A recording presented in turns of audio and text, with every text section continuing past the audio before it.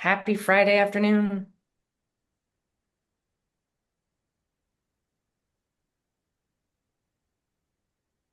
Hello, hello. Stuart, you look Hello. so Stuart, you look so happy to be here. I I love am that thrilled for to be you. here. Good to see you. Happy New Year, Yeah. everybody. Let's make it a big one. Yeah, let's make it a banger. Excellent. Well, as folks are rolling in, welcome everybody to the Factory Produced Housing Advisory Council meeting number 4. We have been blitzing for the past month on these meetings. It has been so good to spend time with everyone. Thank you for the incredible participation and turnaround in the survey that you had earlier this week. Thank you for folks who are fighting through some Google Forms stuff. We have really interesting reflections to share, and it enabled us to build out the agenda for today for some really rich small group discussions that we'll get into in a little bit. But welcome. My name is Emily Evans. I use she, her pronouns. I'm from Echo Northwest, and I'm a member of your project team, along with folks at NOAA and OCHS. And we are delighted to spend the next 2 hours with y'all. If you are a guest, you are not a member of the advisory committee. If you are from a different organization or a member of the public, if you would please rename your name in the Zoom to guest, that will help us differentiate between folks who are part of the advisory committee and folks who are joining us as guests from the public. If you are on the advisory committee, just make sure that your name, organization, and connection to Factory Produced Housing goes in the chat so we can get to know one another. I think it was Marge asked for a roster so that we can all be besties outside of the context of the advisory committee, and we will be sending that out. We also are going to try to crowdsource a list of organizations and companies in these various spaces during meeting 5 so that we kind of get our arms around the community of one another and the other players in the room, because part of this is about building up the industry in the field. And was a great couple of suggestions that we had from folks. Um, Let me see. Is there anything else? Oh, this as a reminder to ease our breakout groups today. We are in Zoom as a meeting rather than a webinar, which is why we can see all of our guests. And so just be a little bit mindful of that. And that will allow us to do breakout sessions, but it is a little bit of a different format than we have used for the last several meetings. Is there any housekeeping I'm forgetting, Madeline? I don't think so. We'll probably cover it. We're still accepting people in from the waiting room, so we might hear some people joining us as we get started. Great. Okay, well, then I think we can pull up the agenda. If anyone has questions, come off, raise your hand, pop it in the chat.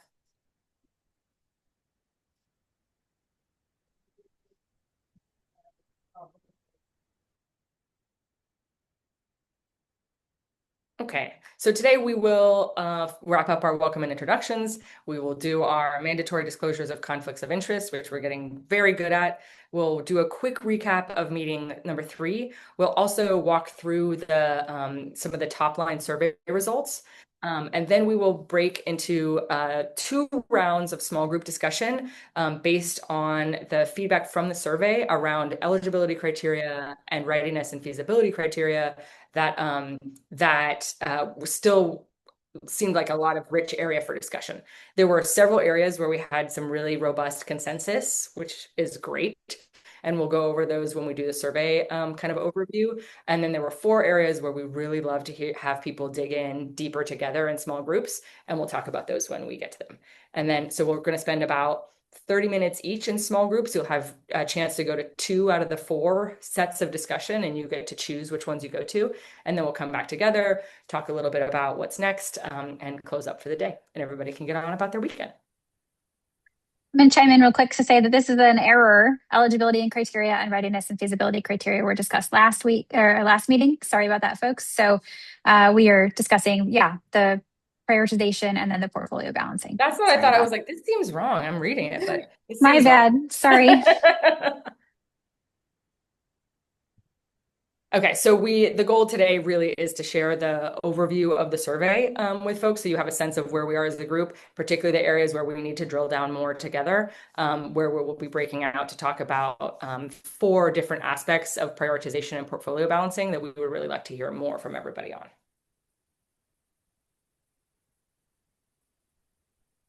I think we can go to the next slide. Yep.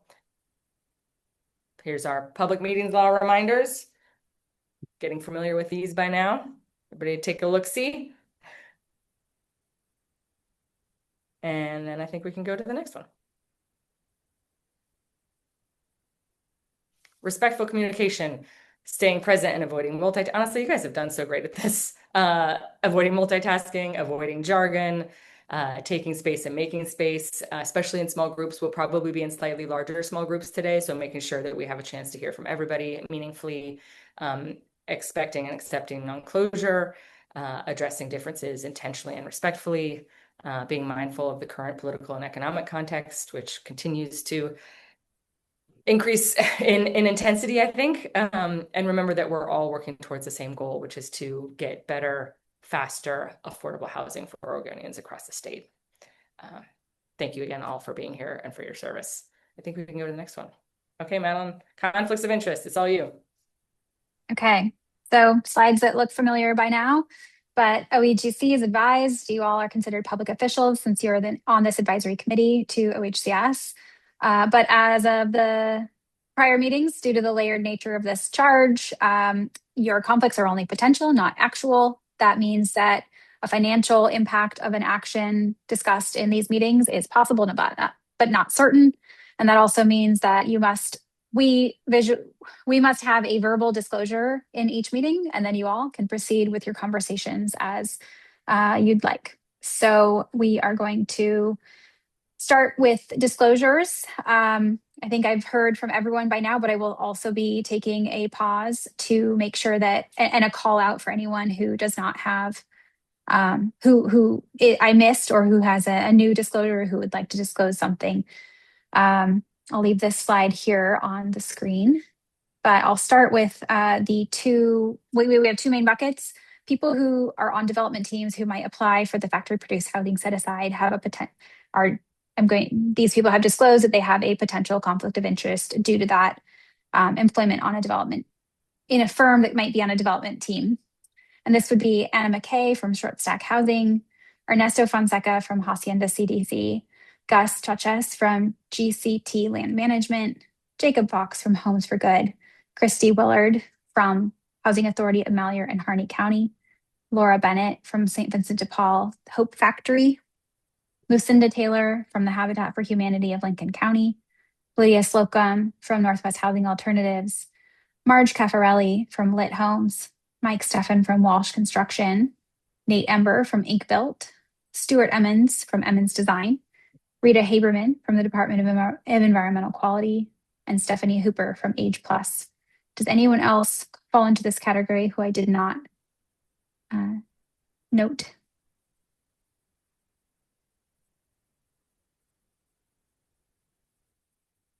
Okay, hearing none. People who work for suppliers to firms who might apply for the factory produced housing also are disclosing that they may have a potential conflict of interest on this committee.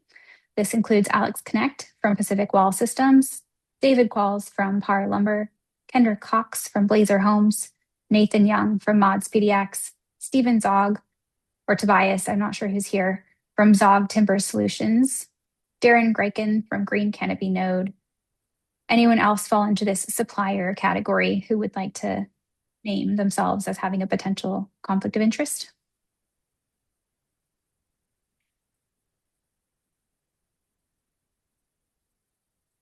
Okay, hearing none, we will move on.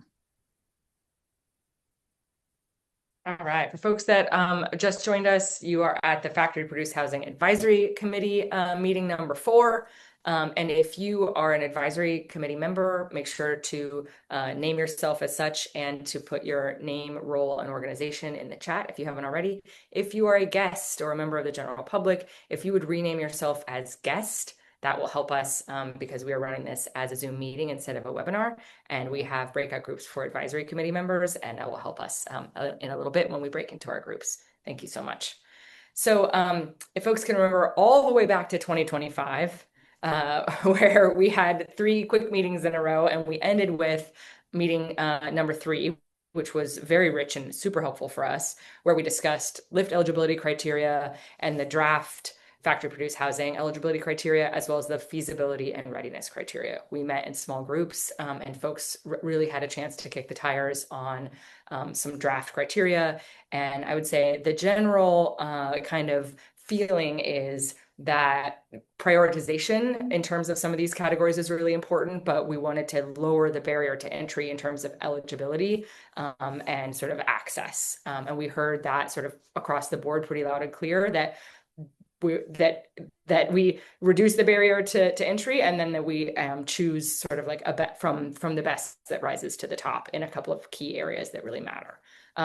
We will today be going into 4 breakout groups that you will have a chance to choose that goes into some of the main areas where we don't feel like we have enough context.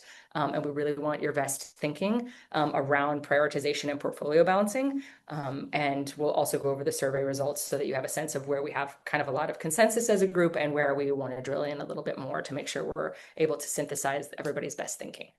For the bigger picture arc of all 5 meetings, today will be the last meeting where we really talk about quite a bit of new content and get your thinking about things that we haven't quite covered yet. Our goal is to get the meat of all that content thinking captured by today, synthesize it, and then give you all a version of that synthesis. Hey, here's what we think our top takeaways are, where the general recommendation of the group is, where there does seem to be some consensus. And then we will kind of kick the tires on that together in meeting number 5, see if there's any considerations that if we're off the mark or if there's things that we need to add. And then we'll also talk a little bit about the actual proposal and application process, and then look forward to our post-meeting 5 tasks, which have to do with technical assistance and sort of learning throughout the process together as we see how everything unfolds. So again, this is sort of the last like heavy new content meeting, and meeting 5 will be primarily about synthesis and making sure that we are accurately capturing all of your brilliance. Does anybody have questions about where we've been, meeting 3, where we are, meeting 4, where we're going, meeting 5?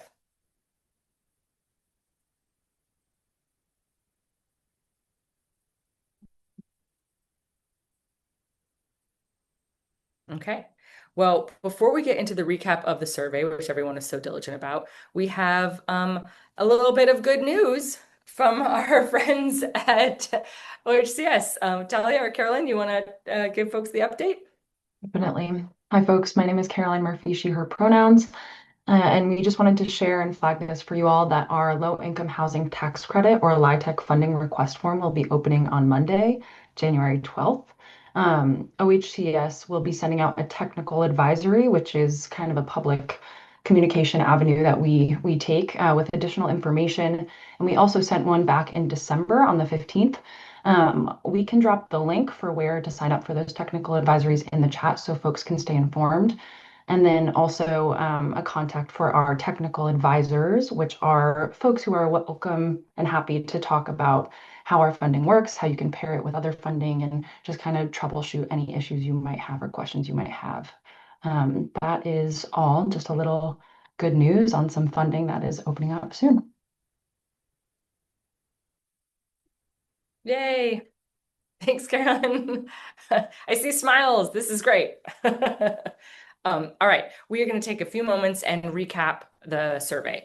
The goal of this is to be transparent, to share you all with what you and your colleagues sort of collectively had to say, particularly around the sort of Likert scale of this isn't important at all to this is very important, and to give you some of the top level thinking about why we chose the 4 groups that we chose and where we are already seeing some kind of pretty good consensus that we think we can take into the synthesis of all these meetings that we will be handing off to NOAA and OHCS. if you have questions about the survey or any of these analyses, feel free to drop them in the chat, raise your hand, come off mute. Any of that is fine. We're aiming for this to be about 10-ish minutes so that we can have a lot of time in our small breakout groups, but we certainly don't want to stifle conversation or questions if folks have them. Okay, let's take a look at what y'all had to say. Mine is like a teeny little bit blurry, Madeline. Is there a way to make the resolution a little bit better? There, that's way better. Thank you. Okay. So these are the questions around prioritization. So assuming folks meet the basic eligibility requirements, they come in the door. These are some of the potential areas for selection, prioritizing one project over another by various variables. So the first one is the project uses Oregon-based factories. So I think folks can see here, this is an area of pretty high consensus. It sounds very much like we want to be using Oregon factories, Oregon-based factories. I think we heard in some of the commentary that the structure of, headquartered here or, factories in other states there, those things don't matter quite as much. The point is that there is some form of brick and mortar here in Oregon and that there are employees here in Oregon. So there was a lot of consensus there, and that aligns pretty well with OHCS's thinking as well, which is great. The next was the project uses Oregon-based development team members. Again, pretty high level of consensus here around this being an important factor, that at least some of the team members on the development team are Oregonians, that this is public funding in Oregon, and that there's a strong desire to see it go to Oregon-based factories and Oregon-based development team members. Anybody have questions or additional commentary about that?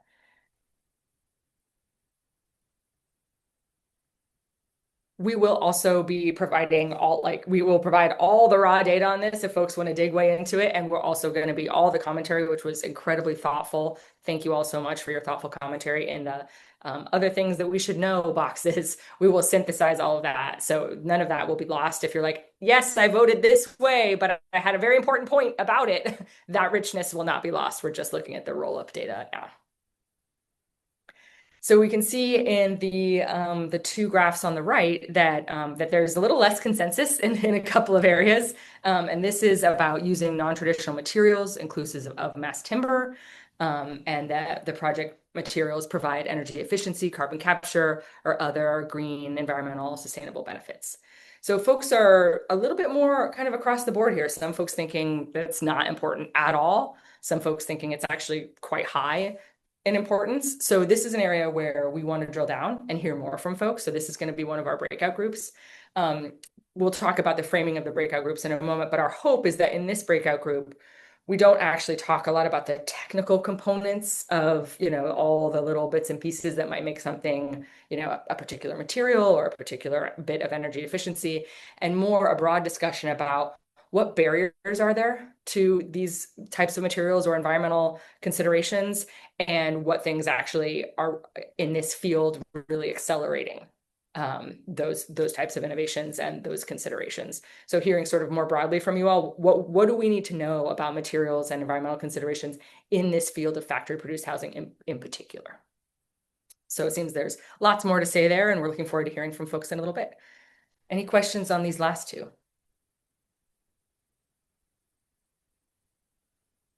Emily, I just have a question on the total responses. Yeah. Scale, were there 14 responses? And I'm just curious if the majority of people did respond. Yeah, I think did we end up with 23, Madeline? 22, 23? We had a couple of folks sliding in to home base yesterday morning. So right in the low 20s, which was, I think we have 26 or 27 people on the council, so almost everybody, which was really wonderful. And we will leave this open, so if folks really didn't get their stuff in, like get it in there so we can be a part of the synthesis. But yeah, we had really good representation. Does that answer your question, Stephanie? Yep, thank you. Great. Okay. Any other questions on any of these graphs? On the left, where we have a lot of consensus with Oregon, sort of an Oregon focus. On the right, where we're kind of wanting to know more about what barriers and accelerators we have in the materials and environmental space. Okay, let's go to the next one, Mel. All righty. Now we have we just talked about this is the materials are produced in Oregon, or raw materials are sourced from Oregon. That can go into the materials conversation too. We are kind of across the board here. I assume it depends on the type of material, but if you have a lot to say or you want to dig in with your peers on that piece too, that the small group for you is materials and environmental considerations. We have here next the project leveraging private capital. So folks were, kind of split on this a little bit, although it was one of the highest, very low or none areas that we had. What we saw in the comments was, sure, it's great to leverage private capital, and kind of this is a relatively small pot of money given the scale of what we're trying to accomplish. So if we can bring in extra dollars, terrific, but it shouldn't be a huge consideration, especially given the other areas that are really important to the whole group. So that's a takeaway we'll have there. It didn't seem to be a kind of a hot, energetic area. So if you have additional commentary about it, we'd be happy to hear it. That's actually not going to be one of our main areas for discussion today. The next one on the right here is the project timeline, how quickly the project can be completed. So this is very much in alignment with what we heard from you all in meeting 2 and 3, which is that speed is really important. I think somebody really aptly put it, if this doesn't get people cheaper homes faster, then what are we out here doing? And I really appreciated that candor. And it seems like the group very much agrees that speed here is a really important consideration. We will talk a little bit about innovation and scalability in a moment. We'll talk about why I think the timeline is kind of a part of that discussion, but it doesn't seem like there needs to be a whole lot more discussion, given that the group is pretty resoundingly clear that speed is an important factor for prioritization. OHCS knows that predicting speed in an application is a complicated process, and that folks can commit to things on paper that might not be able to be executed. So they're thinking about responsible ways to try to suss out the viability of a projected timeline. But that's an application and proposal process, that the technicalities that we will get into in meeting 5. Any questions about the survey results in this area?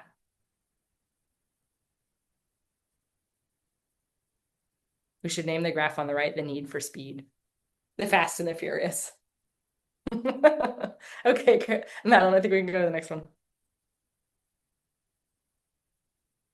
All right. So here we asked, how much should product innovation and potential for market scalability be prioritized for project selection? So we see here again a pretty robust consensus well over 65% of folks saying that this is a very high or somewhat high consideration. The innovation and scalability, like this is meant not as sort of a niche demonstration project. This is meant to juice the industry. This is meant to really be hopefully a breakthrough moment for factory produced housing in Oregon, and the innovation and scalability should be a big part of the project selection. My fellow survey nerds and data nerds in the comments pointed out that this is a compound question, and that these are two different things that we're talking about: innovation and market scalability. Sometimes are linked and sometimes are not. So touche, point taken. And we actually are going to break out into two groups, one about innovation and one about scalability, because even though there's a broad consensus that those things are important, we really would like to know more about what that looks like here, how might we define it, and if there's a sort of a consensus about what we mean when we say that, and what OHCS should look for in applications in terms of these two characteristics. Anyone have questions or things to add on this guy?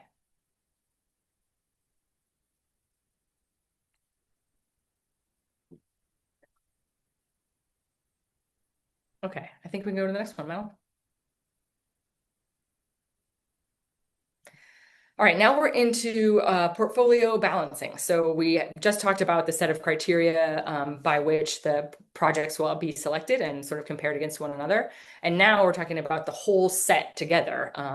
What do we want to see? There's a couple things that, if you'll recall from the whiteboards, are already set, like the fact that there can only be a maximum of 5 projects, that we have to have 1 home ownership and 1 rental. Besides that, there's quite a bit of flexibility in terms of the kind of overall mix of projects that are chosen for this carve out and set aside funding.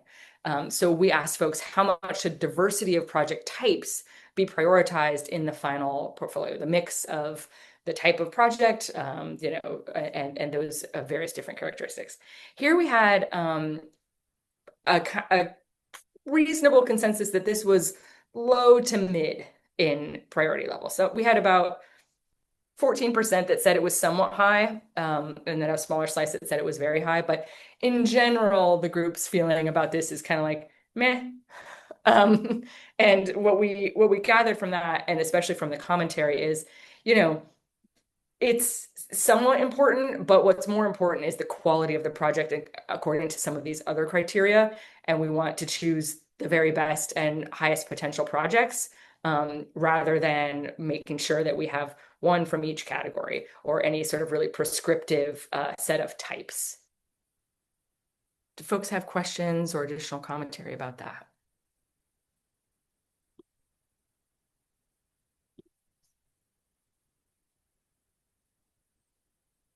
Okay, I think we can go to the next one now.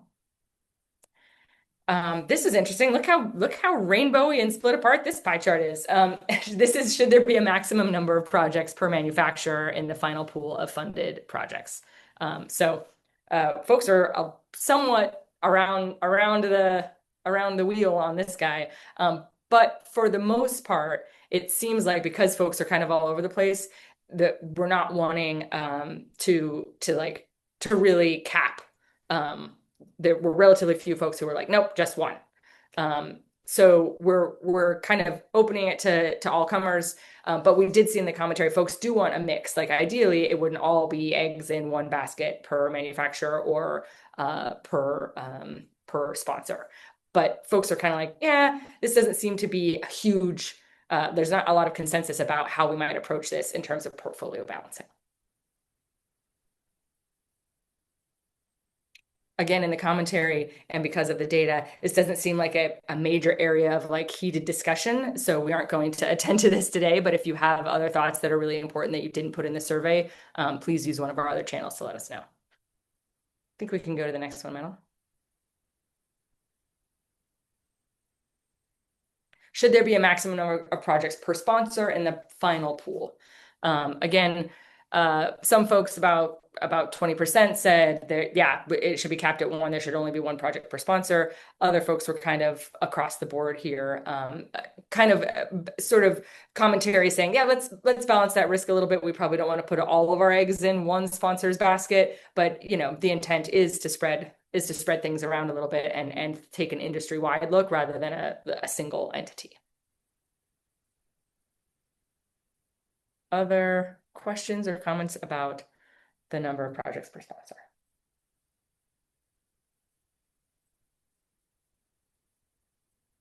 I think we can go to the next one, Mel. All right, this one was actually pretty interesting, and we do have a pretty good chunk of consensus here. So should there be a funding limit per project in the final pool? So we asked here if that cap should be 5, 10, 15, no cap, as the kids say these days. And we actually had quite a bit of consensus here, over 50% of folks saying that 10 million should be the cap, or 5 million should be the cap. So folks saying, you know what, actually there should be a cap, that we you can't have all of this going into 1 project, which wouldn't happen anyway, because we had to have 1 residential and 1 home ownership. But we really shouldn't, one project shouldn't kind of be running the table with the majority of the funding. So the group consensus was pretty clear here. Even though they were kind of different levels, the kind of overall feeling seems to be that it should be spread out and it shouldn't all be going to one spot. Questions? Other comments? Okay, do we have one more, Madeline, or is that it?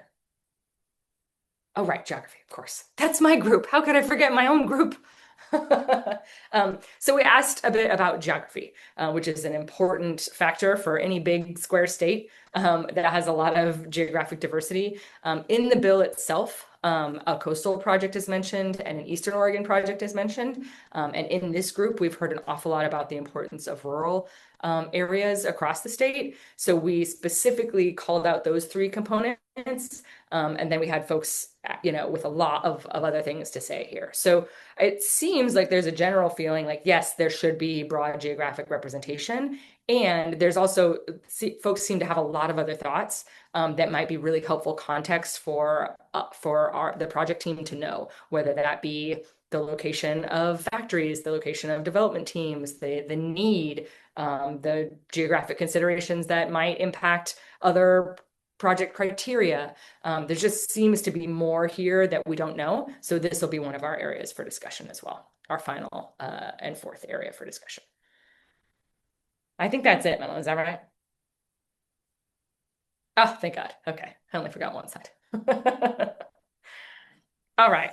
So do folks have any, before we kind of set up the small group breakout sessions, do folks have questions about what the survey data said, where there were areas of consensus or not, anything that, just itching to say that you can't leave unsaid with the larger group? I was gonna Stuart, I bet you have something to say. Let's hear it.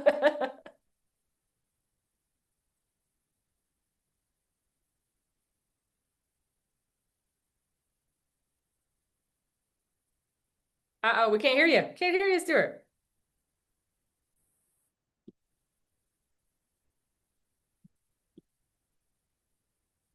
I still can't.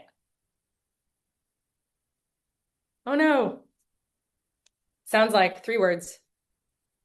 No, we're not doing charades. Okay, yeah, type it in. Okay. Anyone else? Questions or kind of big picture thoughts about survey results?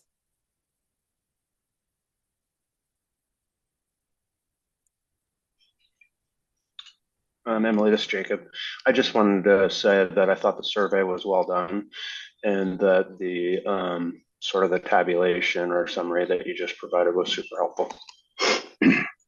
Great, thanks, Jacob. We thought the data was really helpful too, and we're really appreciative of the areas where there seemed to be, kind of obvious consensus. And we're like, great, we can kind of set that aside and we can focus on the areas where we need, not necessarily because there seems to be broad disagreement, but because there seems to be more that we're not really understanding.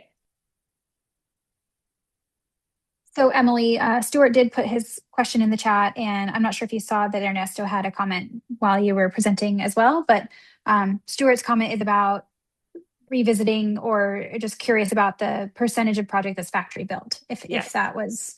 Yeah, it's a great question, Stuart. And we had probably 2 or 3 questions at the beginning of the survey where it was just open-ended to gather everybody's thoughts, and we have spent quite a bit of time talking about it in meetings 2 and 3, and we've so appreciated all of that.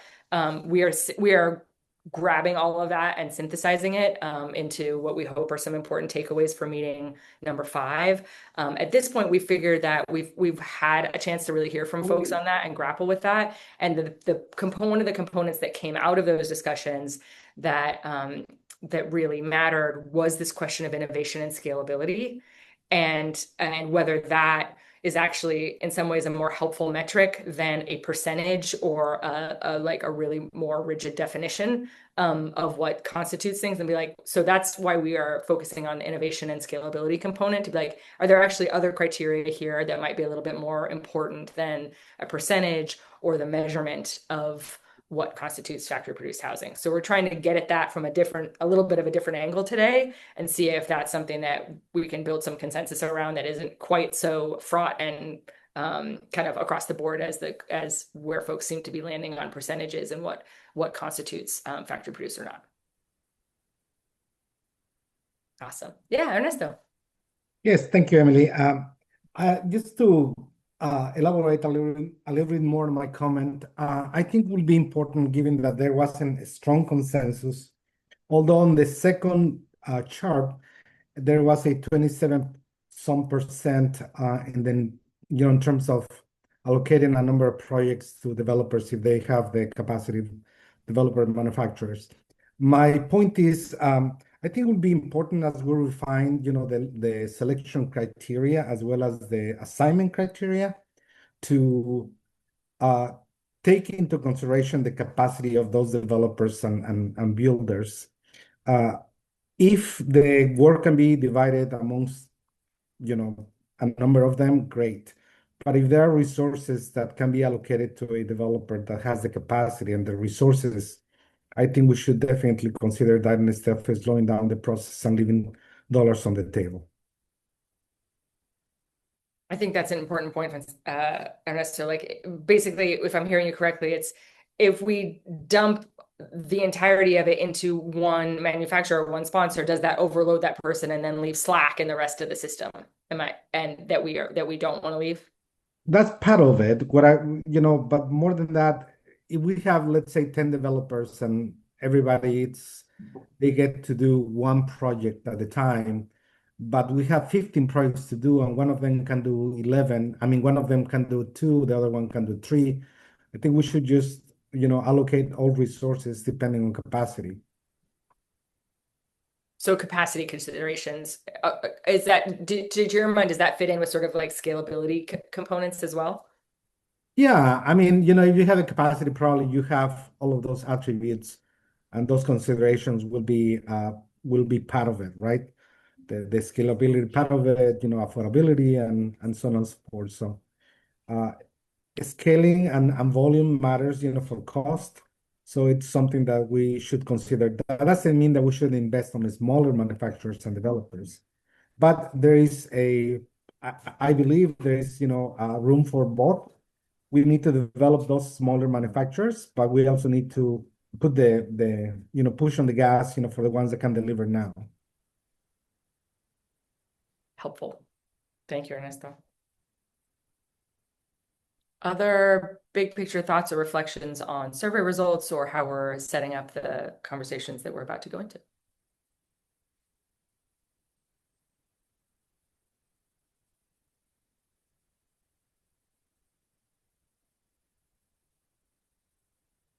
Okay, project team, are we ready to sort of tee up our small breakout groups? Okay.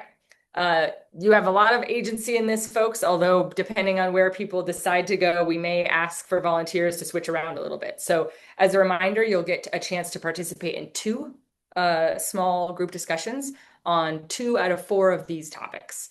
And we'll have about 30 minutes in each discussion and a little break in between. So if you decide you want to go into this one this time and this one next time, great. We may ask folks to balance out a little bit to make sure we have even sized groups, but you should be able to go to your top 2 discussion groups for what you would like to hear from your peers and converse further on. So the groups are: one, about innovation. How might innovation be used in selecting projects? What do we mean? What constitutes enough innovation? How do we want to think about innovation, particularly as it relates to kind of a metric for deciding which projects are prioritized? The next is about scalability. So how might the number of units, the scalability components be used in selecting projects? What more do we need to know about including this in selection criteria? Everybody seemed to think that these are 2 really important components. So let's drill down on those 2 together. The next is around materials and environmental impact.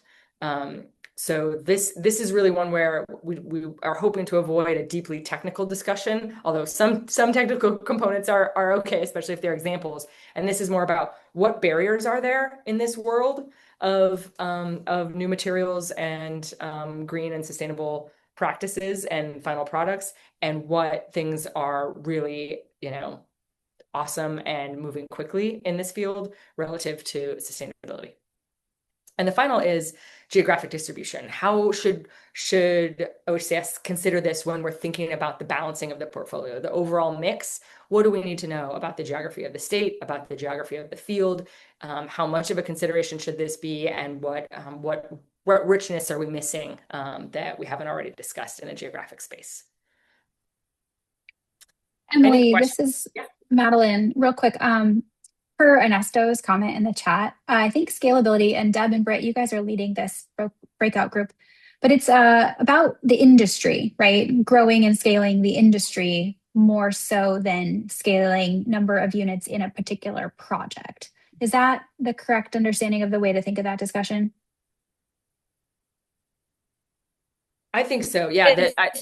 Well, the questions include both. So maybe we should have been more explicit about that. But sort of scaling the industry, but also thinking about, well, maybe it's highest number of units, maybe it's not looking at specific projects. Sorry, I might be confusing things. I think it's a fractal a little bit, right? I think that we care about the number of units produced in these given projects, and we care about what that means for scalability and replicability of the field. I think hopefully 30 minutes is enough to maybe scratch both a little bit. But it's your group, Deb. We trust you. Okay, that's helpful. It sounds like that group will have a lot to discuss. Great. Okay. So how this is going to work, remember folks that you get to pick two. So to go to the one you're most excited about first, we're going to open up the breakout groups in a moment, but don't go until I say go. And you're going to be able to self-select into those groups. We're going to give everyone a minute to do that. Once you're in there, if we see that groups are really kind of lopsided in some way, somebody will pop out of a trash can in your group and say, hey, do I have any volunteers to go to a different group for this round? Go to your second choice group for this round, so that so we can balance those a little bit. And then once we've had 30 minutes of discussion in the small group number one, we'll all come back together, have a bit of a stretch, and then select group two, where we'll go through the same process. If it looks a little lopsided, we will ask for loving volunteers to head into a different group to make sure the groups are rounded out. Does anyone have questions about the process of selection of group or the topics that are being discussed? Yeah, I had a question, Emily.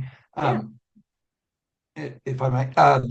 I'm even more confused than I was when we started the slide about scalability, because if it has to do with scaling the industry, that would be one discussion, and it's a whole nother discussion if we're talking about the funding that's actually going to be applicable to the project in particular, that the property or the project the property is going to.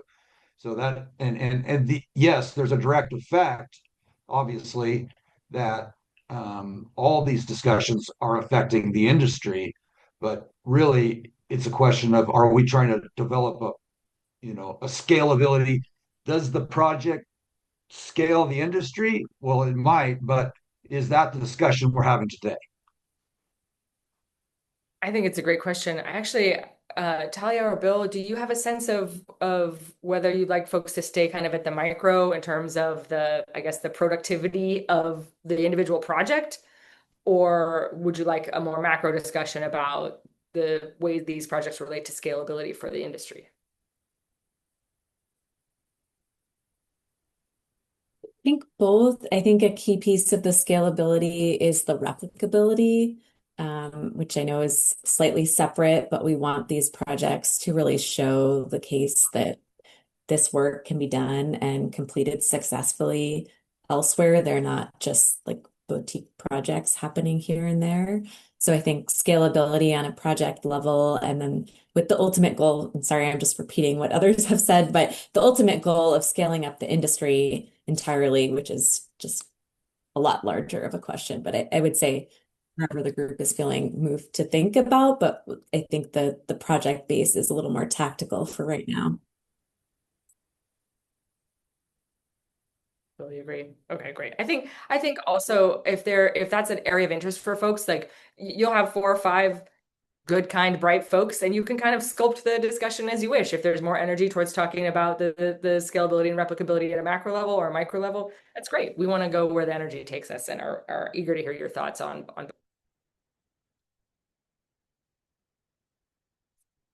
Other questions about topics or process?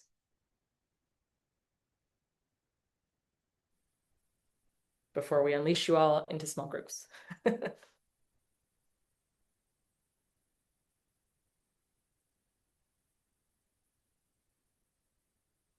Okay, hearing none, I think I don't know if it's Taylor or Madeline, but let's go ahead and open up breakout groups. There will be a boring 30 seconds to a minute once you get in your groups while we check out the balancing. And we'll see you all there. Hopefully you all will be an A+ group and sort yourselves mathematically perfectly. But if you don't, we'll ask for volunteers. So head into your groups in a moment, and we will see you all soon.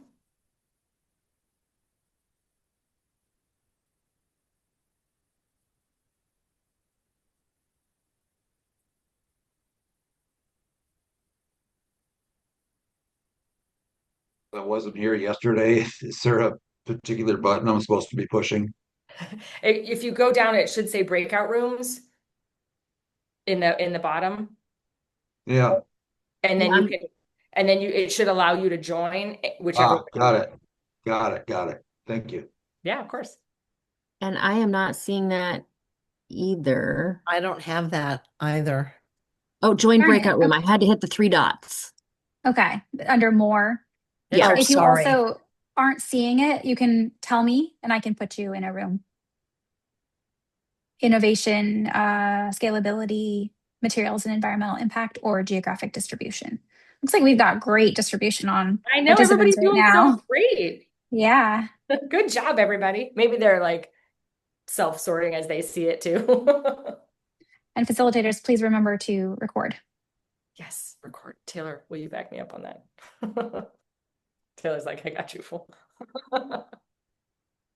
Yes, I got it. Okay. Okay, so Madeline, you're hanging out here, I think Is so. that right? Yeah. and you will call us all back when we need to be rung back, and we will rinse and Yeah. repeat. I'll set a timer. I'm not seeing any reason why we need to reconfigure folks, do you? At the end? No. I mean, I don't think we need to rebalance anything right now. I think it's looking fine. Yeah. Can I go first, Steve? Sure. Okay. All right, Taylor, you ready to head into geography? Yep. Okay, All right. let's do it. See you in a bit, Madeline. Bye.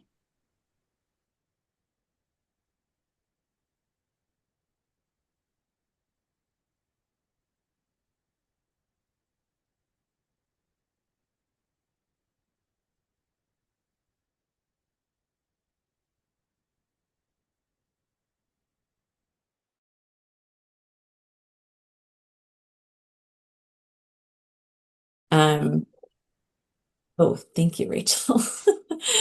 Or Madeline, whoever hit record. Okay, great. So I'll just start with like the broadest possible question. When you think about innovation in factory produced housing, what should that actually mean? And if it's easier for you to explain it in the negative of what it shouldn't mean, feel free to say that too. And I'm just gonna take notes. And feel free to like dive in as detailed as you want or keep it broad.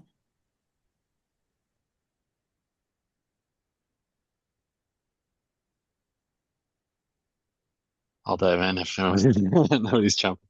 I mean, I think it should be fairly broad in terms of the types of things, but I think they should be measurable innovation measures. So whether that's like a new kind of material, whether it's something that delivers more quickly or more consistently, or with kind of more repeatable quality, taking variables out of construction. I mean, there's tons of variables in building housing, so it's hard to pin them down. But in my mind, it's like they definitely need to be measurable, and I think speed of construction is kind of like a must-have, whether that's in other criteria or it's part of innovation. But I think these things should always contribute to getting things produced more quickly and efficiently. Ideally, things like carbon reduction and better use of biological materials that are from Oregon. Those would have other benefits to the state, and so I think those should also be prioritized as innovation aspects of things that provide those kind of larger benefits. So, I agree with everything that you just said. When I answered the question, what do you think constitutes innovation? It was speed, cost, quality, and performance. industrialized factory built construction, advanced materials, efficient and replicable, high performance. Those are all things that, and scalability, scalability is, I think, really part of this conversation. So if you can, I mean, in my opinion, these projects should be built in 12 months or less. Right. And that's an innovation that conventional construction can't deliver. And I think that's one of the most important pieces here as well. Yeah, absolutely. Can you hear me now? Yep. Yep. Sorry, I had to go on my iPhone. I don't know what's going on with my anyhow. A big ditto on Marge's last comments.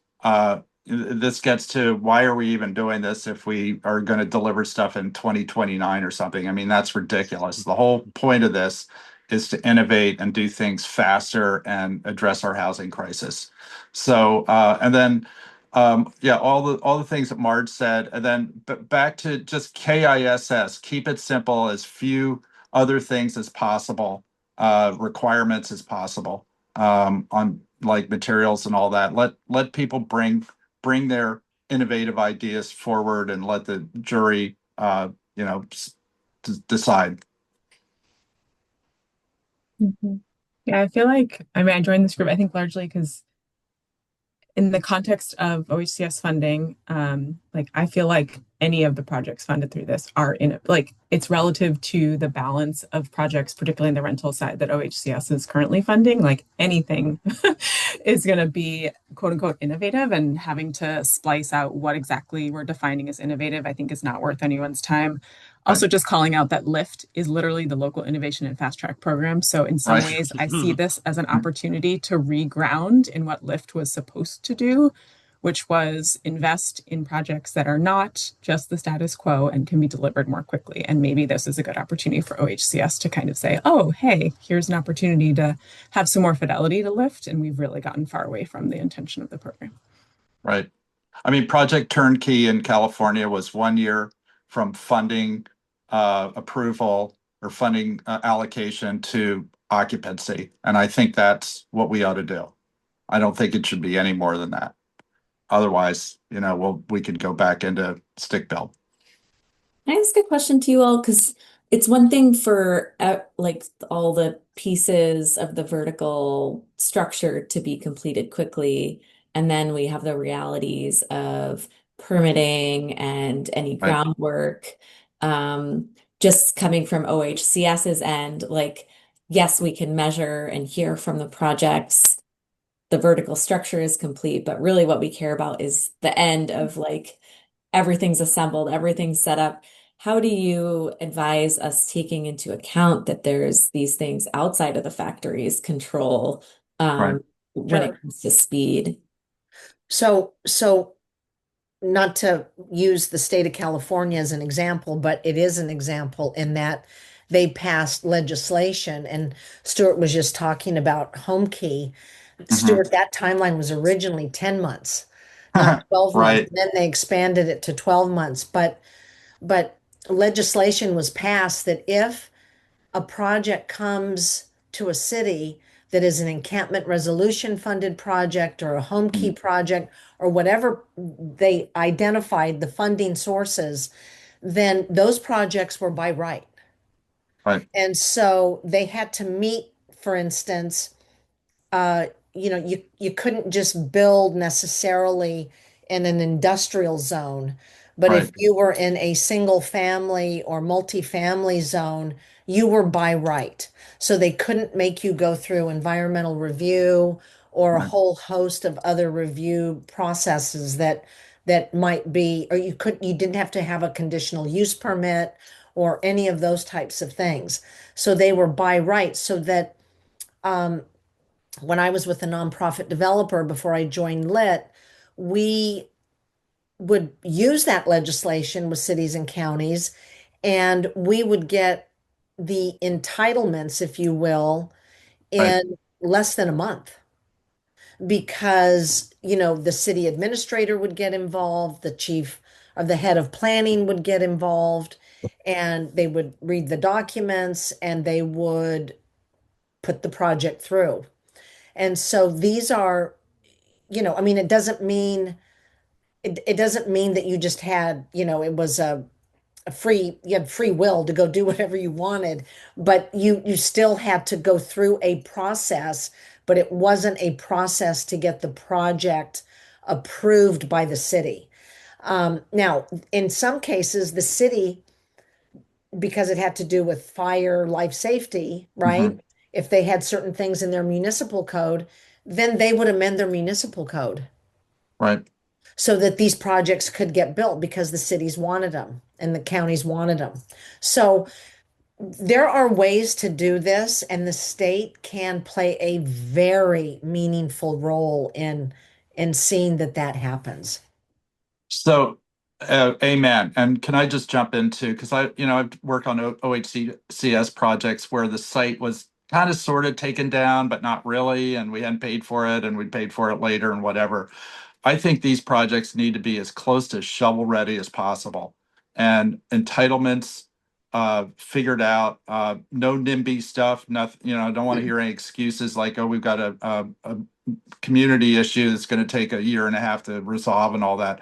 I think that sort of stuff ought to be done before people put a proposal in. So we want to have projects at the end of this that are done really quickly, so we can point to this and the governor can point to this as being this is a really good way to go. So if somebody, I think these sites ought to be bought, or the whole strategy for purchasing the site ought to be nailed down, and not wishy-washy. There's a 99, 98, 95% certainty that there will be no hiccups related to entitlements or site purchasing or whatever. 98%. The site design team still has to go through, like, let's just say, obviously, it'll be a modular project, right? Yeah. You've got the site work that needs to happen. Well, that still needs to go through a permitting process. Right. But when these projects are fast-tracked through the entitlement process, in my experience, what happens is then the chief building official and the head of planning set it up so that, you've got the powers that be in a meeting once a week. Stuff is submitted and they're tracking it through the process so that nothing is held up, so that you don't have a 6-week turnaround for, utility permits and those sorts of things. So those are some of the fast track strategies. Sounds like a dream, Marge. I would love this world that you're describing. Yeah, no, it's, I mean, this is what they've done this is what Governor Newsom Totally doable. did to get these projects really, fast tracked. I have a whole list of the legislation. So what I'm hearing is that the timing is a major part of innovation, and the state has a big role to play in that, but also we need to have other jurisdictions involved as well. Yes. I do want to make sure that Anna has a chance to jump in here. Thanks, Rachel. Totally agree with a lot of what I'm hearing, and Lydia, particularly your comment on how innovation is tied only to the title of the funding source. It's not actually appearing in the House bill at all. So it is kind of just kind of an interesting point as we consider what innovation can mean for these projects. The things I would say are the LIFT as a funding source already has kind of a really baked timeline of 36 months. And while I agree with Marge and Stuart that we should be building a project in 12 months, and I could do that, I don't know that that's entirely possible, and that we should maybe look at factory produced housing as lowering the schedule timeline by a percentage commensurate to like a similar build or deliverable. Like if there is 100-unit multifamily housing project, even if it is factory built and modular, there is a good chance it won't be delivered in 12 months based on other elements outside of the control, particularly at Talia, as you say, of what the factory produced housing element actually touches. And like with respect to the 36-month timeline of the current lift allocation, I think there is an opportunity to consider like check-in moments. And I agree, having your project as shovel ready as possible when you apply is really crucial. But as a way to control, like when are we going to get to the factory produced housing part of it? I think that the more fungible timeline is in advance of that. And how can we start to create benchmarks and check-ins where there are real consequences to the awardee if they're not hitting those milestones on a target that is going to really demonstrate how factory produced housing can deliver to market that much quicker. So Anna, if I might, in my experience, the factory, the housing manufacturer, the factory built housing manufacturer, in our case, when a project is happening, we are at the table with the general contractor, the developer, the city, whoever it is, day one. We're attending the OAC meetings. We are involved in the coordination up front. So we are engaged right from the very, very beginning. So there isn't a time when they cut us loose and then we just kind of show up. I just wanted to totally agree clarify and that. totally Okay. understand that. I think Nate's comment earlier is like, we have a statutory requirement in Portland that a building permit can take up to 6 months to deliver. And oftentimes it's longer than that. And I don't know if we should preclude projects because they're, say, being built on a brownfield or something that might require like intensive site work. I think, Marge, to your point, I mean, like when those elements actually like show up on site and make it go fast. But of course, there's intensive pre-development work with a modular manufacturer prior to that. Well, maybe we shouldn't do brownfields. I mean, I agree, but we need to. I think people need to have gone through a pre-app with the city. All the regulators need to be well aware of these projects, and there needs to be a course set with the regulators on how these projects are going to move forward to expedite them as much as possible. I want to. I know I'm pushing it, but I want to push the accelerator on this because that's the whole point of this grant. And I would just like to say that I think there is such a huge opportunity with every city and county to add affordable housing at these AMI ranges with all the remnant sites that cities and counties have that are sitting fallow everywhere. You could add 150 units to a city by taking 10, 15 of these parking lots, these remnant sites that are odd shaped, 5,000 square feet to 25,000 square feet, and adding affordable units to them. And, those are, they're not sexy deals, but they are a way to really, really add units and densify. And when I say densify, if you're adding 3 units here and 12 units there and 20 units here and 15 units there, I mean, you can get to a number in a city that is meaningful. And I think that is also a real opportunity here in terms of how we look at sites in different places. Yeah, I think you described another point of innovation there, right? Of like how to use sites that otherwise are difficult without factory produced housing. I think that's a great point. I don't know how you quite quantify that. It's a little hard to evaluate, but I like the idea. And I think since really this initial kind of instigator of factory produced housing is kind of basically funding pilot projects in my mind at only 5 to 10 million a piece, it sounds like. I think that means certain projects just aren't gonna go in this round. So we can maybe do some things that push a little harder than you would otherwise. And to kind of, I think what Anna and others have said, like some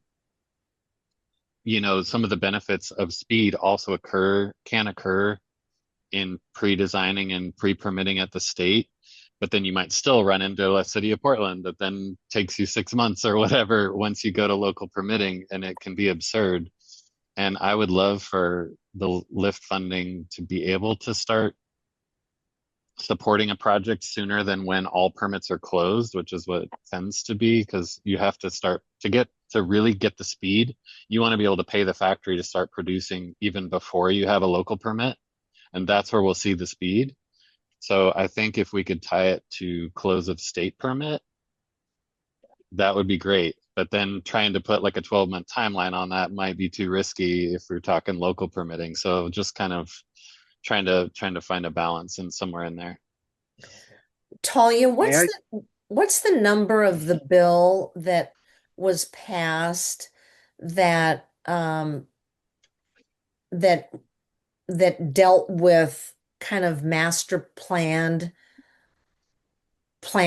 What I remember meeting with folks from the governor's housing staff, and Sveta was in charge of that bill, and I can't remember the number of it. Do you have that? I don't have it off the top of my head, but I can look into it. Is that the one that was passed last session that was like whole something? Yes. It was last session, and what it was that like as a developer, which I was for 40 years, you can bring plans like multiple master plans like cottage cluster or whatever, and get the state to approve them, and then the municipality has to accept it. Yeah, is it the one where it's the approval within 120 days? Is it 2-1 something? That sounds familiar. There was a bill passed, Senate Bill 974, that requires local governments to make final decisions on engineering plans within 120 days of complete application. Yeah, I don't know if that's it, but and I'll look this up, but it had to do with submitting a master plan to the state, and the state would approve them. I said, oh, so I could like submit 12 of these, 10 of these, whatever. And she said yes, and those get approved, and that would be the basis of your master plan design for other communities, which would be ideal for this as well. You can already do that from the state level. You can already do that. It's the local permitting that still, as far as I know, it still runs at its own pace. But you can get master plans in place at the state today. Yeah, you can do it through DLCD, which is why we were excited that they're part of this work group. I was hoping they would, probably in the next part of this work group, hopefully they can lift up the master plan piece, because I think it's been in place and it's been underutilized and nobody knows about it. I'll look, I think maybe I'll find you the bill number, Marge. But actually, to just kind of redirect this conversation, it sounds like, just going back to the innovation piece, there's this host of challenges at the local, state level that involve multiple agencies that we're not going to be able to solve for this criteria right now. Right. But that is really important information and discussion for the next phase of this working group, because I think it can really be like a harbinger of like, we like, get it together, state agencies, you need to do better. But just thinking about innovation, just from what I've heard from everybody here, it sounds like, tell me if you agree, that innovation isn't really a category in itself. It's like the things that we're piecing out here are speed, and we don't want to be too strict about speed given the things outside of the factory producer's control, but like we want the factory producer's speed to be tight. And then there is some other things that might just be pulled out or could be part of an innovation category, such as like material use or sustainability of the structure. And then I like that other one of like building on unique sites that Right. be getting attention otherwise. Do those seem like the right, like, is there another element of innovation that people want to bring in here? Talia, throw something in there? Sorry, Talia, can I just add in or reiterate that entitlements, pre-apps and all that stuff ideally are done. And, you know, so it's not just about factory speed. It's about whatever you want to call it. I'm not a big fan of the word shovel ready, but pretty shovel ready. It's purchased. The city has blessed it in a pre-app meeting. You know, all the questions in a pre-app are addressed and so on and so forth. And the neighborhoods have been, and if applicable, the neighborhoods have are aware of it, and we're not going to get a big tsunami of community opposition to these projects. You know, once it's been awarded, there's some, you know, something that shows that the applicant has, you know, addressed that. Talia, and Rachel, I also think that another piece of innovation are teams that demonstrate experience. You know, I think that's very important to, you know, these projects. And we talked about this, you know, early and continuous coordination with the entire team. I think, you know, that's, you know, you can't push that under the carpet. That's what it's all about, right? So that you're a good steward of the money and you're a good you're able to innovate when you are a good collaborator. And I think collaboration is really key. Marge, how would you advise checking for, like, is that just like a qualitative question of like, what's your plan for coordination amongst the entire team? And then how do you kind of root out the BS in those answers? Right. Yeah, no, I mean, I think that's part of an interview process, right? I mean, that's not just what's on a piece of paper. I think there should be an interview process as part of this. Right. That's really important because, you know, the factory built housing manufacturer should be able to articulate that. The developer should be able to articulate how they plan on putting that team together and what their process will be for collaboration and integration of, you know, there are going to be other things that are going to be innovative that have nothing to do with the factory built housing. It's like, what are the innovative, you know, things that you're going to be including in your site as well? Thanks everyone for all of your thoughts. We only have a couple seconds left, so I just wanted to make sure What if that we don't want to leave? What if we want to stay here? you can always send us emails with your thoughts. Yeah, I don't want to We're leave. definitely open to follow up. Okay, now what do I do? Welcome back. Where did we end up, Stuart? I don't know. I'm in Never Land here. Apologies to everybody who got cut off by being non-consensually dumped back into the main room. Yeah, we were just having fun. I know. We were just about to get to the single thought that was going to unlock everything, and then we could all go home. I know. We just went sideways. Okay, so where's the button for breakout rooms? Yeah. So everybody, thank you so much. Our conversation was incredibly rich. I'm sure everybody's was. We can take a moment, maybe do a little stretch, maybe take a sip of water, help your body out from sitting and doing a lot of thinking and chatting, and consider what you would like, which group you'd like to go to for your next discussion. Everybody did such a lovely job self-sorting into roughly equal groups at that time. So if you wouldn't mind being, again, an ideal group to work with and self-sorting into roughly equal groups so that we can have even discussions, that would be lovely. Does anybody have any questions or anything that needs to be addressed with a full group before we dive into round 2? Can it be a bio break? Sure. Why don't we give everybody until let's give people 4 minutes. until 2:23. 4 minutes. Room.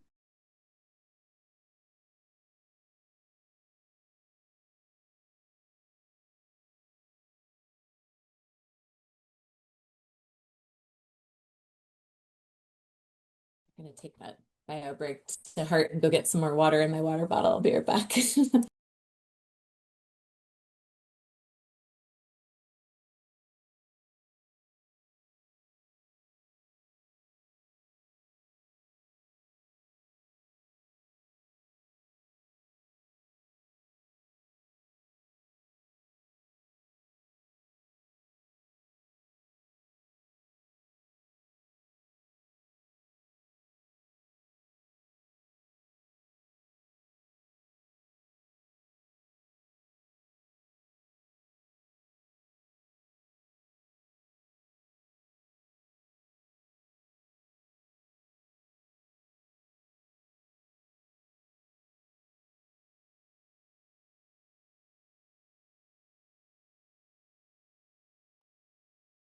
Hey, Jody. Hi. What group were you in before? Materials. Did you have a good conversation? Yeah, it was. The feeling there's a lot of overlap with this innovation category and then the materials and environmental sustainability.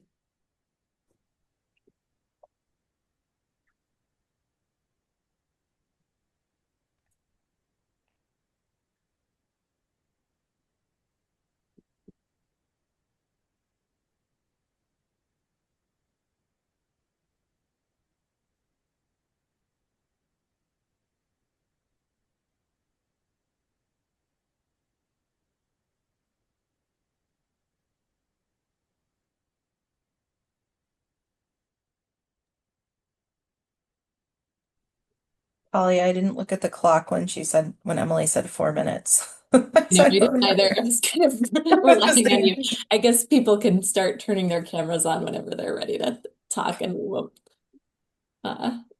get ahead of ourselves and give people FOMO before we dive in. Nathan, where are you calling from?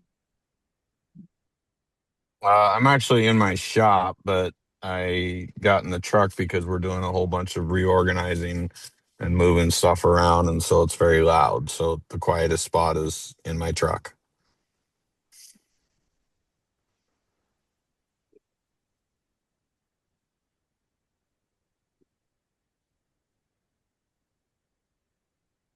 Well, I wonder if we should get started with some introductions. Yeah, that sounds great. Does everybody here feel like they know each other, or would it be worth a go around?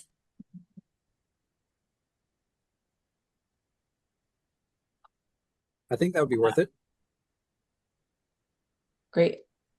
Talia Pancravis, OHCS. Maybe I'll just call off folks to make it really efficient. Jody and Sean, and then Nathan. You go next. Jody Lyon, I'm with the Oregon Manufactured Housing Association. Sean Hubert with Affordable Community Solutions. We support organizations in the development and operations of affordable housing. Nathan Young, CEO of Mods PDX. Marcus, Mike, and Tobias. Afternoon, everyone. Marcus Kaufman with the Oregon Department of Forestry and the Oregon Mass Timber Coalition. Mike Steffen with Wolf Construction Company. We build a lot of affordable housing. Toby Levy with Zaug. And Ernesto, hopefully you're here. I know you're having camera issues.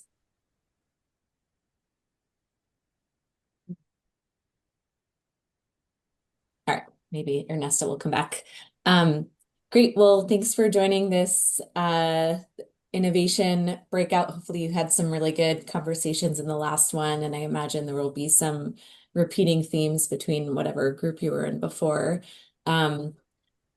We realized, just to kind of set this conversation up, that, innovation is a very broad word. It could mean lots of different things to lots of different people. We got some really good feedback from you all in the survey. And so, feel free to expand on anything that you said or add new things in. And again, in that survey, we didn't particularly parse out the difference between innovation and scalability. Here we want to focus specifically on innovation, if we can parse that out. That's not always possible.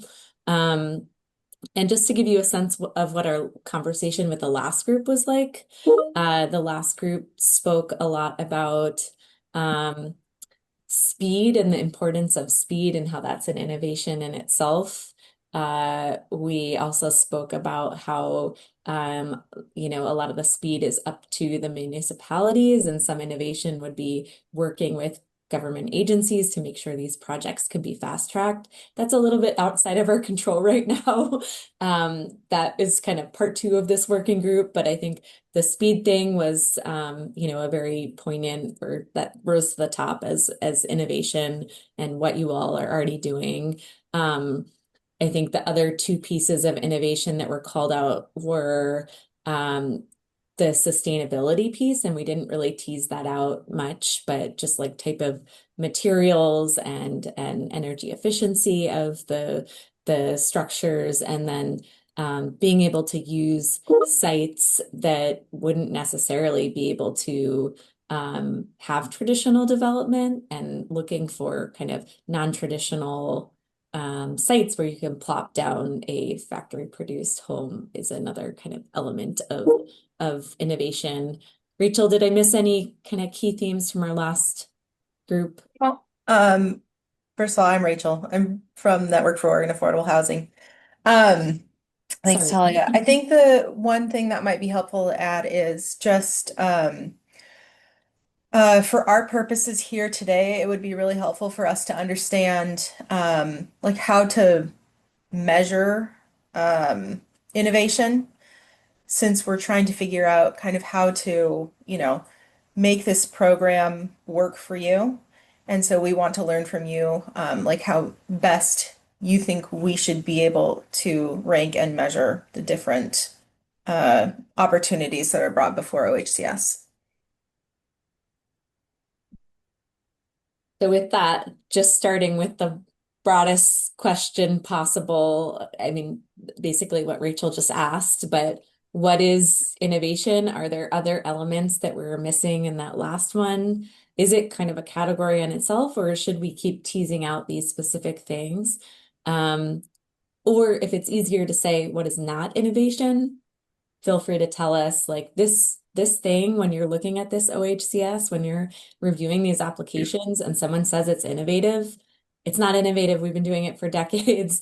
And we heard a little bit of that in the survey responses. But so really anything you want to share, could be really high level or detailed, but that's just the framing that we wanted to start with.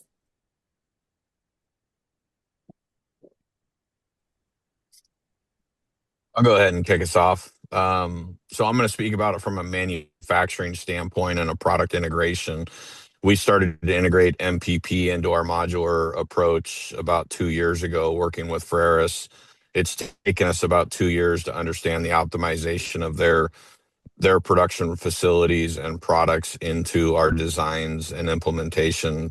But now we're able to assemble the volumetric module from a framing standpoint in a 1/6 the time of a conventional module, and still allow for the installation of all the MEP and installation and everything else to code. So the innovation process, when I think of innovation, it's about being able to change the number of components or metrics that go into building a building. Because when we think about lowering costs, we have to lower the number of materials that go into it and the steps that it takes to be able to build or assemble something.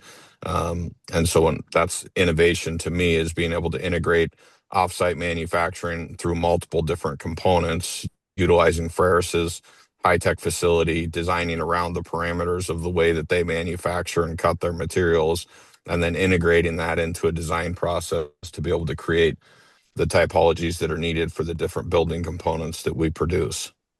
Yeah. Precisely what I was saying earlier, Nathan. Thank you for being so eloquent. Dividing the work into different, manufacturers, with the final one being the assembly one, would be probably the best approach for us to do this work. Ernesto, could you expand a little bit on that? It's, I said this earlier, and Nathan sort of put it together, with a nice bow. Basically, having different manufacturers putting together different components, reducing the amount of components is always, super important. The more pieces we have, the more issues we may expect, and the more assembly that we have to do. So if we have, for example, in the first example, they will be producing and cutting the panels, and then they will be delivered to a different facility to be assembled. But we shouldn't stop right there. I mentioned the electrical harness panels, having standardized window sizes, all of those things that can be exchangeable within the project itself, streamlining the design of the units. We have to have, an architect that, at least at the beginning, to help us design the most efficient unit with the least amount of components. And then, test that product, on the manufacturing side for us to make it happen. So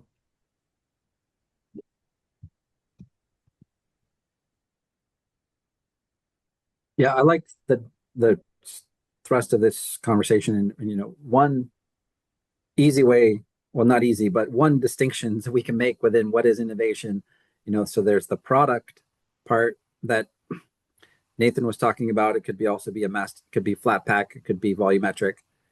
And then there's the process part as well. And Talia, as you alluded to, some of those processes are going to be within the bounds of what we consider to be this work, and some of them are going to be outside of that. So there's going to be process innovation, which I think that's a very difficult thing to measure. I mean, so that could be just a flag like, hey, if you're going to have a process innovation, it has to be within certain bounds of the development cycle, right?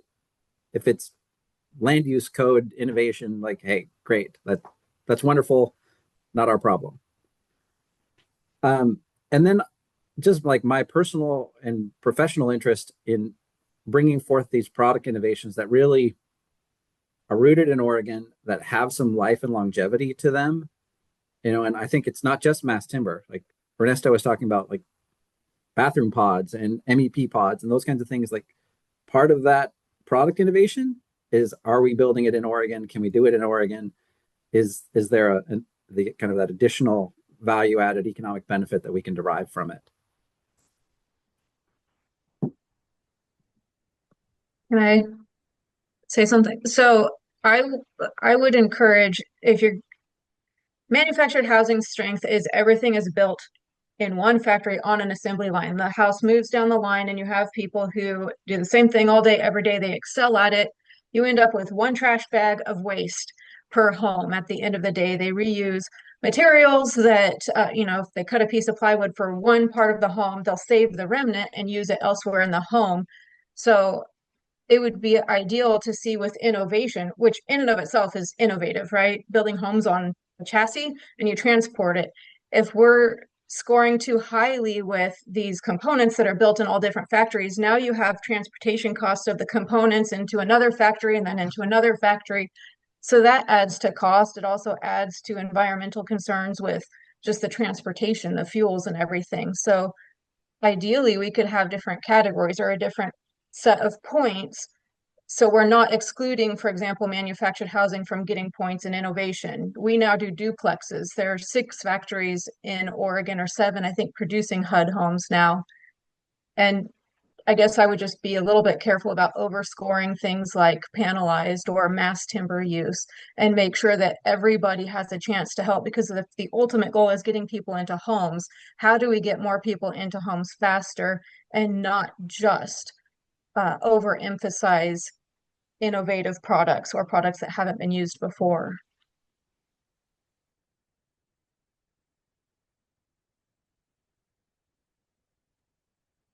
My perspective is that innovation, well, in the context of the factory production related to housing, it can be either material based or method based, or call it product based or process based.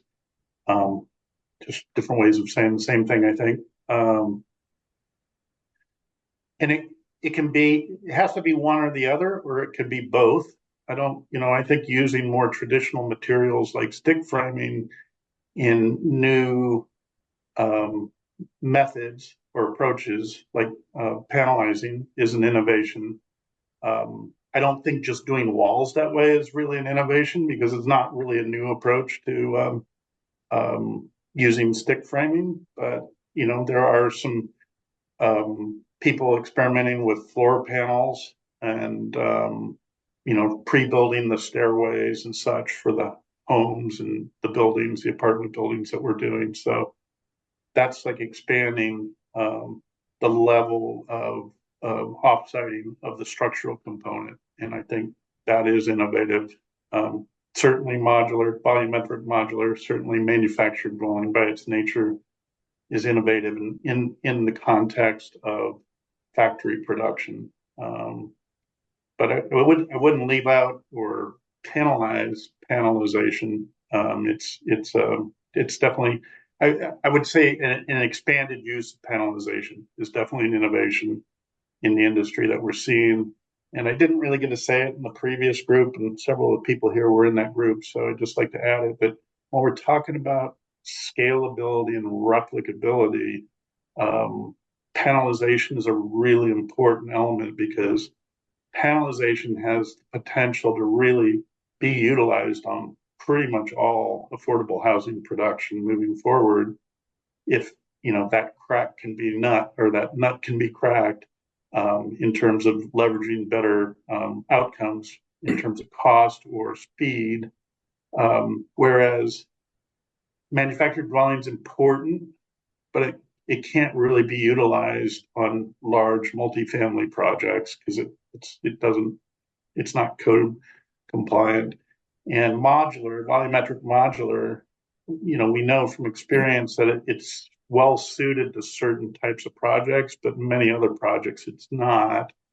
And so, in terms of replicability, there's a good fit there for a certain number of projects, but it's not the whole scope of all the affordable housing production. So that's why I think the expanded use of panelization in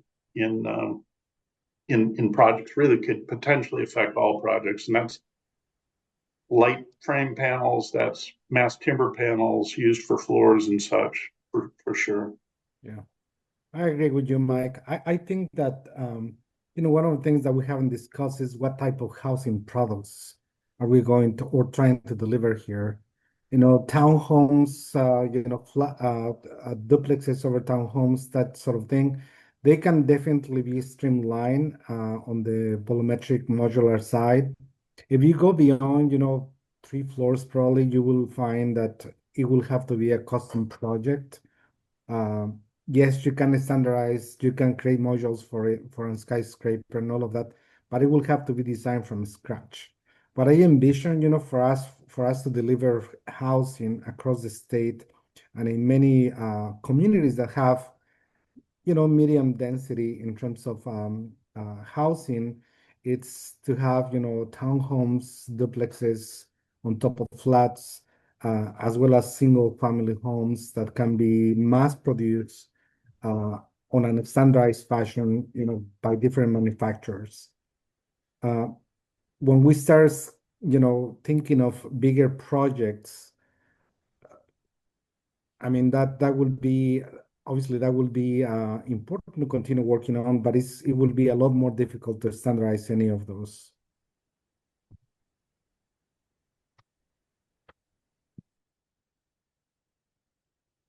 And Tobias hasn't said a thing. He's supposed to be an expert, Toby. So your turn.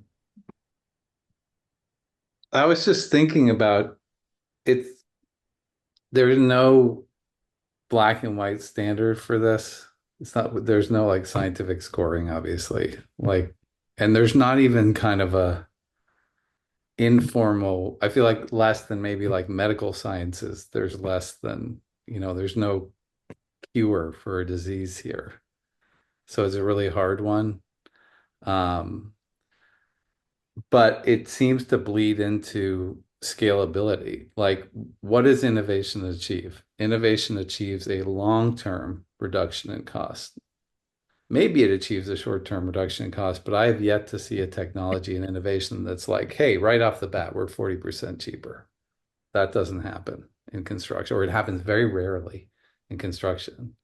So if the criteria is, can you, and it will be a subjective reviewer decision, it is our belief that over 10 years or 30 years, this technology is innovative enough that it affects long-term cost.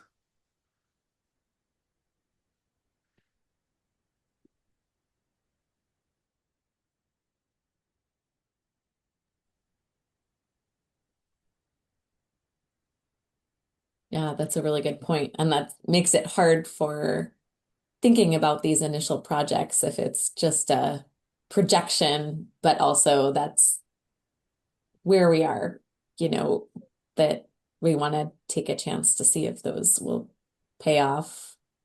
One other thing I'd add, when I think about innovation in the context of affordable housing, the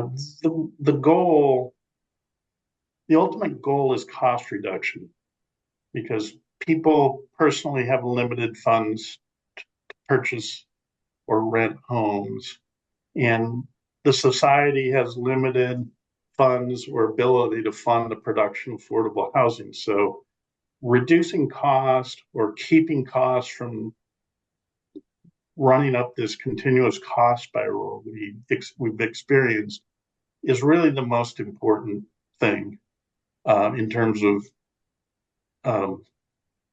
taking care of the needs of our community, specifically in Oregon. And so discussion of speed is important because speed has the potential to reduce cost, but speed achieved by utilizing approaches or technologies or materials that add cost is, it's not solving the problem. It's not putting innovation at the service of solving the problem. So I think a real focus needs to be placed on cost first and foremost, and let's just call it per door cost, and less on speed. Doesn't mean speed doesn't play a role. It's not that it's not important, but ultimately, I think cost is way more important than speed. If it takes a month or two more to produce a project that costs 10% less than the project that was produced a month or two faster, aside from financing considerations, well, just include the financing consideration. If the total development cost, including the financing, is lower for the project that was built 2 months later, that's what we really need. And so I think there needs to be some sense of solving for the right problem, and speed is not really the right problem. I mean, if it was double the time to build a lower cost project, and that meant that our community was out without the home for another 12 or 15 months, that would be a problem. But I don't think that's usually the problem when we're comparing these alternatives.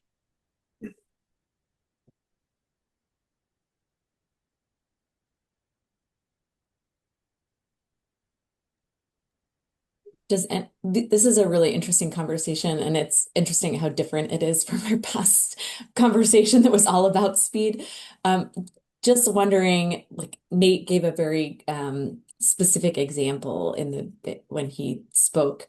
Are there other examples or things that you all are looking at in terms of cost? Like, what is the newest innovation in terms of cost reduction? Like, are there a few things that you can point to? Is it nebulous and something that you each are grappling with? Yeah, just any insight into. Well, I can give an example from our recent project we completed, the Julia West House, which is a 12-story mass timber affordable housing in downtown Portland. And normally when you go above 6 or 7 stories, you're talking about steel or concrete construction. And on that project, we were figuring it was going to be a concrete tower, but we shifted. We did an analysis with the design team and the developer, community development partners, to look at doing it with mass timber in lieu of concrete. And we determined, at the end of the design development phase, before the design team had to finish the design, we came to the conclusion that the project built as mass timber would be roughly 2% more expensive construction cost-wise than the concrete building. But we were also saving 2.5 months on the schedule. We were reducing the schedule by 2.5 months, which is really significant.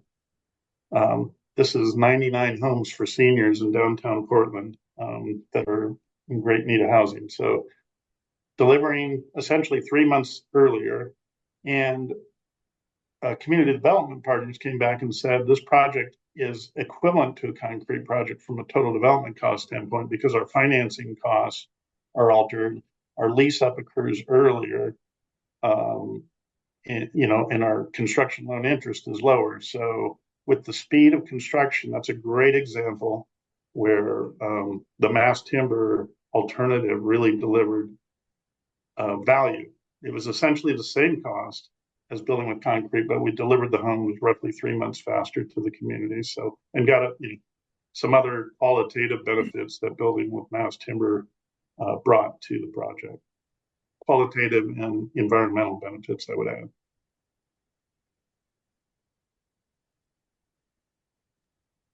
But let me just say, if it had cost, say, 5% more or 10% more to build that way, I think ultimately, that would mean relative to the amount of funding available, there's 5 or 10% fewer families housed for the given monies available. So I don't think that's the right choice if it costs more. But if it speeds it up and is at the same cost, that's a value add for sure. Yeah, I'm really appreciating the long-term thinking in terms of the innovation and the cost-benefit analysis that's been discussed in this group. There's a couple people who haven't spoken up, and I want to make sure that they have time if they want to. So just wanted to open the floor if folks who haven't spoken yet are interested in doing so. To me, this has been a good conversation. I think, and I'm going to color outside the box just a little bit here. So, part of the reason for thinking about factory produced housing is, we have a labor shortage in the non-urban balance of the state, right? So to the extent that there are innovations that are helping to,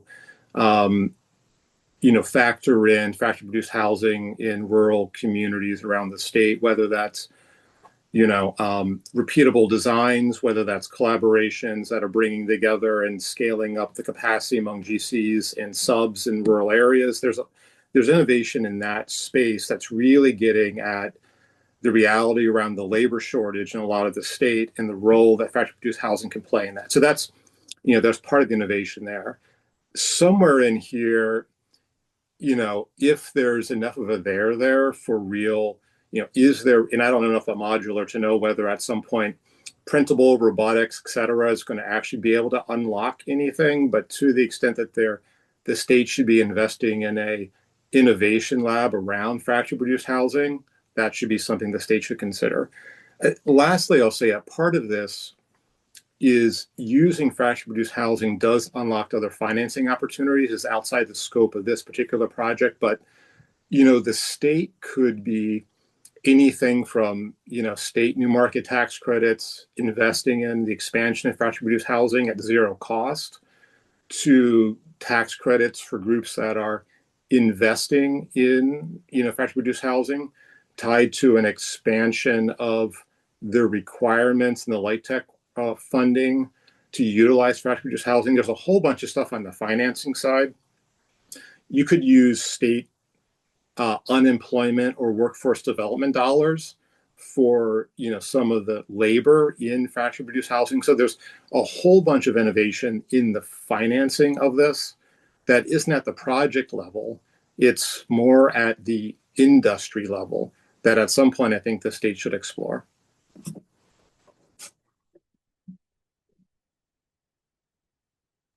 Thanks, Sean. Yeah, that I think that's specifically called out in the bill of thinking about new financing mechanisms for factory produced housing. So I think that will be a part of this working group. And thanks, Ernesto. In the part two, because I think we need fresh ideas like that. It can't always just be this small lift set aside. There has to be more pouring in. There's a world of different potential when you think about financing the industry of manufacturing that enables you to pull in other resources that aren't available in the affordable housing context.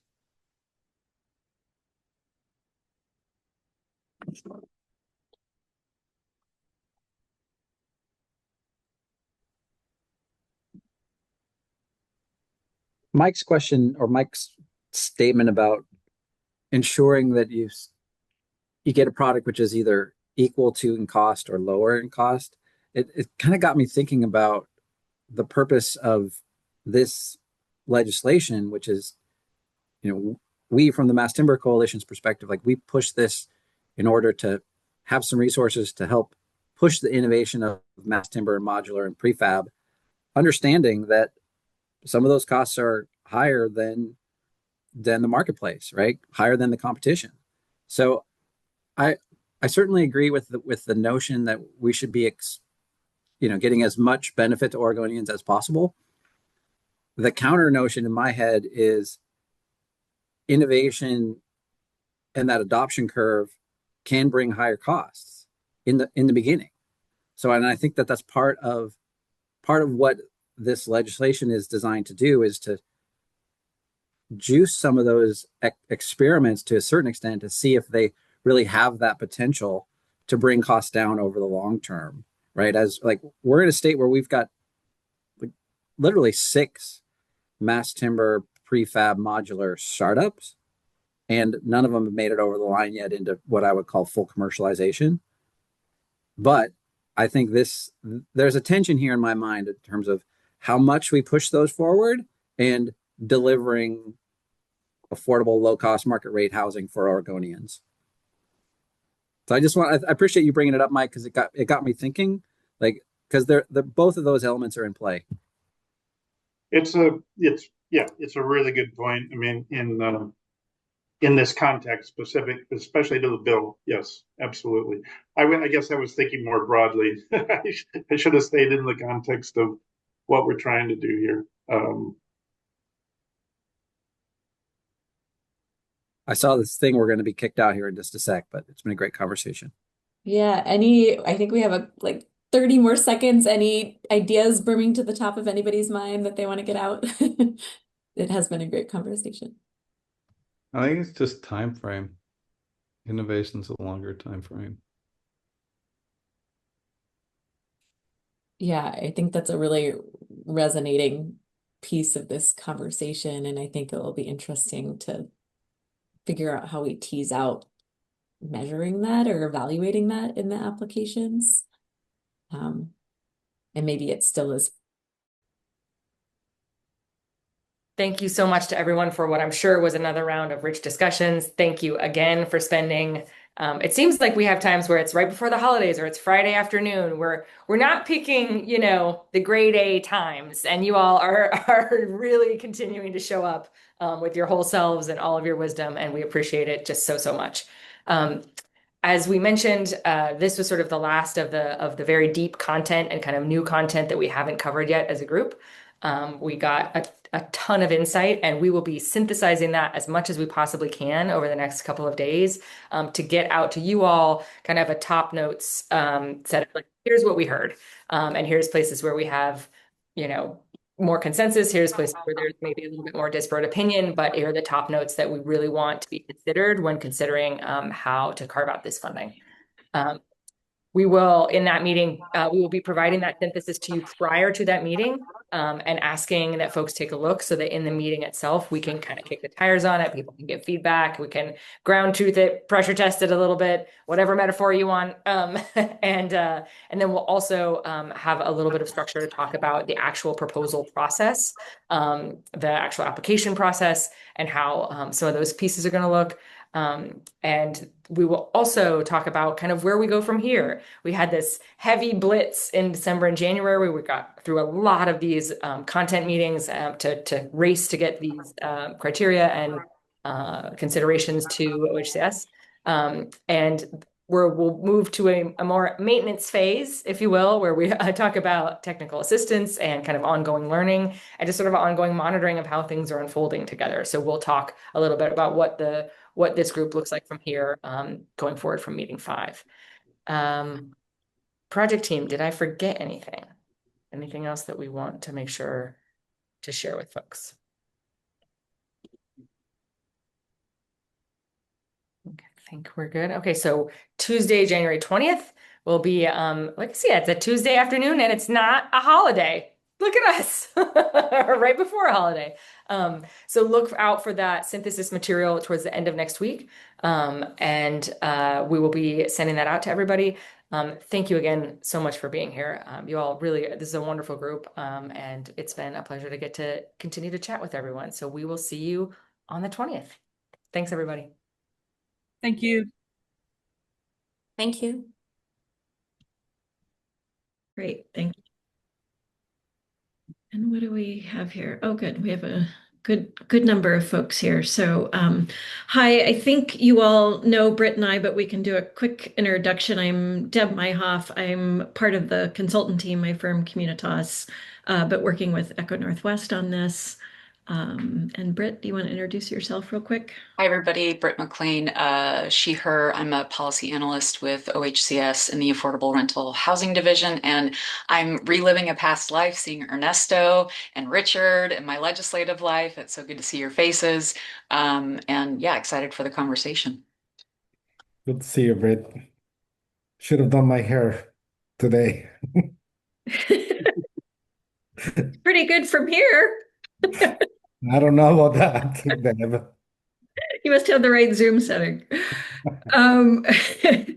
So I'm going to just pop into the chat. Hopefully you all have access to chat, but this is from the agenda and I can just sort of set this up. There's a little primer about what we think we might be talking about, though we just had some discussion about this and we can expand it. And then some questions, and Britt and I'll do this together. But the sort of primer on this topic is the pre-meeting survey indicated strong support for prioritizing innovation and scalability in project selection. However, we didn't ask about these concepts separately. If you remember, that pie chart was kind of crazy. And then a lot of comments we had were about how innovation and scalability are separate and should be separate. So our goal here is to dive more deeply into scalability and how that may or may not be tied to the project selection process and prioritization. And then we had sort of 3 general questions. One is, what are the biggest practical constraints to scaling factory-produced housing in Oregon today? And we can talk about some of the details. Should the program explicitly favor projects that can deliver a higher number of units quickly? This is a little bit what we were wrestling with just a moment ago. Even if they're, quote, less innovative, why or why not? Or, is there something to be said for maybe projects that aren't developing a higher number of units, but maybe they're replicable in some other way? And then how important is it that funded projects be replicable by other developers or jurisdictions after this funding round? So those are our general topics. We have, I think she said, about 30 minutes before we'll do a swap around of another topic here. So, but why don't we just kind of start at the top, which are, what are some of the biggest practical constraints that you all know about to scaling factory-produced housing in Oregon today? And feel free to just jump in. There's few enough of us that you don't need to raise your hand if you don't feel like it.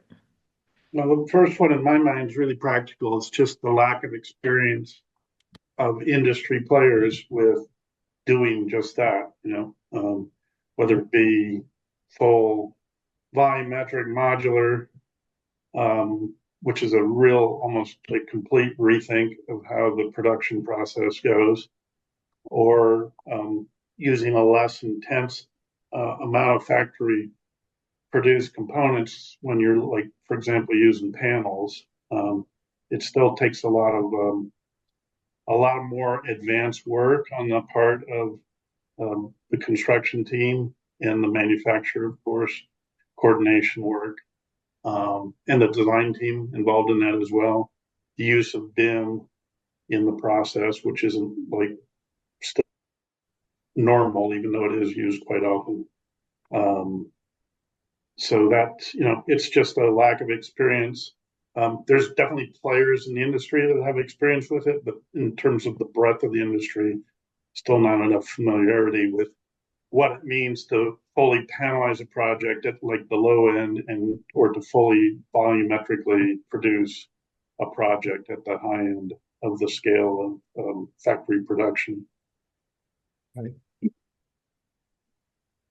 On that same note, another big barrier for scalability, and then again, I don't separate both the scalability and replicability, because replicating really allows for scalability to be faster and more streamlined.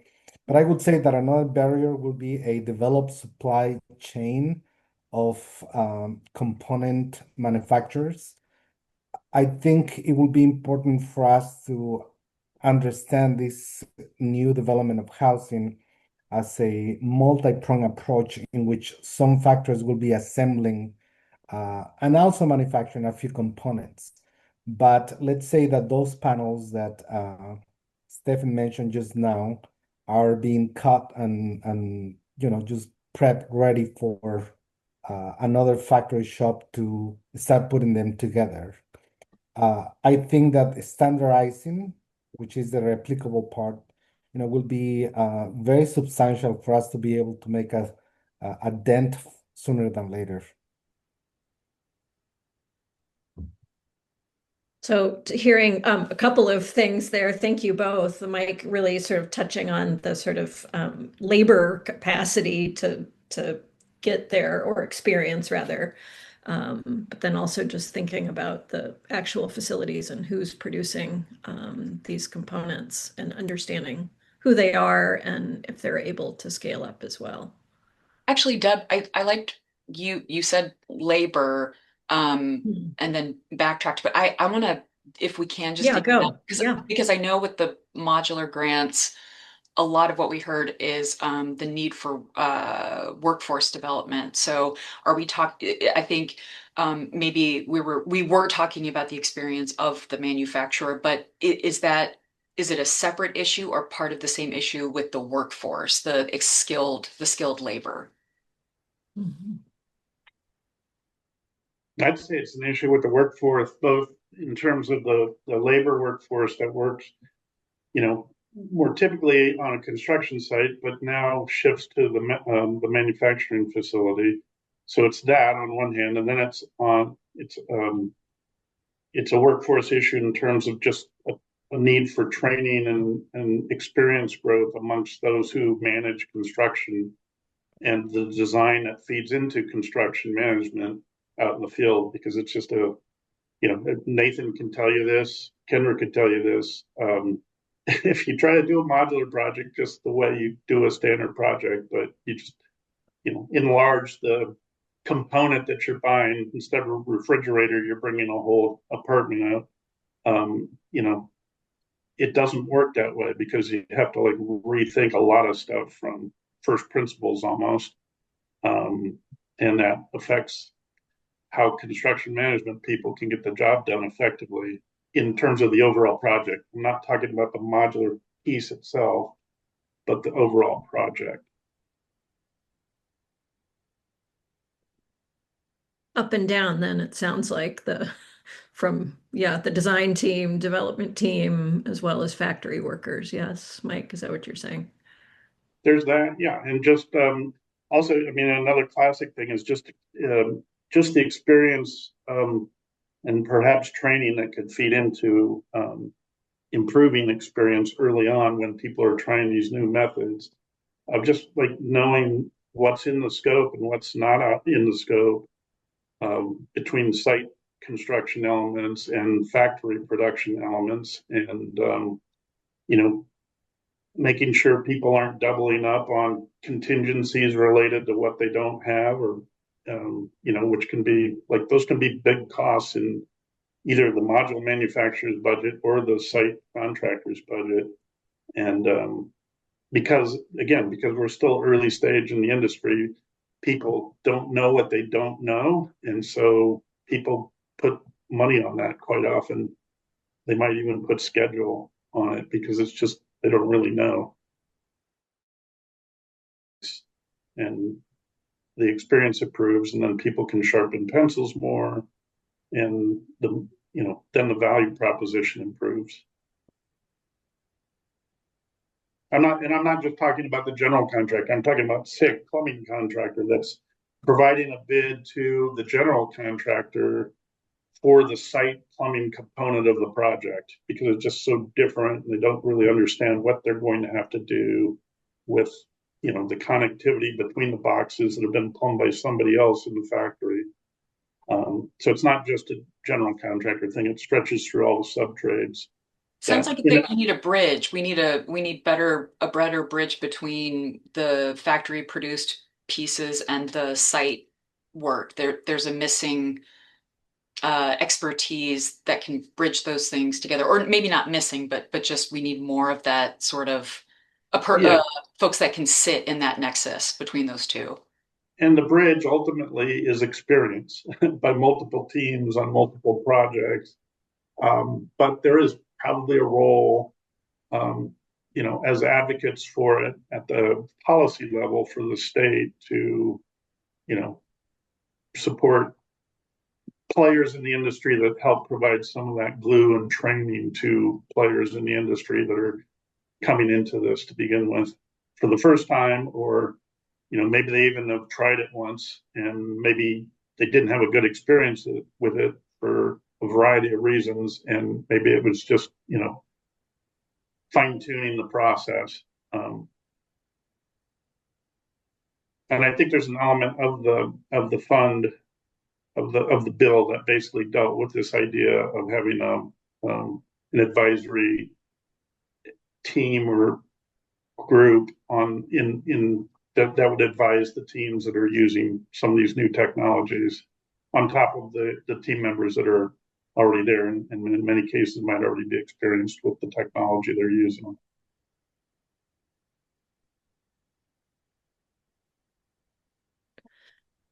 Oh, Sean, you're on mute, but I can see you have something to chime in. Thank you. Thank you. When I think about, what does a learning collaborative look like on something like this? I guess there's two pieces. One is, I think, what Mike's talking about, which is there an opportunity in a project where you're either getting general contractors or key subs? And I also always think about like urban and rural, right, together, so that there's an ability to take some of this project level learning back into other communities, right? So that's one version of a learning collaborative. Another real key barrier here is just that there's a lot of, particularly in rural areas, but not exclusively, there's a lot of local jurisdictions which just don't know from a code perspective, the zoning perspective, how to make these things fit always in their community, depending on the kind of project we're talking about. So if there was a learning collaborative on a project where you might have this effort happening in jurisdiction A, but there's a couple other jurisdictions that would like to learn from that as well, that they might come in at the jurisdictional level in a learning collaborative as well. And I'm going to say from the owner builder standpoint, I mean, so we've been trying with our small rural habitat affiliate to move into some modular construction. There are so many elements that I don't understand that it's hard for me to know. You don't know what you don't know, right? And so we're just trying to build a budget that pencils, and I'm not seeing it happening. Right? I'm seeing that it is at least as expensive as site built, potentially more expensive than site built. The only element that improves that is that you move faster. So if you're working with construction loans, you have lower interest.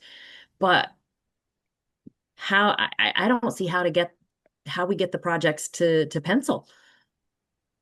I just don't understand that. And so maybe there are some elements where I'm adding contingency on top of contingency that's already been built in from the modular builder. Maybe there are some things like that I just don't know about. Right? So how can we help small?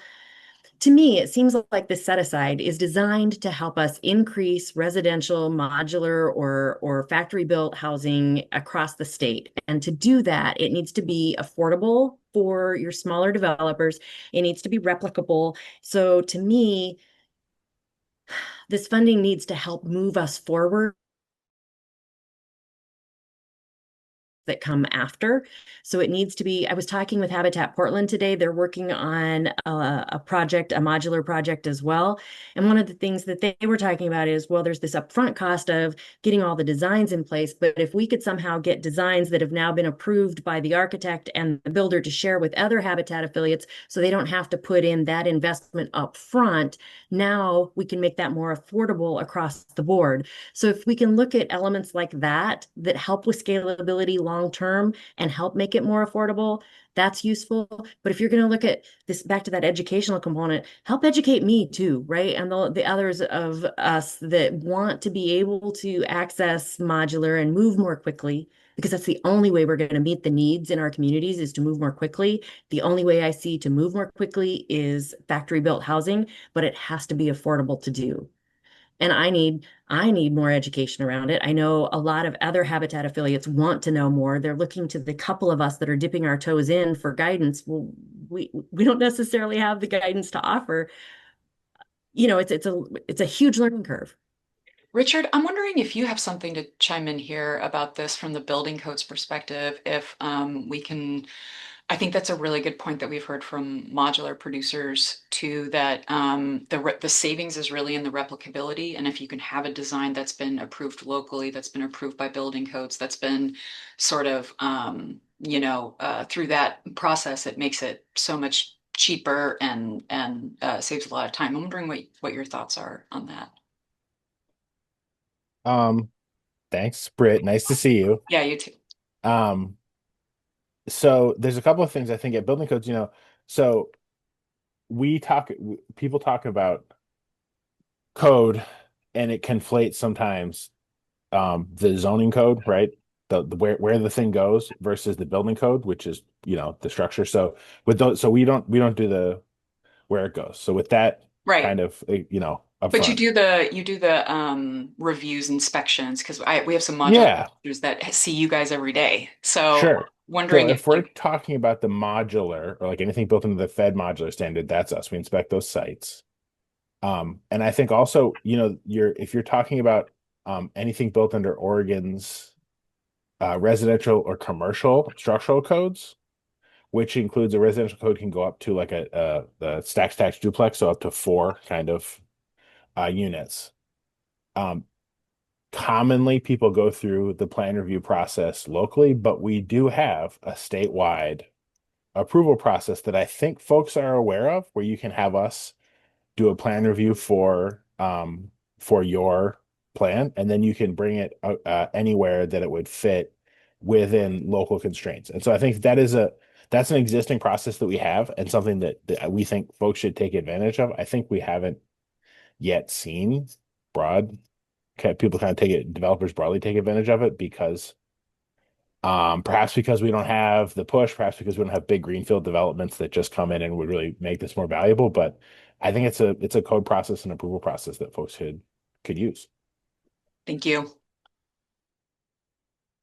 Thanks. Caleb, we reserve this time for committee members. Happy to have you here listening in. And we can talk to you after the meeting or by email in some other fashion. So thanks for being here.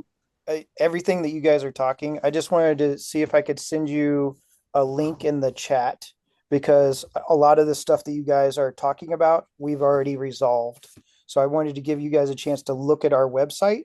Who's we? We're Build Swift Modular. It's okay. Myself and my brother. We started the company about 2 years ago. But a lot of these questions that you guys are having, I just wanted to get our information to you because we've already solved a lot of the stuff that you guys are asking questions about. Great. You can, you should be able to add that to the chat, Caleb, but if not, just send it to me and yep, great. Thank you. Others have thoughts about the constraints and barriers to scalability. And there was something, I think maybe it was something Lucinda said that drew my attention to thinking about whether you all have seen or have concerns about funding stacks or lenders in this as far as scalability goes. Are those barriers so far that need to be sorted out? Not a barrier.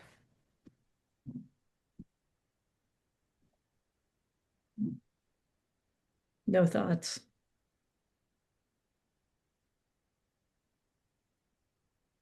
Can you come? Yeah, so we were just talking about some of the practical constraints that may be out there for scaling to factory built housing. And one of the questions with that is, is there a barrier to financing and capital for these types of products that we should be aware of and thinking about when thinking about scalability?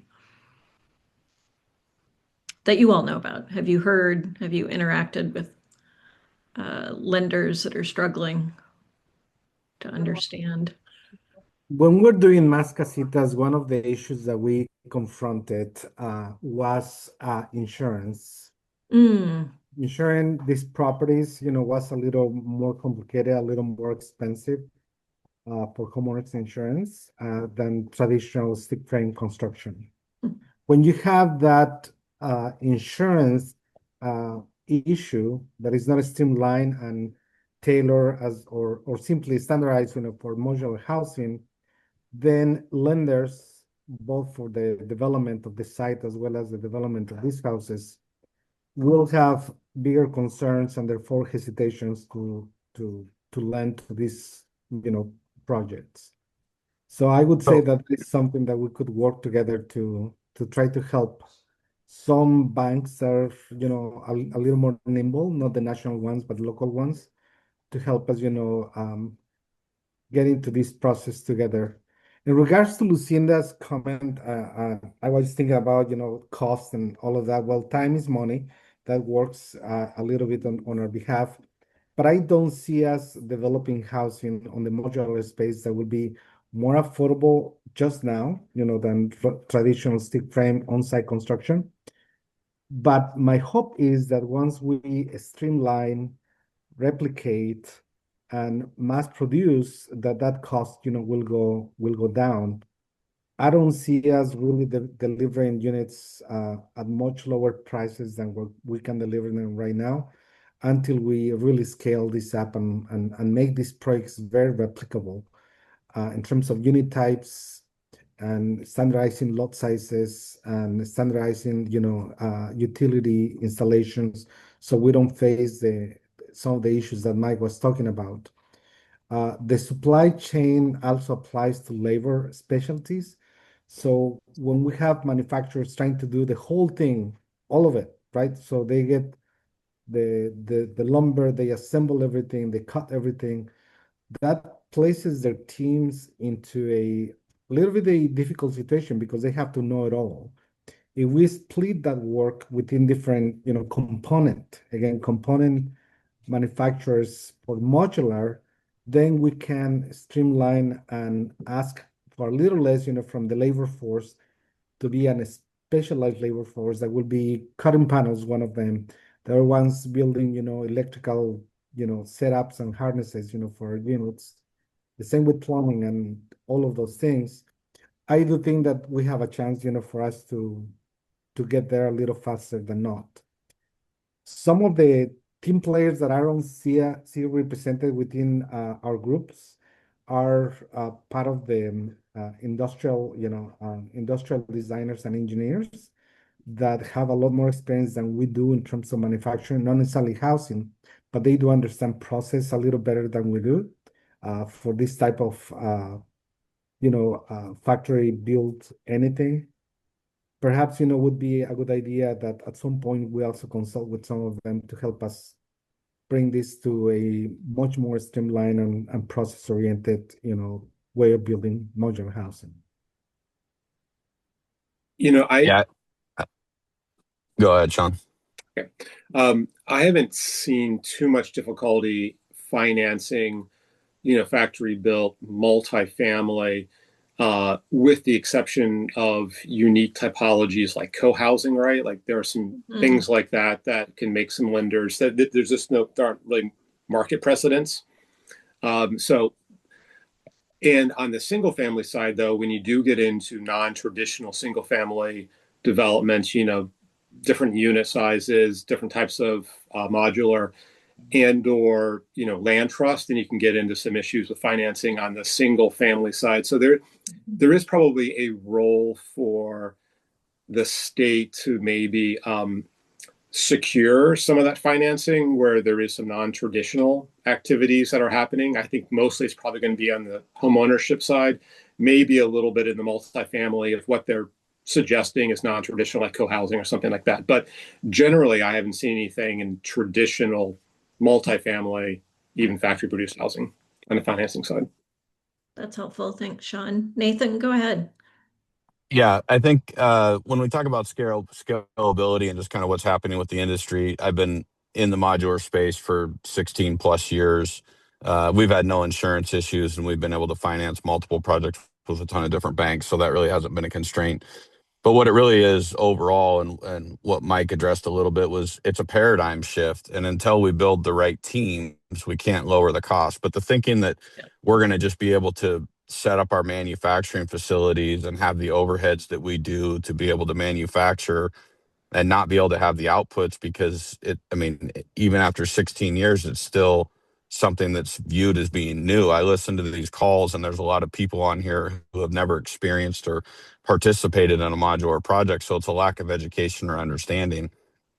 The cost of our windows is the same, more or less, whether we buy them for our factory or whether we install them on site. So the theory that somehow you're going to lower costs by 30 or 50%, which is what everybody assumes when they come into it from the outside point of view, is not a realistic standpoint to look at. And we've spent the last couple of years really focusing on standardization of all designs across an engineering platform that allows us to be able to be more efficient with our material choices and our material uses, but we still end up with planning and zoning issues. So you can do a state master plan that allows you to be able to reproduce a plan in any given seismic, wind, or different structural design parameters, as long as you're within the highest zone of those. But then you get into each jurisdiction and they have different planning and zoning requirements, which then requires you to move windows or adjust things that then alter the structure that now move you out of that master plan. So a lot of these things are in place on a policy level. The problem is that they don't intertwine well with one another, because each jurisdiction wants to have their own ability to understand the planning and zoning side of it and wants control of that. And that's what limits the ability of manufacturers really to be able to streamline the process. Ernesto talked a little bit about it, but really what it is it's DMFA, which is designed for manufacturing and assembly, which we're not doing, because we're still thinking that we're going to have a conventional architect come in and design a building and then come to me and tell me this is what needs to be built. That's not the way it works. Whether you come to me or you come to Kendra at Blazer or any one of the modular manufacturers, you have to design around the manufacturing facility that's building the building in order to reach the efficiencies that you're trying to gain within the process. But at the same time, we're still trying to get our manufacturing scales up to the point where we can start to lower some costs, but the costs aren't going to be 50%. They're going to be 10 to 15%, because you're going to be able to buy in volume and bulk. But that's only when you can get the same windows purchased across multiple different projects instead of having to procure them for each individual project based on planning and zoning. So we fight a lot of variables at different levels that preclude us from being able to buy in mass bulk, because each developer wants their own little specification to the project as well, which typically comes from the design side of the project. That's a really helpful perspective. Thank you, Nathan, for sort of understanding that paradigm shift and thinking about how, yeah, architect design building project is different than factory design products. That makes a lot of sense. Uh-oh. We're about to get kicked out of here and made to pick another room, but anyone have something for 30 seconds? On that note, I was just going to say, to the extent that there's any proposals that do have I'll call it a public domain design, right? Something that is approved by the state, is replicable around communities, that's on the shelf, and then you're able to get an on-the-shelf design that works with a particular manufacturer, is ready to go. That could be part of a scalability, replicability project. Agree, and then we can assign to different manufacturers, developers, the same project and see who can deliver a lower price and faster.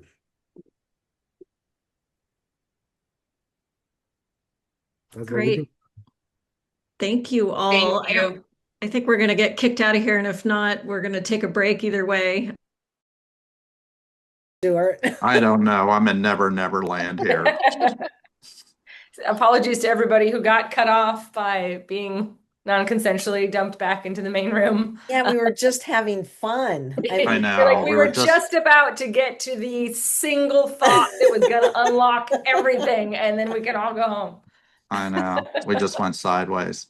Okay, so where's the button for breakout rooms? Yeah. So everybody, thank you so much. Our conversation was incredibly rich. I'm sure everybody's was. We can take a moment, maybe do a little stretch, maybe take a sip of water, help your body out from sitting and doing a lot of thinking and chatting, and consider what you would like, which group you'd like to go to for your next discussion. Everybody did such a lovely job self-sorting into roughly equal groups at that time. So if you wouldn't mind being, again, an ideal group to work with and self-sorting into roughly equal groups so that we can have even discussions, that would be lovely.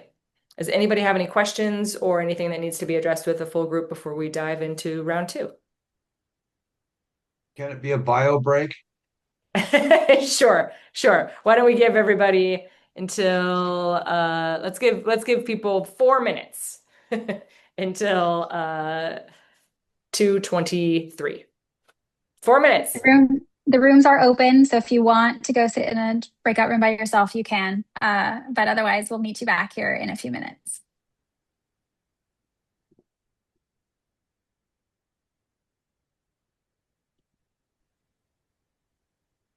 So when I push on the buttons, I don't see break.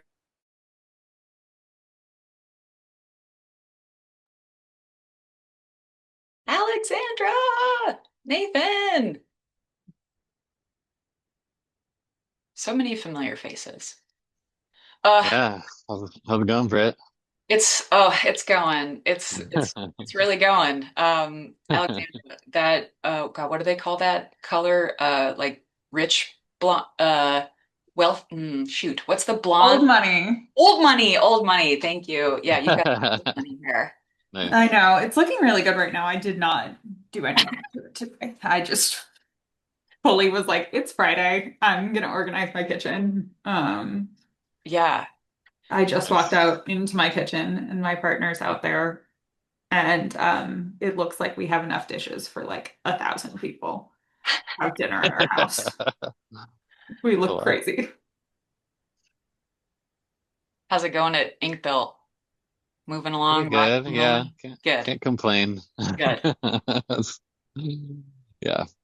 You can always complain. I mean, we could, but it doesn't do any good, right?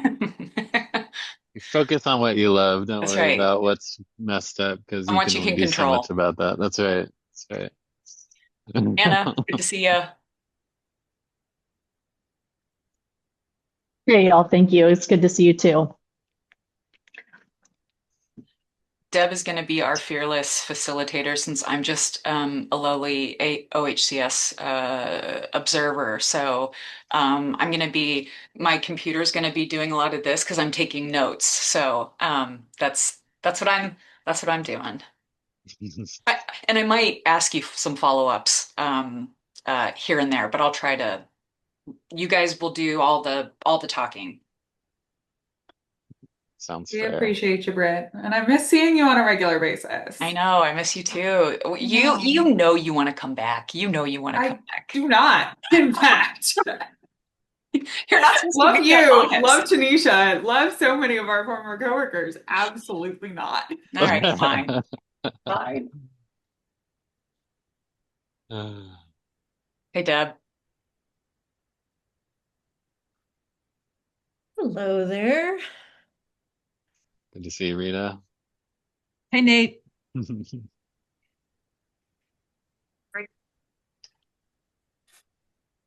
Hi, Alex. Thanks for joining. Good to see you. Connie doing okay?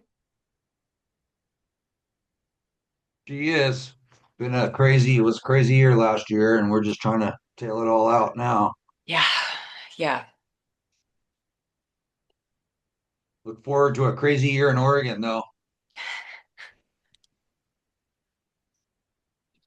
Yep. Gonna be something. Already is. Oh, Gonna be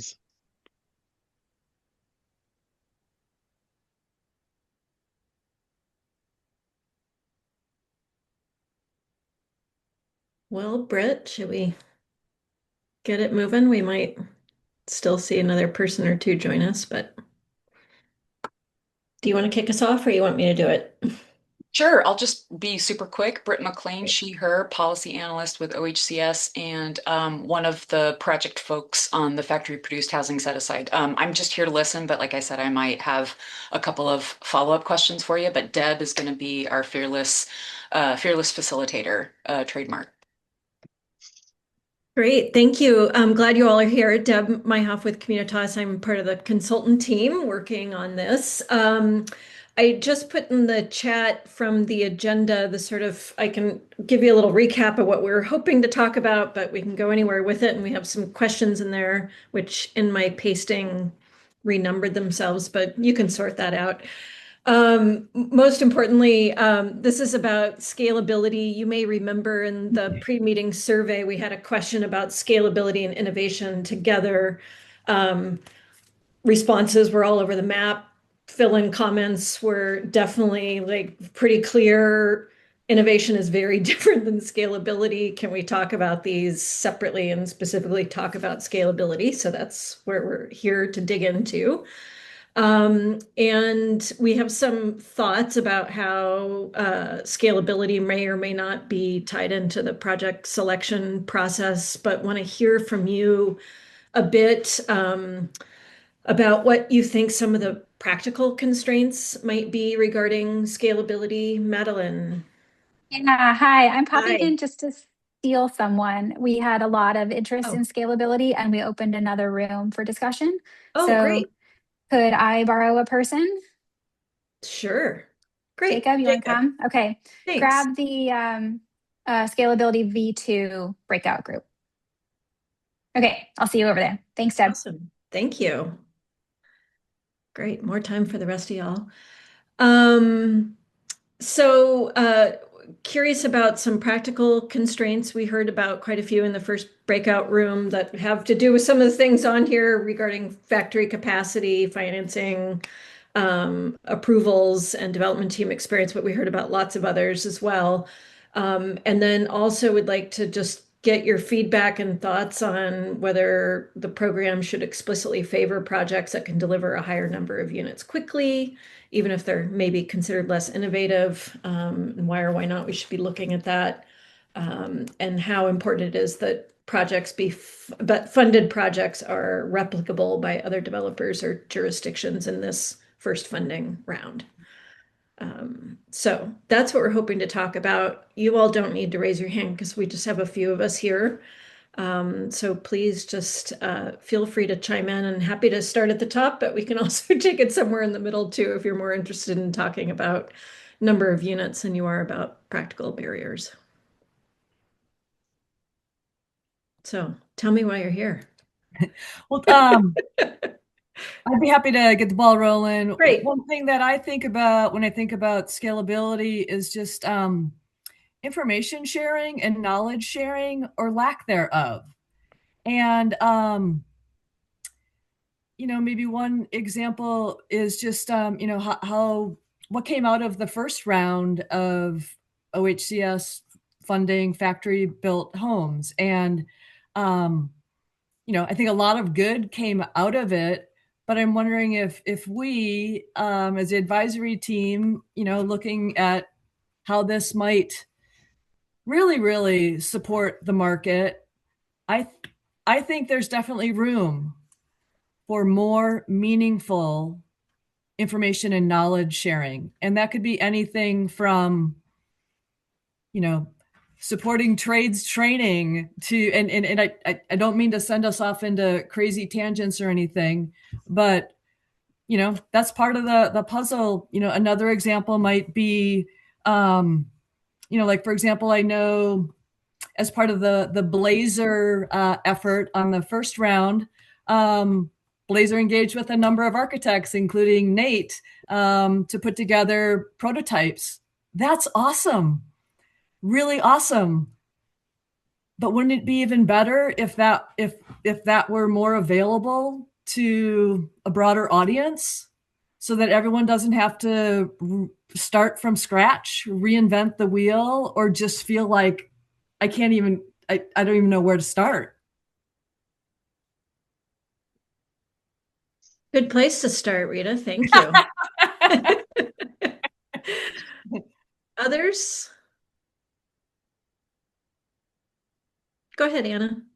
I agree with you, Rita. It's so important for us to be skill sharing as we do this, and particularly the idea of doing so through workforce development during the projects. And in the same hand, I feel that I just came from the innovation breakout room, and everything is pointing to like go, like fast. Like, how fast can you make this? And so I would wonder, a lot of these teams are innovating incredible things that are worth sharing, but they may not have the capacity to both develop quickly, to utilize factory produced housing, which might be somewhat new territory for a lot of them, and also like do a really thorough reporting job. And beyond like the requisite reporting that LIFT already requires, which is quite substantial. And I'm wondering if there's an opportunity for like a third party or somebody at OHCS to like be kind of like the champion of this award cohort who can kind of level the evaluation field, or however we want to call it, but just like create a really consistent, accessible of information from these projects that don't put the onus on the development teams through the process. Love that idea. Yeah, that's a good thought. Good one. Yeah. Thank you. Yeah, I think Go that's ahead, good. Nate. Yeah, to build on, kind of what Rita was talking about, that first funding that you're talking about, I think Rita was the one to the producers to try to scale up and get ready for this, which is awesome. That's what we got to participate in. Yep. With Blazer. And I think, yeah, there definitely needs to be, there is definitely replicability possible, which is scalability for sure, in my opinion. And that's why we focused on a middle housing type, so that it could be, because you can't there's limits to how much you can reconfigure multifamily buildings, for example, on different sites and different constraints, and it's very challenging. So we focused on middle housing because you can cluster it in all kinds of different ways on different sites and kind of make that highly, highly flexible. So I think that is a huge piece and really important to capturing the benefits of factory produced housing, because it allows you to, one, work on a wide variety of sites, two, do it really quickly, three, pre-permit them, have all of those like barriers knocked down, right? And just be able to, so I think that is a really great kind of criteria to focus on. And I mean, I think it ties into the question about, how many units can a given project produce in this funding.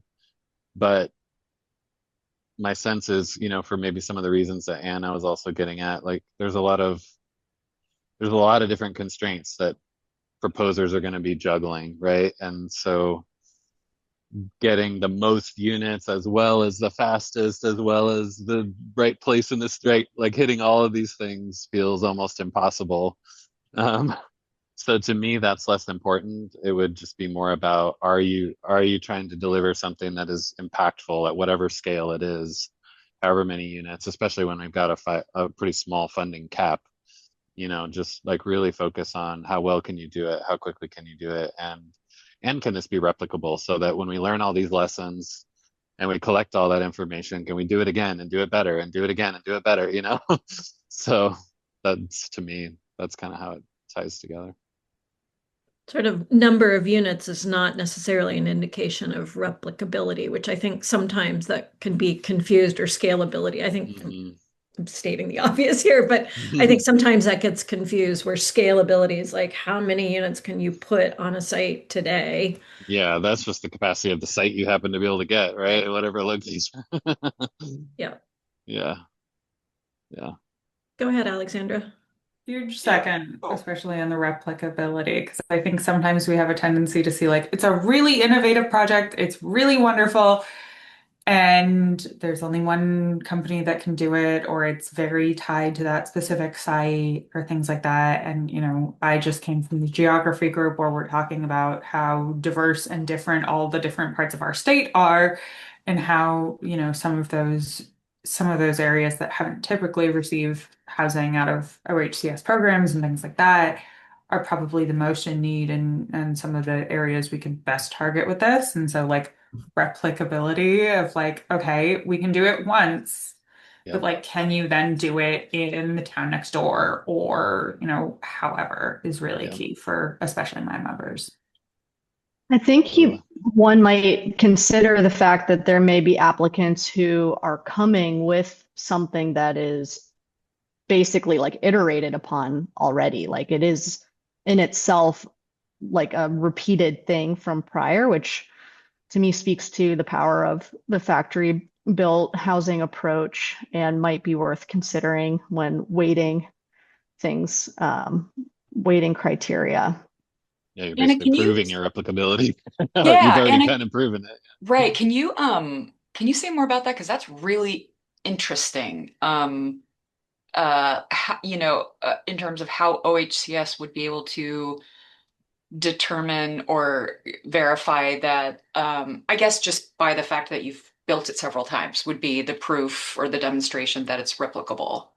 Is there something else that would be a good indicator for the replicability of a design that maybe hasn't gone into production yet, but is replicable? Is there sort of a metric or something that, no promises or anything. I'm just, that's so interesting. I'm not a manufacturer, but of course, like manufactured building elements have specific constraints when you're thinking about them in a volumetric sense, when you're thinking about them in a length, a width, because they have to get on the truck and go. Yeah. And there may be applicants who have considered this, and there may be applicants who have, even worked through the utilized lift dollars to deliver these already. And I think that is, while it's not technically the like bricks and mortar coming out of a factory, a team's ability to replicate utilizing this funding source in this state, I think it really speaks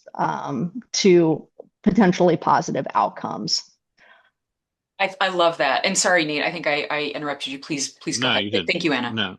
No, I was just trying to kind of build on what Anna was saying, because I know her project is pretty replicable, and the fact that you've already like built it is a great example, right? Like, we've done this, we're going to make it even better. So I think that you learn something every time. Like you just, it gets better and better. So that's just one of the great things about building with this mindset towards scalability and replicability. And I think that there are teams that are doing that, and then there are teams who may be looking to get into it, and it's up to OHCS to kind of think about, okay, well, what do we want this first cohort to be, and what kind of what kind of showpiece do we want to come out of this initial funding round? Proof And to of your concept kind of thing. Yeah, Sorry, to your Matt. question, well, to your question, Britt, about like how do you get teams to demonstrate that replicability? I would say that you know, as long as it's one of those judgment criterias, you know, just essentially ask them to try to demonstrate it in some way, because it might be different based on the different project type. But as long as they could demonstrate to your team, like, hey, here's how this would work on a different site in a different location with some kind of simple diagrams or what have you, like, just sort of ask them to prove it as best they can. And I think at least that's a good starting point. So, yeah. I'd like to add to this now, speaking to the scalability is a strange word for us, because where you're utilizing someone else's designs in our offsite manufactured buildings and homes. So so at the beginning, and we are also a participant in the funding, and we had spoke to needing education. Oregon needs education. I think OHCS had asked us on several occasions, you know, how can us as a state help shore up the industry so we can get some scalability here on the offsite manufactured stuff, and educating the builder that to be offsite manufactured isn't necessarily stuck with the volumetric. Like, if you can't get a 16-foot wide thing or a 14-foot wide box down your road and get a crane set up and do all that, or if that seems like a logistical nightmare to somebody, then, you know, ease them in. You know, with it, like in the framing industry, we started with roof trusses, and everyone said, "Oh, that can't be built." And here we are talking about delivering entire homes with the appliances turned on almost, and dropping them down in less than a day. You know, they're set down there, and several weeks later, they're able to move into these things. And so much has been gained in this world. So, but helping them understand that this funding is going to be available to those that just simply want to do parts of the building as well. So, and that just, you know, speaks to our side of the industry, and it also helps the volumetric side, because it introduces them to the early on collaboration and creating structures and in a digital world, basically, and having that pre-thought out before anything hits the ground is very much the nemesis, or the nucleus of offsite manufactured anything. It's constructing something somewhere else, and that's new to a lot of people, and a lot of people just don't have faith in it until they try it. So some sort of education should be understood as an industry in whole for all offsite, not just funding related. And that's what we intend to do as well, is just as educate about offsite manufacturing. And Alex, when you say educate, so what, may I ask, what audiences are you referring to? Developers, builders. Okay. What about tradespeople and specifiers, home buyers? Huh? What about potential new additional tradespeople? What about consumers? I don't know. Yeah. Well, yeah, sure. For us, yeah, the gamut, right? But we don't have that luxury of thinking that big. We just need to get to the specifiers, or the architects, designers, and the builders. Yep. And the developers, because I mean, Oregon is behind the times. Yeah. Pretty simple. I do think there's a lot of room and a lot of need for somehow supporting trades training. I mean, that's part of the challenge across the state. So I don't know if there's some way for us to incorporate that. I think that could go a long way. And I think I'm thinking in particular, you know, Eastern Oregon, gigantic Eastern Oregon, as well as up and down the coast for that matter. A couple areas that I'm more familiar with where education will go a long way is much, much needed. We're not going to scale anything if, well, I shouldn't say it like that. It's difficult to scale if you don't have the folks in local places to do it. We heard that in the last group too, Rita, and also even in places that have the folks, they don't necessarily have the skills or understanding how it's different when this product is being manufactured offsite and then delivered, and how the hookups happen, and those other pieces that are unfamiliar. So yeah, I think it's probably both. Jacob, I saw you come off mute, and I want to make sure I give you a chance to speak up. Well, thanks, Deb. Yeah, I just want to offer my perspective on the questions fairly quickly. So yeah, I'm a huge supporter of favoring projects that can deliver a higher number of units more quickly. I also think it's important that the funded projects be replicable. I always struggle with that word in other jurisdictions, and that it should be factored into the scoring. And then on the constraints, I definitely think that making sure that incorporated cities and their planning staff in particular are aware of this pilot, and that there's conversations that happen maybe through Alexandra and LOC around, what local land use barriers could exist that will make development more challenging. For projects that are not in incorporated communities, that's a whole nother level of constraint, Rita, as you know, with wastewater systems and wells. And then lastly,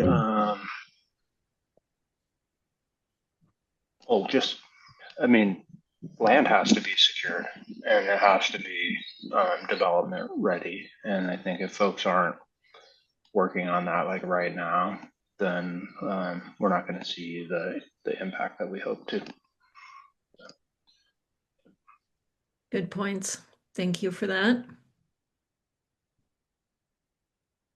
Other thoughts either on barriers or sort of whether or not the program should explicitly favor projects that can deliver a higher number of units quickly? Maybe those two also need to be pulled apart. There's quickly and there's higher number of units. I'd be curious your additional, I think some of you have given thoughts on that. I'd be curious to hear from the others. And then, yeah, this sort of, if you were thinking about these, quickly, number of units, replicability, what's that prioritization scheme feel like to you?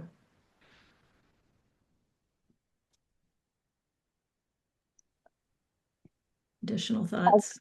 Replicability is number one for me because to me it seeds the others. Replicability enhances efficiency as you go along, and the more replicable, I'm sorry, this is kind of elementary, but the more replicable something is, the more places you can utilize it. And I think there's a really unique opportunity with the state approval process on the manufactured modules that may really help to unlock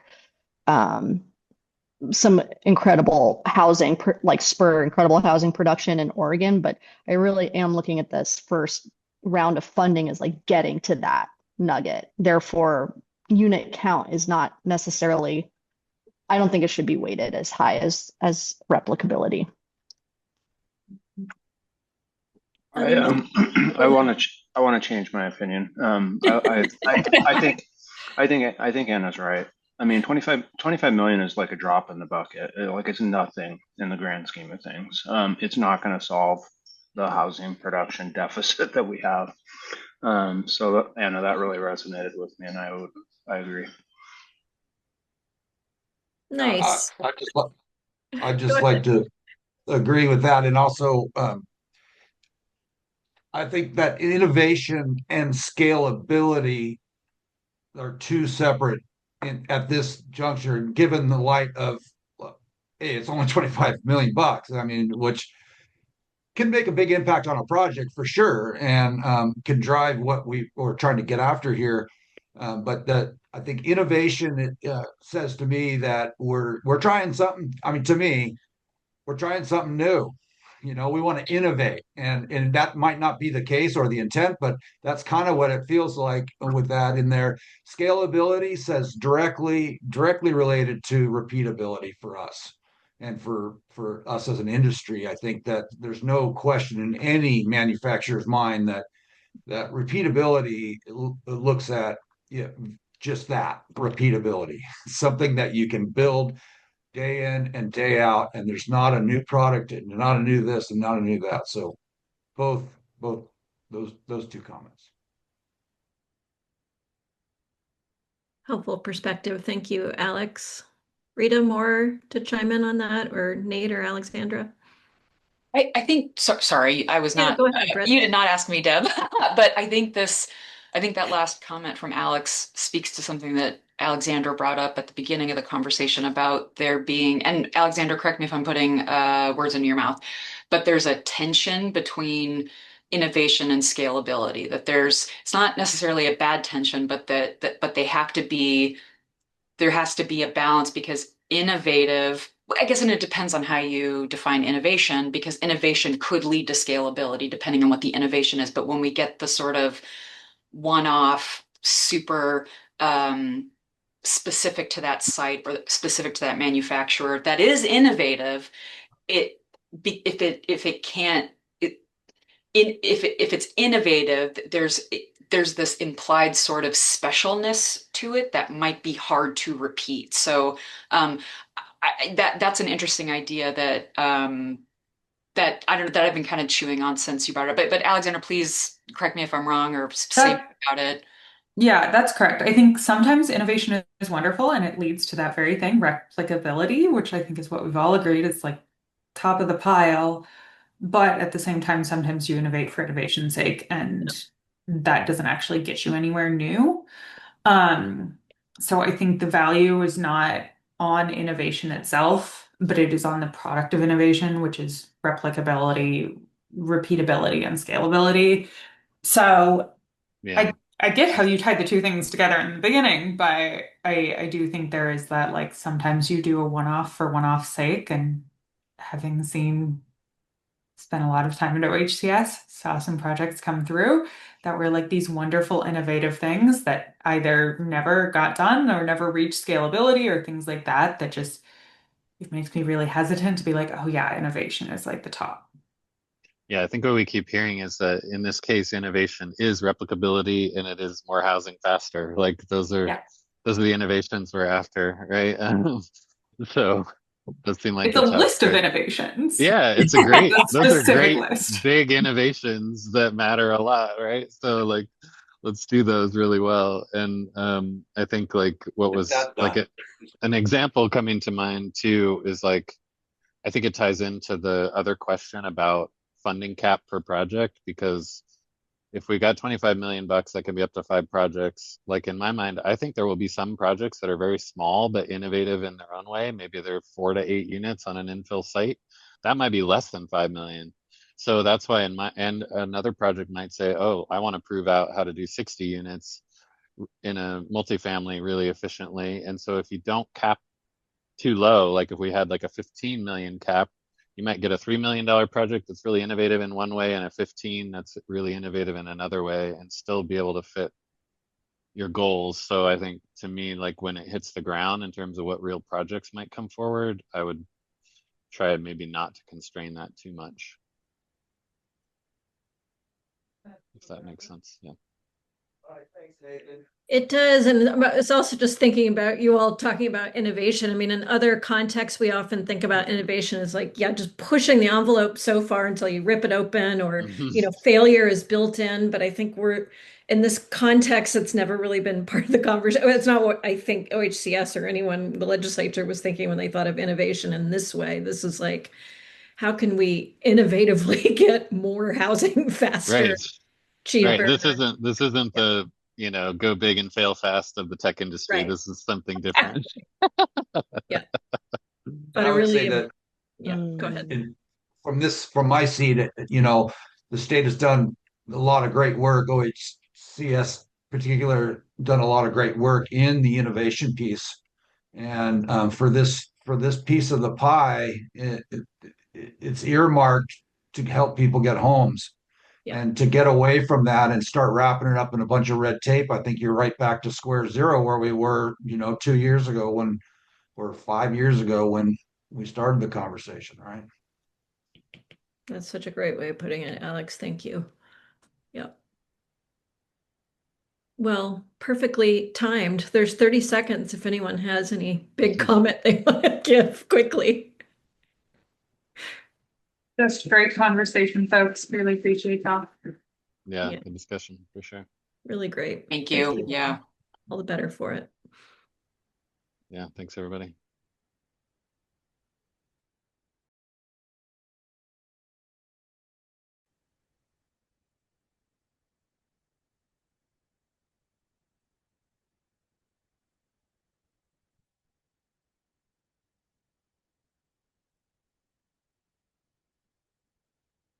Okay.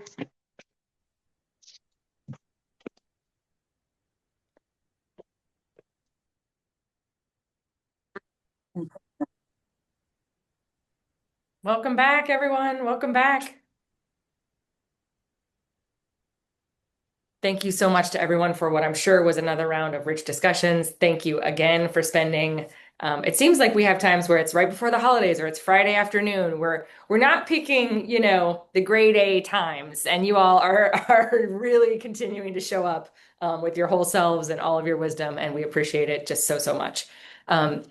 As we mentioned, this was sort of the last of the very deep content and kind of new content that we haven't covered yet as a group. We got a ton of insight, and we will be synthesizing that as much as we possibly can over the next couple of days to get out to you all kind of a top notes set of like, here's what we heard, and here's places where we have, more consensus. Here's places where there's maybe a little bit more disparate opinion, but here are the top notes that we really want to be considered when considering how to carve out this funding. We will, in that meeting, we will be providing that synthesis to you prior to that meeting and asking that folks take a look so that in the meeting itself, we can kind of kick the tires on it. People can give feedback. We can ground truth it, pressure test it a little bit, whatever metaphor you want. And then we'll also have a little bit of structure to talk about the actual proposal process, the actual application process, and how some of those pieces are going to look. And we will also talk about kind of where we go from here. We had this heavy blitz in December and January where we got through a lot of these content meetings to race to get these criteria and considerations to OHCS. And we'll move to a more maintenance phase, if you will, where we talk about technical assistance and kind of ongoing learning and just sort of ongoing monitoring of how things are unfolding together. So we'll talk a little bit about what this group looks like from here going forward from meeting 5. Project team, did I forget anything? Anything else that we want to make sure to share with folks? Okay, I think we're good. Okay, so Tuesday, January 20th will be, like I said, it's a Tuesday afternoon and it's not a holiday. Look at us, right before a holiday. So look out for that synthesis material towards the end of next week. And we will be sending that out to everybody. Thank you again so much for being here. You all really, this is a wonderful group. And it's been a pleasure to get to continue to chat with everyone. So we will see you on the 20th. Thanks, everybody. Thank you. Thank you. Thanks.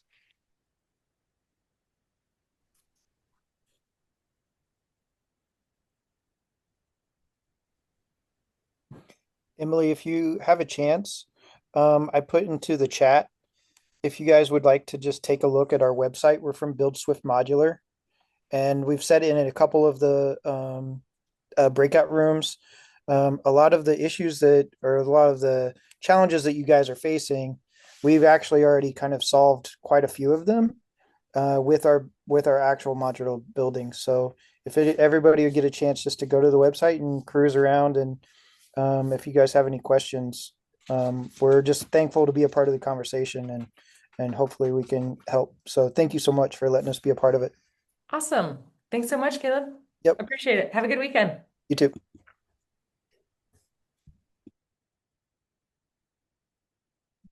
All right. Is it just us chickens again? No, not just us chickens.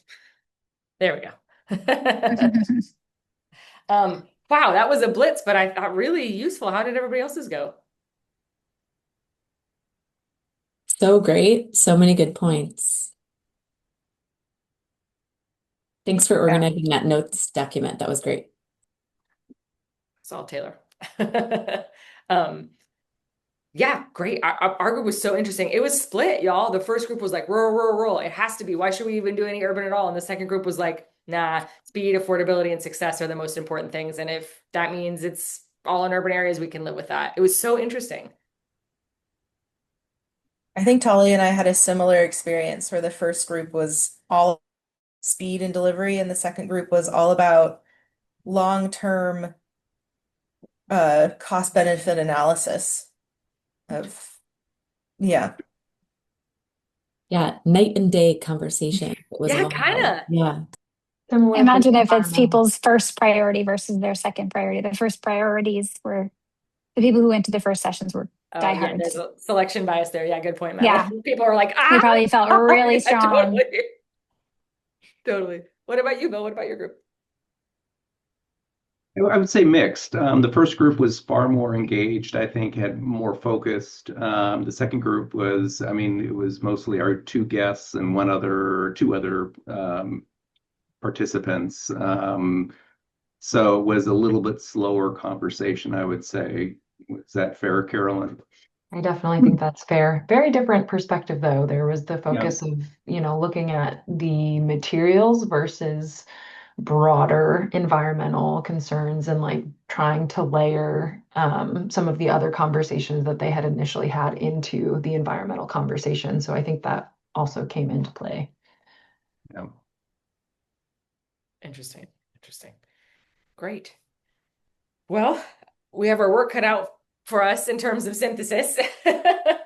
And I think we'll just have to, some of them will be agree to disagree spaces. And even amongst that, though, I felt a real sort of generative, everybody is pulling for this to be successful. Like everybody wants this to be a thing. And that feels really good. And I think that, I don't know, nobody's like pulling out their knife fight vibe in terms of some of the areas where there aren't consensus. And we do have a lot of areas where there's quite a bit of consensus, and that feels, I think, hopefully good overall. I don't think anybody envies your team at OHCS having to actually make these decisions, but are willing to share their perspectives about how they think you should make them, even though they don't want to do it themselves. The knives come out after the decisions. Right. I have a question that came up in my group on scalability. It's kind of like the V2 group.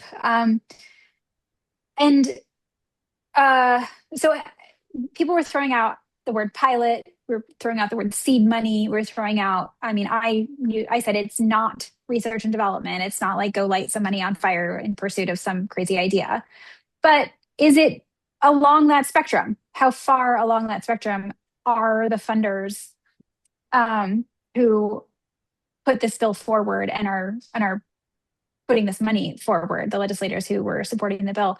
How far are they towards calling it pilot money, calling it seed money, calling it money in the pursuit of growing the industry, developing the industry, and with that, accepting a little less efficiency or a little less every box is checked, or a little bit less effectiveness? Any response generally on that?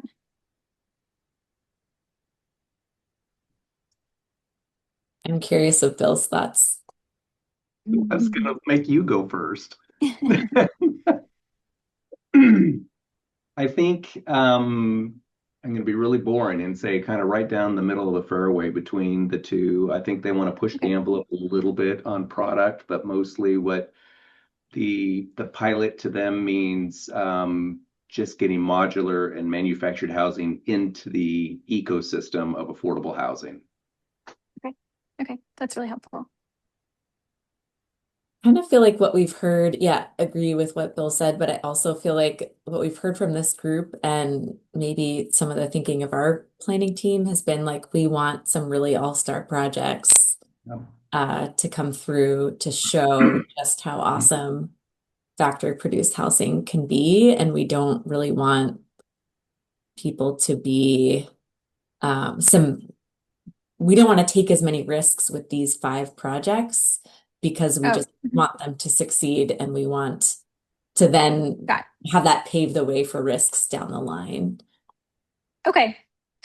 That's also super helpful. I think that that will be really important for when it comes to the framing of the recommendations and the report. Anything written is like, where are we on that spectrum? And that can set the tone for, risk tolerance.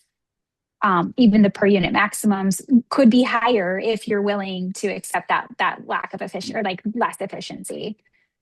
Britt. Yeah, we had an interesting conversation about how innovation, depending on how you define it, has sort of a natural tension with scalability. And so innovation under one definition would be taking risks and doing things differently and doing something novel and new and unproven, untested. But then in another way, number of units was squarely, almost fully abandoned as a measurement for this group because of the replicability that's more important. So that was just an interesting conversation that folks said, yeah, that tension exists. So we need to redefine innovation as speed and quality, as opposed to risk-taking, novel newness. So I thought that was really interesting. But the scalability conversation centered almost squarely on replicability. Can it be repeated? What can we do at the state level, local level to make it easier to replicate and put down these housing type? It was almost unanimous. I wish Deb was here. I don't know where she skedaddled to, but yeah, that was interesting to hear. Wondering, Britt, did the question of what counts as modular come into discussion at any point in there? I could see that kind of weaseling in totally when talking about materials. Alex was talking about it because, sorry, go ahead. Well, it did on my group because that trade-off of scalability and innovation, I was like, well, are we just going standard, manufactured housing if it's less innovative, but it can go quickly? Or are we going like most innovative, craziest idea that is nascent but has potential? And the group in my group said, well, we're not talking about the HUD builders, the HUD manufactured, or I'm losing terminology here, but the HUD code folks, the comment was, they're doing fine. They don't need seed money. They don't need help from us. We want to be modular, not necessarily manufactured, not mobile homes. We want to be modular and volumetric and pushing that envelope. So that was the commentary that was embedded in that trade-off kind of conversation. We had Alex, who's a components manufacturer, and he is really afraid of being left in the dust. That components, I think maybe to your point, Caroline, he was saying, don't let volumetric run the show here. Let the component manufacturers be considered innovative. So that was really it. Sorry, Emily, go ahead. Yeah, no. We got it. This comparative question from the geography point of view. We had the Tillamook County Habitat gal, and she was like, I have a parcel of land. I can fit a bunch of housing on there. She's like, I can get manufactured homes for $165,000. They're there, they're ready to roll. She's like, stick built is going to cost me about $400,000 and modular is costing me about $450,000. She's like, I'm ready to buy modular. Like, I don't like, there's like, I'm ready for it. And we cannot, like, I can't, that math doesn't math for my community. She's like, I don't care where you fucking figure it out in Portland, like figure it out wherever you want to figure it out. I don't care if you figure it out in a rural place or not, but figure it out so that I have other options. She was in my group too. She was awesome. Yeah. Yeah. I was like, what a badass. Great. Thanks, Lisa. But that was the first time I was hearing actual comparative prices from a site in a community and kind of what they're dealing with. I don't know Alex's. Oh, go ahead, Bill. Oh, go ahead. Well, I think, some people would say panels aren't innovative because they've been around for a long time. So I think, it's interesting to hear that come out of Alex's mouth too. And I'm not dissing him or his product. It just is, it's all, the beauty's in the eye of the beholder, I guess. No, he was pushing back, like innovation doesn't mean, he was part of the group trying to redefine innovation so that, because if we're defining innovation as speed, right, then he's innovative. But if we're defining it at, you know what I mean? But I think one of the things around innovation, especially around the HUD code homes, and I'm not trying to advocate for those, but I'm just sort of trying to sort of keep them in the mix just because I think we have to, and because of the legislation, the way it's written, but also they haven't been used routinely in the affordable housing space. And that cost comparison is remarkable. And they're very good quality now. And when you look, Lucinda's spot on. There's a labor problem out in rural Oregon, and you can deliver a home, So I think that's part of the innovation is bridging the labor gap, the cost gap, getting it in, right? I think that's innovative. Yeah, same in our group, Bill. One person brought up that part of the innovation is innovation in the labor market. It's not necessarily like what we're thinking about in this box. And then also Laura from St. Vinny's was talking about on the manufactured side, don't forget about the energy innovations that are available in those units as well. Yep.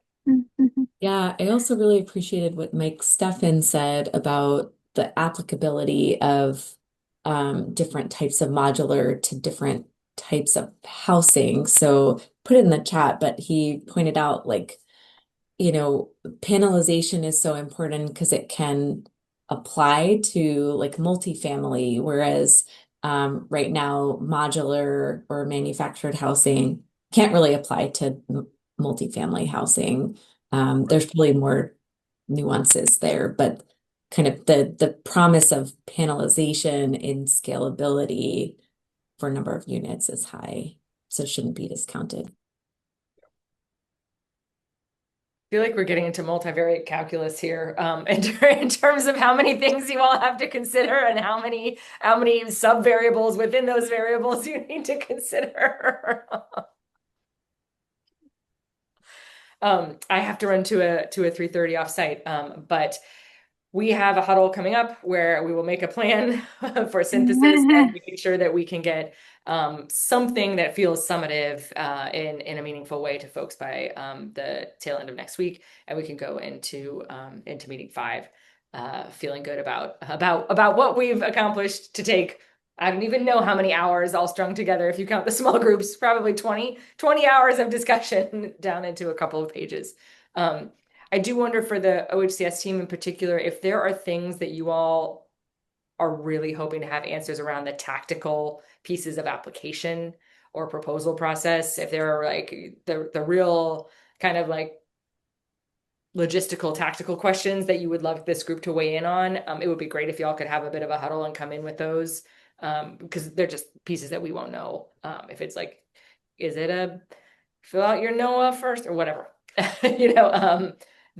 or those pieces that you really want to hear from this group on. Let's make sure we have those in the hopper. And I think that is probably it. Is there anything else that we need to know in terms of debrief for this meeting and prep for the next one? The only question I have is OHCS team. Our meeting is on a Tuesday from 3 to 5. So 48 hours, I'm assuming, is business hours. And would that mean that the agenda needs to be posted by 3 o'clock on Friday the 16th? Since Also Monday is only... Monday's a holiday. Monday's a holiday. So does that mean it's Thursday? 48 working hours. Emily, you can probably hop. I can take these logistics. Good to see you, everybody. Have a good weekend. Yeah, thanks. Thanks, Emily. I'm not sure. I think we can do whatever is possible. It doesn't specify Okay. business days or. Okay. We should also consider that though, so we're not sending the group materials on Friday afternoon at 3 o'clock, given that some folks will be off Monday, which wouldn't be very far advance notice as we're trying to promise them. But if we're meeting on Tuesday morning, that only leaves a few days per usual. So I think, our team internally will try to connect asynchronously or live on Monday so that we can come to the meeting Tuesday morning with some ideas, some plans, and or like AI driven synthesis already in hand. We should be able to accomplish something like that so that we can move forward pretty quickly next week. And we'll have annotated agenda and draft slides. Doesn't seem like there's going to be, probably not going to be a slide heavy presentation, but we'll see. We should also think about post meeting on the 20th, what that means for getting to the OHCS deadline. And I think NOAA's requirement, or NOAA getting recommendations through the consulting team to OHCS, I think by the 31st. Am I right? Yeah. Okay. So another short turn. Gotta run to another meeting, but yeah, let me know how I can support in between our meeting. Thanks. Okay. Yeah. We'll follow up via email. Thank you all. Thank you.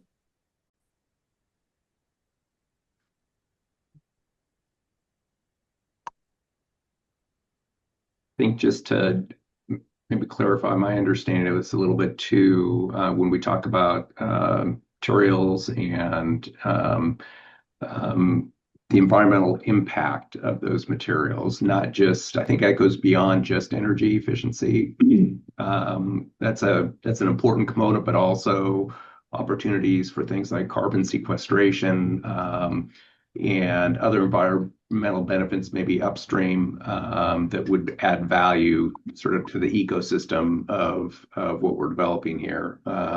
Minimizing waste. I mean, all of these things factor in on the environmental side. So I think we want to keep a pretty broad interpretation of that as we think about it. Yep. And I would add to that, thinking about materials, healthy, non-toxic materials as just one other criteria we could and I think should be thinking about.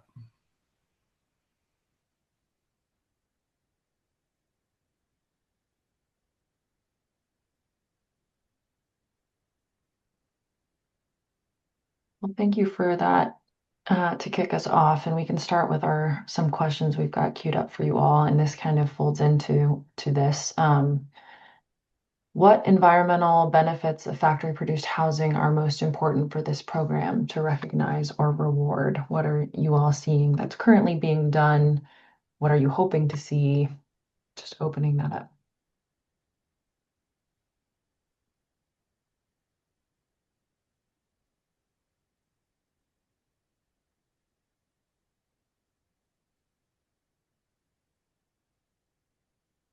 We're just speaking to what you're querying about, right? Yeah. So if I could just throw in a couple of ideas around this. This is obviously a big part of our world when it comes to what we do, and it's when you really get into it, we have a lot to offer.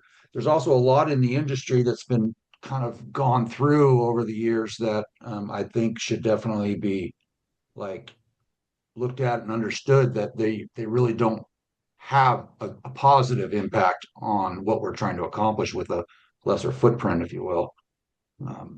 So one being like the accreditations that have come through. There's a few that are good. There's a few that just simply don't make any sense, and they actually cost us more time, material, and carbon footprint.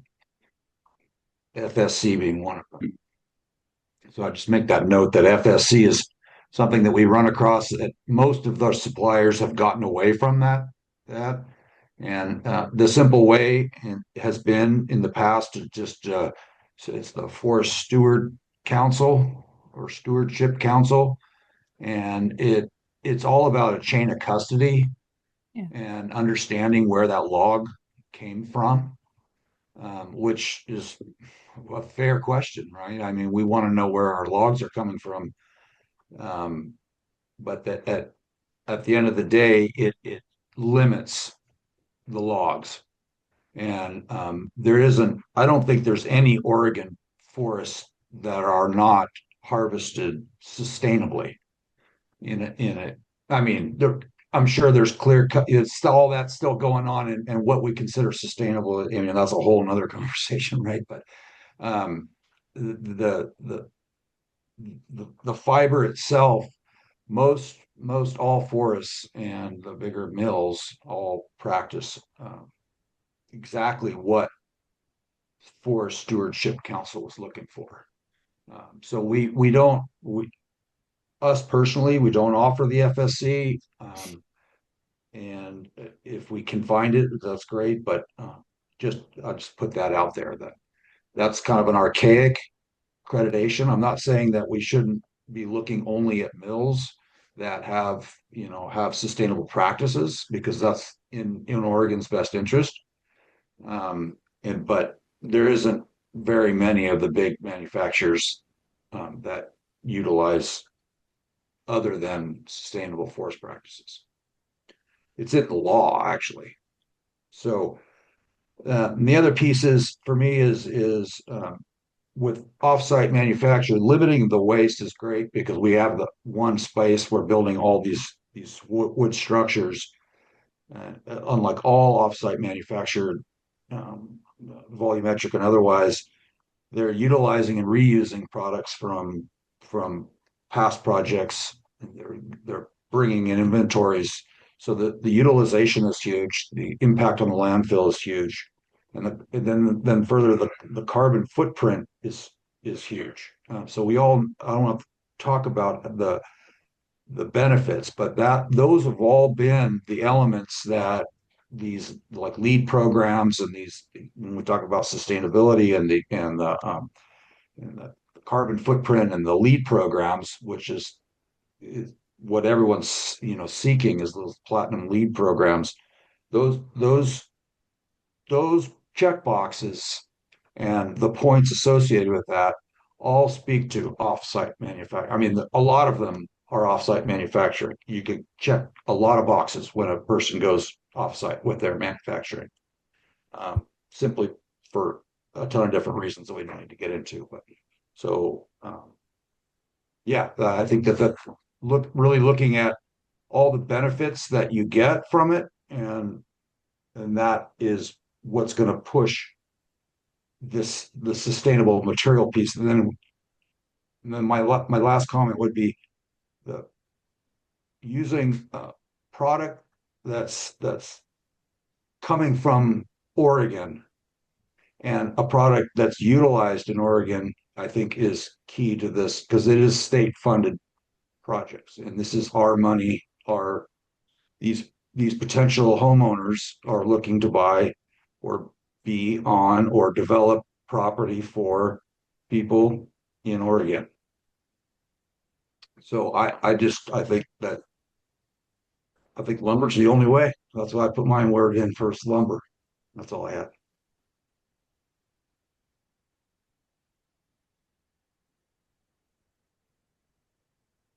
Thank you for that, Alex. I think one of the questions I have, as I think about this, we talk about sort of the environmental benefits, is if we want this to be a factor, how do we measure it? And at what point do we cross the line that I think, Alex, you were getting at, in that the sort of the reporting and the compliance side of it outweigh the benefits, or bog down the project? I think in the affordable housing industry, people are pretty well in tune with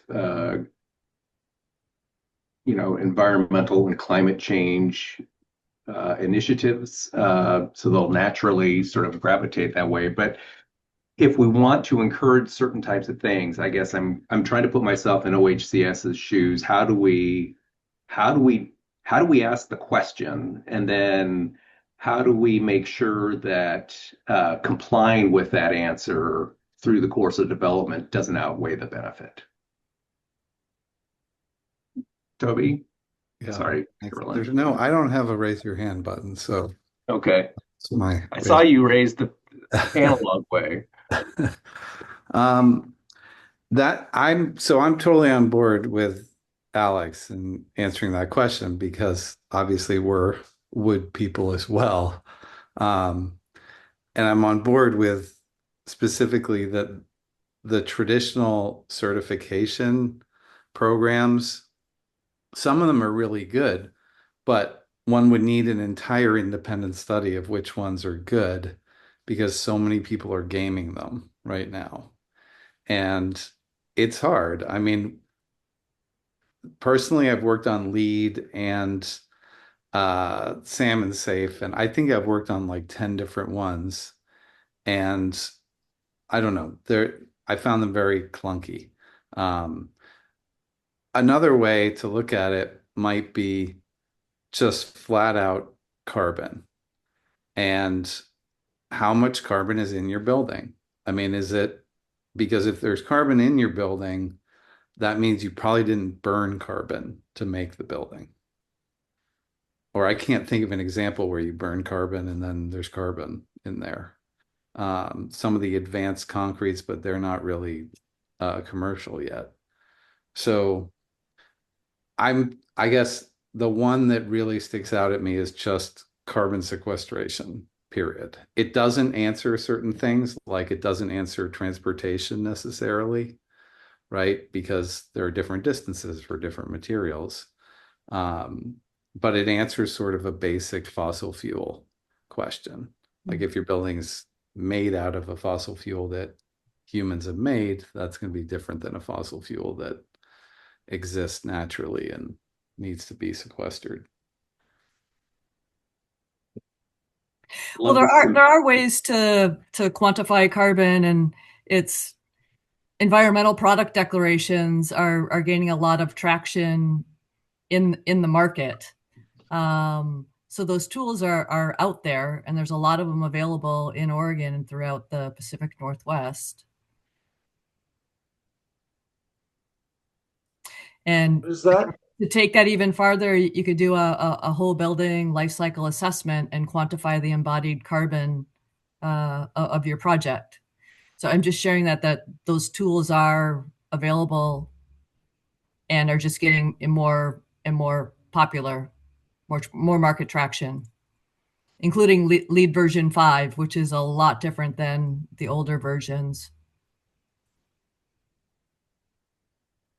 So this is not an area I have personal expertise in any of those measurements or certifications, right? But it sounds mind-boggling to me. And I'm just wondering, again, how you write the question and how we develop a criteria, or can we develop a criteria that's accessible to a pretty broad development community without trying to make them experts in this type of measurement.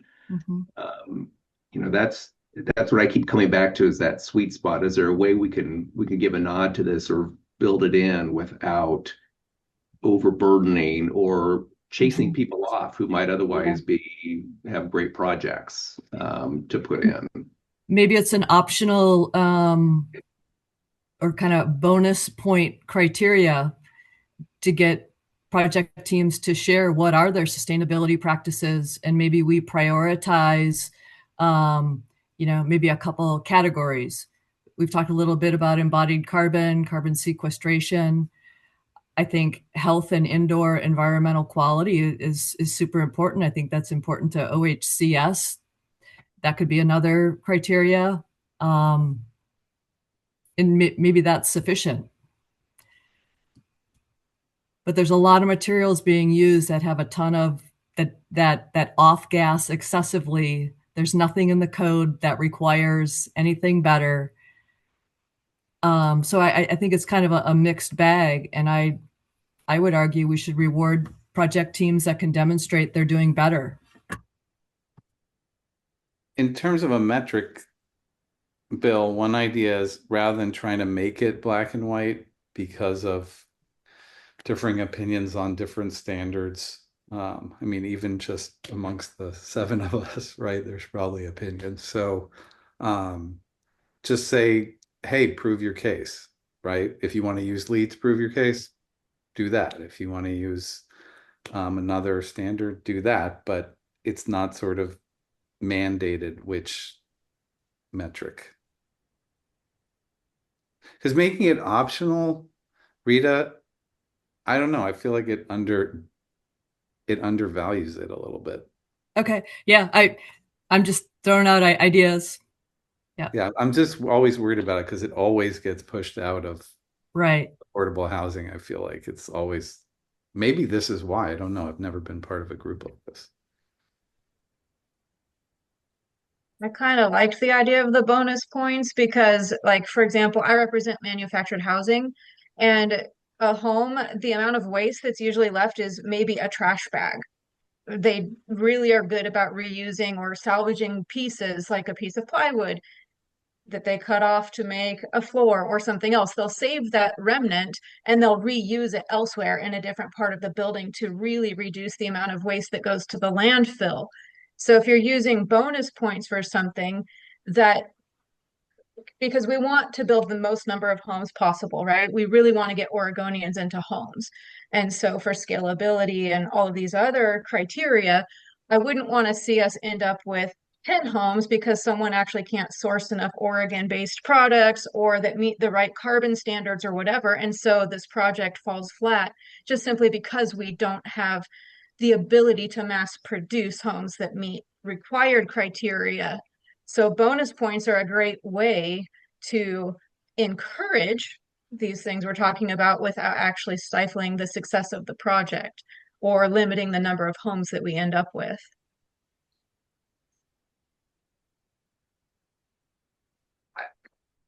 Yeah, I don't really agree at all with the idea of creating some or having to use some sort of outside or third party accreditation and by right of and by the relationship that and as the industry rolls through this, it's going to be everything's going to become offsite, and by virtue of offsite alone, just from smart business sense,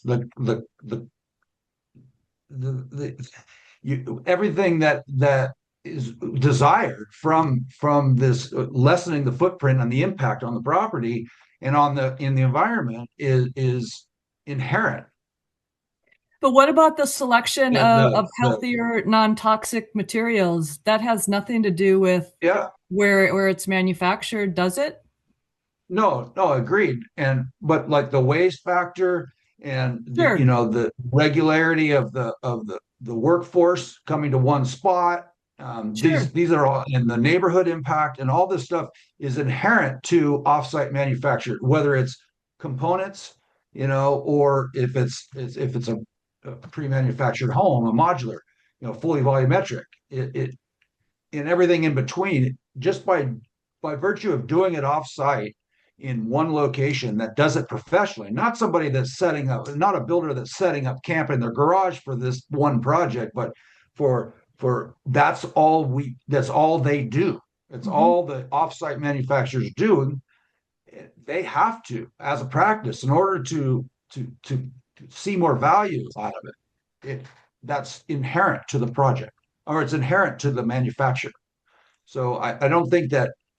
I mean, yeah, you could look at materials and you could look at what type of materials do they off gas, those kind of things, and that should be specific to the. I mean, there's not many off-gassing materials other than like OSB that, in some plywood products that we, as a component manufacturer, now at a fully volumetric is a different story because you get into the finishes and everything like that. So paints, coatings, adhesives, sealants, insulation, all those materials off gas. Basically, every single one of our flooring, everything. All that stuff went away years ago for the rough carpentry part of it. Yeah. So that's all I can speak to is rough carpentry part.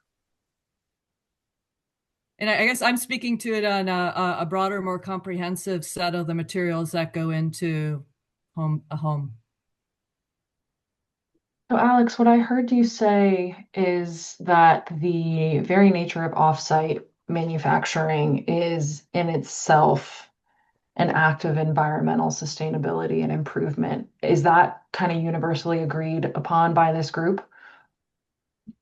Seeing some head nods. Okay.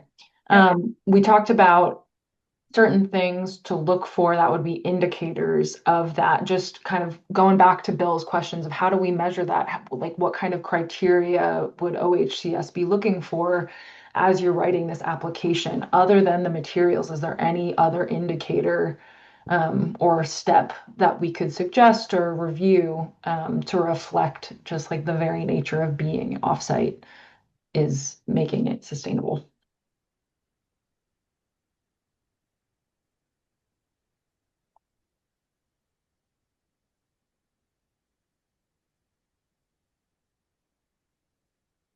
It's a really interesting question. Never thought about it that way. I think it might just be the materials because everyone's reducing labor massively. I guess it backs into the percentage on site question because all those trips to the site, right? So much fuel. Mm-hmm.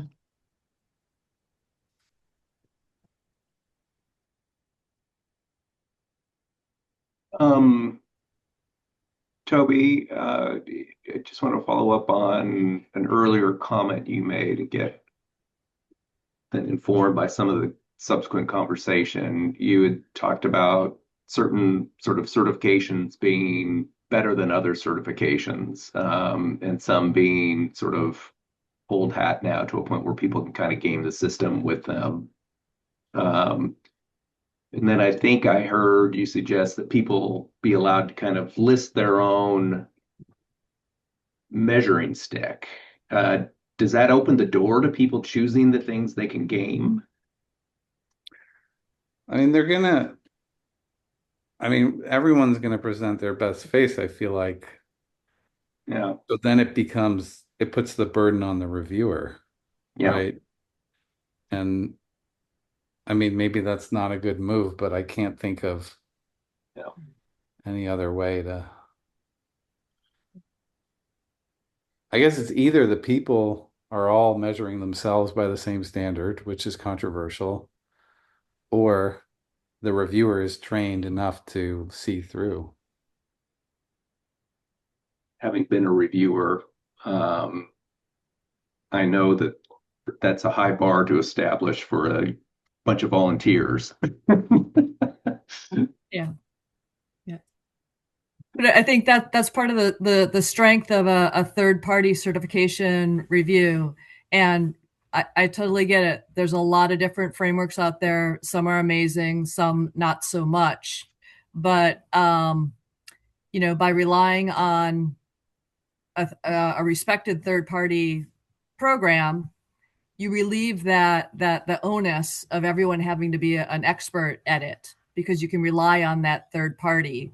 And the folks who put together the framework in the first place. I personally like the idea of letting folks make their case in a compelling way and include in that criteria, how can you prove it? Because it's one thing to say we're going to do X, Y, and Z, and it's another to actually be able to prove it and to demonstrate it. But maybe we just float that question out there. I mean, if it's important enough to OHCS, I think we'd be foolish not to ask the question. And again, I feel like a couple of the important niches are healthier non-toxic materials and the embodied carbon of the materials being used, and not just talking about wood. It's every product that goes in.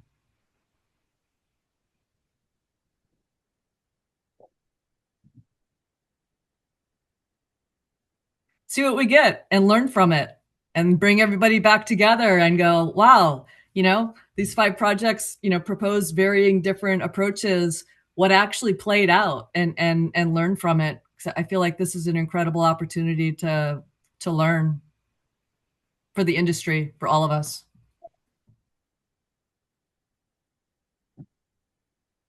Great, Carolyn, can I ask another question? I feel like I'm taking over your.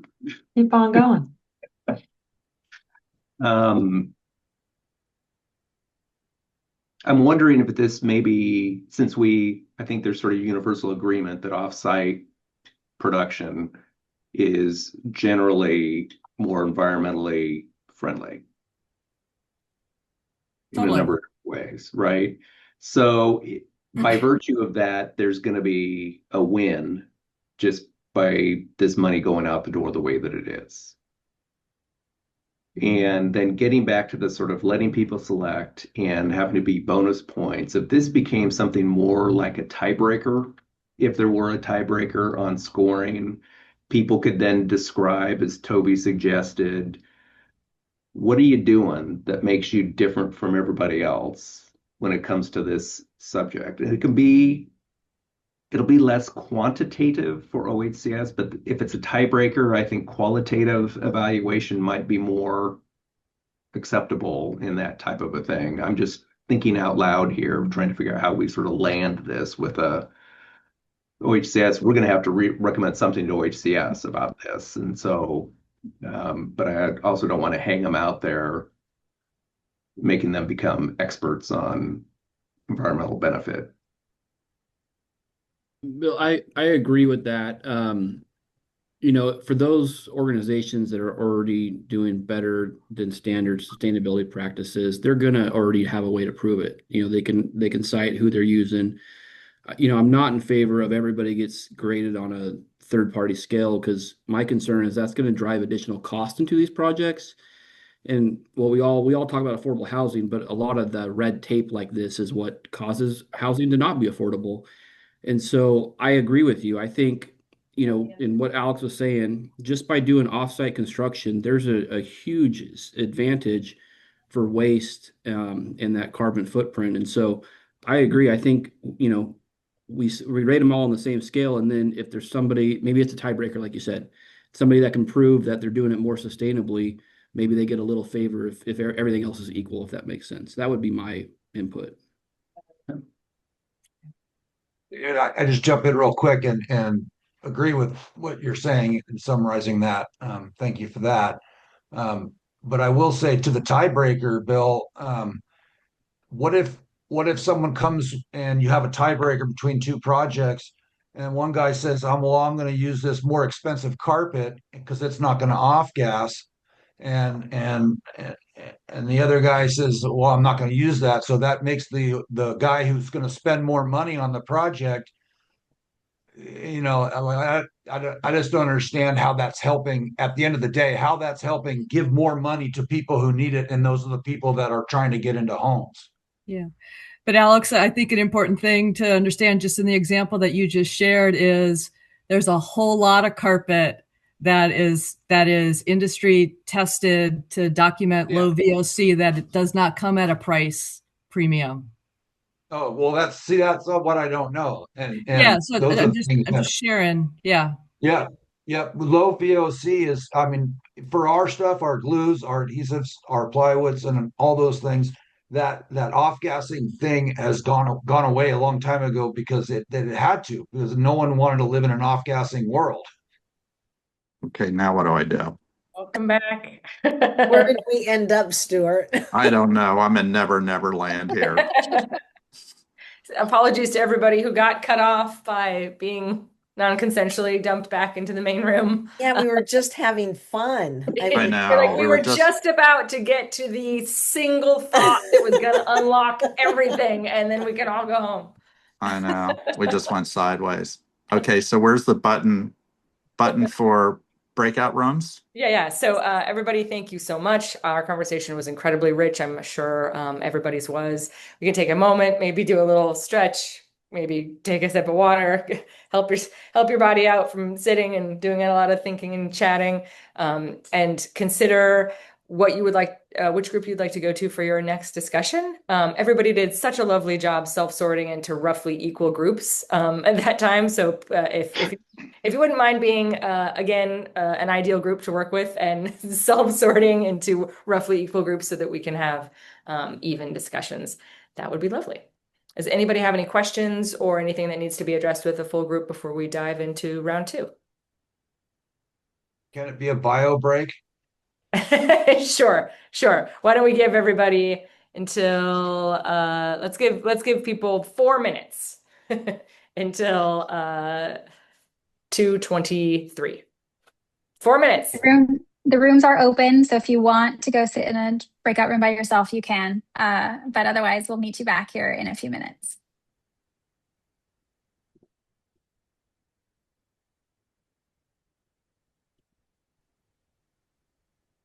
So when I push on the buttons, I don't see breakout. When I push on the little thing that says more, I don't see breakout rooms. It only has meeting rooms, Emily. And it doesn't have the rooms that were noted. So if you go to the little thing that says more, it should say breakout rooms. Hey, folks.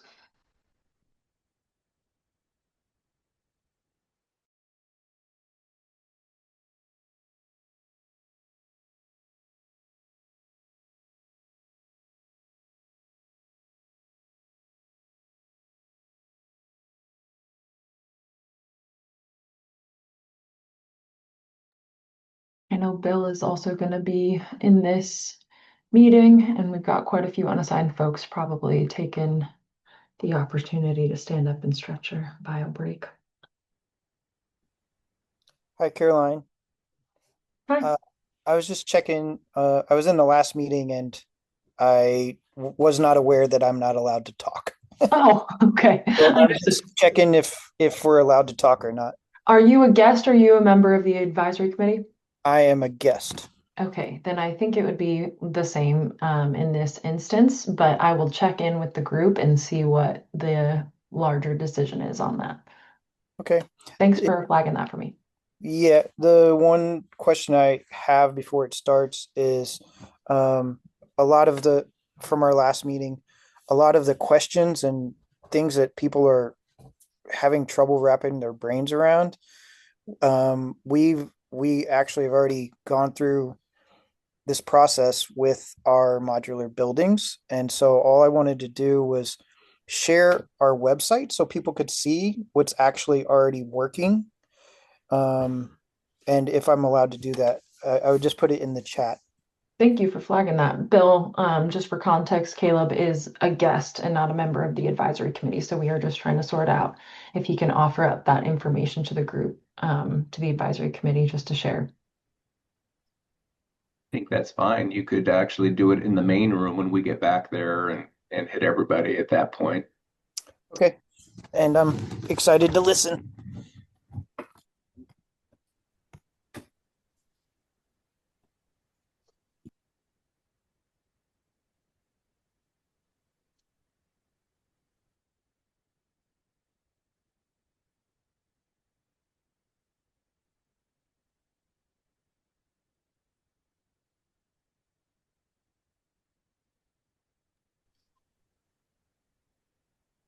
Is anyone talking? I can't hear anything. Oh, okay. Just wanted to make sure. Yeah, waiting for a few more folks to join. All right. Well, I'm going to introduce myself as well. I'm actually I'm with Caleb. We're both built with modular. We weren't sure which one we were going to jump into next, but I did write it in the group chat while we're waiting. If you guys don't mind me talking a little bit, I did the innovation one last time, and there was a lot of talk about speed and kind of got sidetracked into how permitting process can slow things down. But one of the things I didn't even get a chance to actually throw this in, but to me, one of the things that's a more broad sense of innovation is how can innovation make these affordable, right? So affordability and cost, I haven't actually seen that category on any of the criteria or qualifications that you guys are looking for.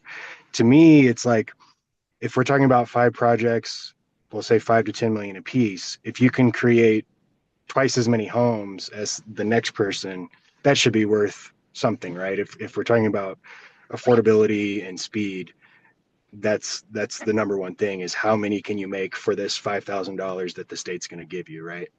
And if it's 5 houses, obviously that's not going to work if down the line as you guys are trying to do more of these projects. If the number's 50, then we're really kind of onto something. So, not to plug what we're doing necessarily, we can do that, but separate from that, I think the cost should be the main criteria. How much does it cost per house, and how fast can they be built, right? So setting aside the local permitting and stuff, there's no control over that, but the factories can control how quickly they can produce the homes. So to me, I just wanted to throw that in. I know that's not what this group is about. It's just I didn't get a chance to say that on the last one. So Thanks for sharing that. And Rachel, did you already hit record on this breakout room? I did not, but it says it's recording. Great. It might just be a continuation of my original record, so that would be lucky and great. I'm gonna double check. I'll just record it as well. Okay, cool. Thanks. Well, we can set the scene, and they might do a little bit of reshuffling to bring some more folks into this conversation. But we can give a little bit of a primer around this. As you heard, our survey showed that there were mixed opinions about the prioritization of projects that use non-traditional materials and energy efficient matter. This breakout group, we hope to better understand whether there are more specific considerations regarding materials that need to be highlighted before we can make an informed decision about how and which criteria to prioritize. And so that's just kind of our level set. Bill, did you want to add anything in relation to the conversation we had earlier, or anything else? I don't think so. Okay. Just kind of let folks jump in. Absolutely. So I'm happy to start. So I didn't get the chance to share in my last breakout group, and this is a little bit connected to innovation, but just thinking about perhaps beyond just the materials, but projects that are incorporating building beyond minimum code standards. And thinking about rural communities who are facing maybe more wildfire risk. And I'm thinking more of manufactured housing, but perhaps building to WUI standards, or incorporating fire resiliency kind of meets those environmental concerns and some of the innovation as well. You're taking environmental concerns in the means of like environmental resiliency and the ability for these houses and living spaces to endure. Interesting. I don't think we've come across that quite yet. Thank you. Mm-hmm.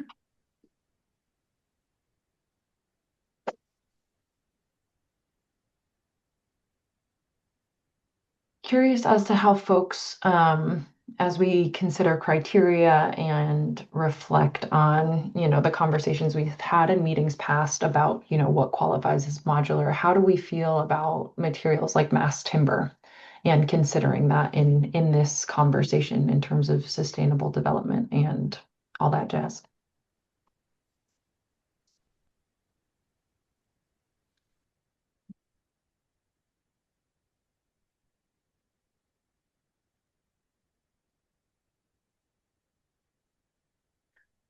I don't know that I have a lot of specific thoughts about mass timber. I haven't worked with it in my projects. Okay, thank you. Is it a question of like requiring mass timber use, or is it just saying they would give preference to those materials? Yeah. Preference if there's issues with supply, just how it folds into project work. We do all steel, so I'm not very familiar with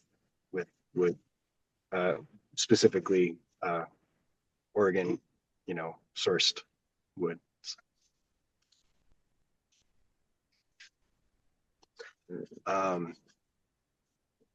for the energy efficiency things as well. I mean, I going off of what Laura said, I think the not just the fire resiliency, but if you have higher building envelope, R values, things like that, exceeding what the code requires, whether it's for HUD manufactured or IRC, I think is that falls into the innovation stuff as well. I think environmental and materials and innovation can kind of, they kind of go together in some cases. So yeah, Absolutely, I agree.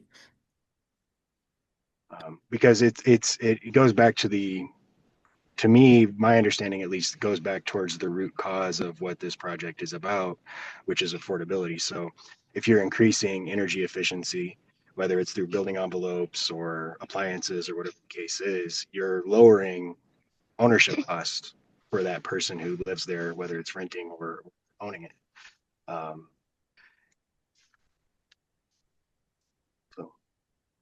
Absolutely. We only purchase Energy Star NEEM certified units, particularly because for low-income residents, that's going to lower their utility bills,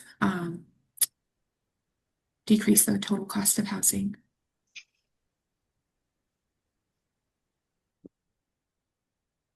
Yes, I'm curious. I know probably more about the manufactured housing space with respect to energy efficiency and how that's measured through the NEEM program. Does modular have any kind of a standard for that, or is it just more on the, I mean, I'm curious how you evaluate or measure energy efficiency on a modular home. So modular homes they're basically built to the same code and requirements as stick built. Right. So for us, basically it's in Oregon, depending on which jurisdiction you're in, the walls are either 21 or 30, and the ceilings, depending on what kind of roof you have, are either 49 or what's the lower one? If you have an attic, I think it's 30. But having an attic requires more materials, right? So then your costs start going up. But so for us, it's exceeding the stick built code requirements. Our stuff, and it goes to the innovation. So you're limited when you get into building envelopes, how much R value you can squeeze out of it because of space. So if you're building a 2x6, frame, or 2x6 studs, you only have 6 inches of space. I don't want to turn this into a commercial for us, but we're at R68 for our walls, which is it's triple basically what any jurisdiction requirement would be, and same for our ceilings as well. So it's the building envelope, the way it's measured, to answer your question, is just it's apples to apples for stick built. Yep, got it. That's good. I didn't know if they translated that in the modular space or not, so that's helpful. Yeah. So for the walls and the ceiling, and then floors as well, depending on what kind of foundation you're doing, and then the U values of windows and doors. Yeah. Good.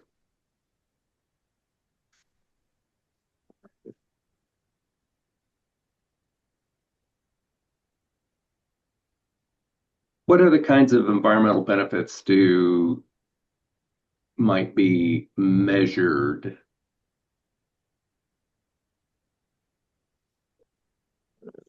If any. So I guess energy costs.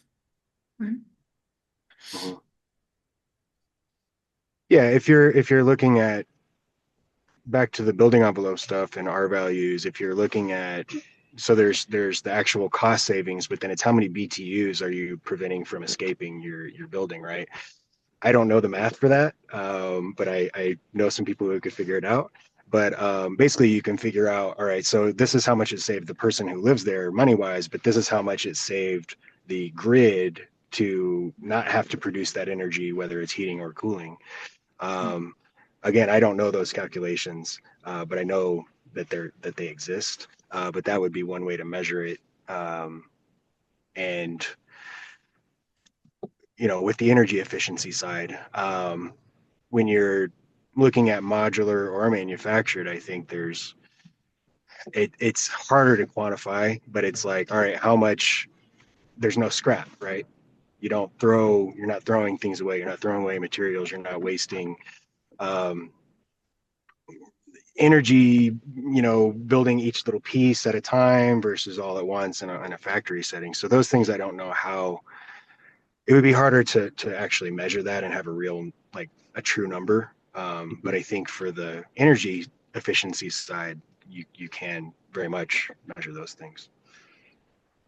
Is there a way to measure the type of material you're using and the expected lifespan of that material? If that makes sense, Like the longevity of the material? The longevity, yeah. Yeah.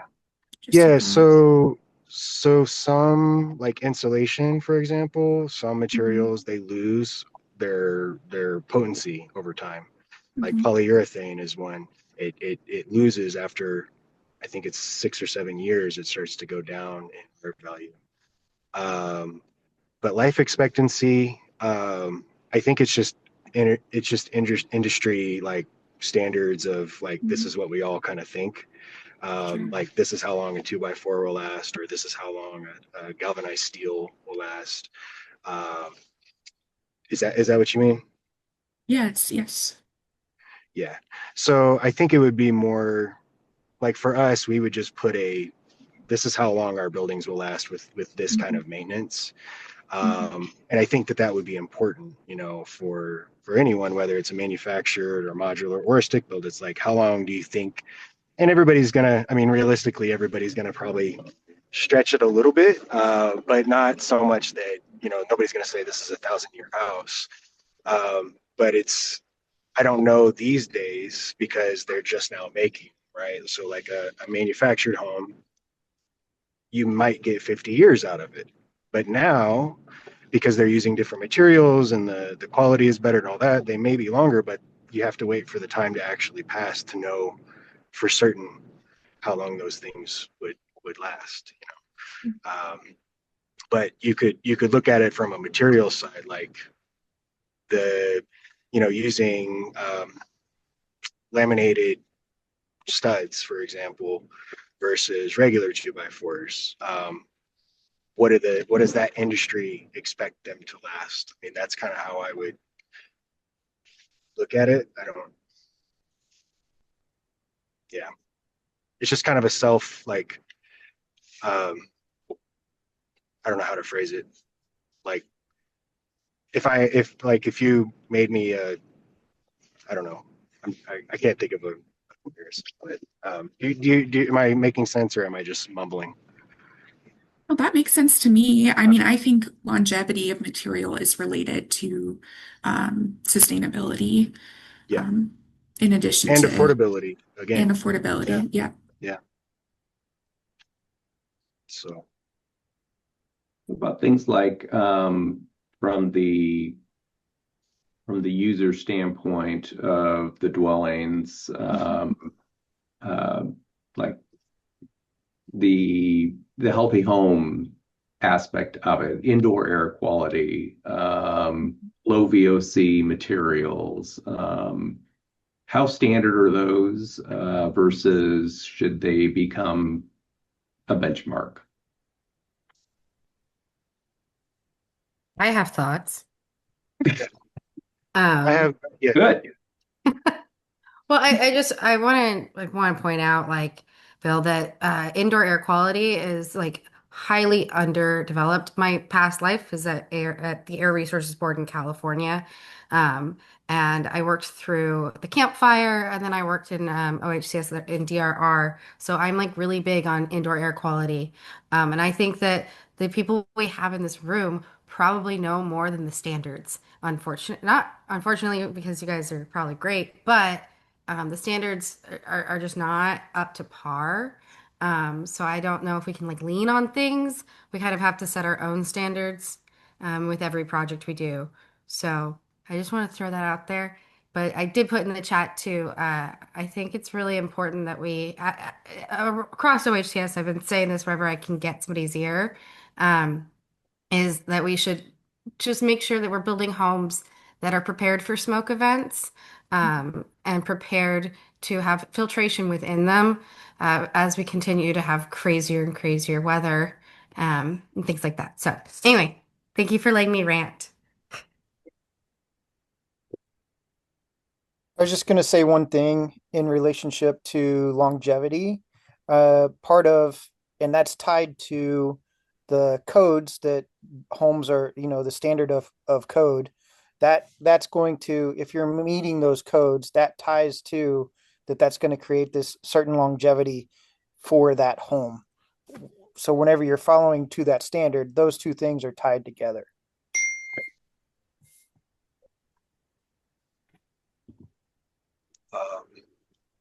You exceed code, you should therefore also have a longer home, longer lived home. Right. Correct. Okay.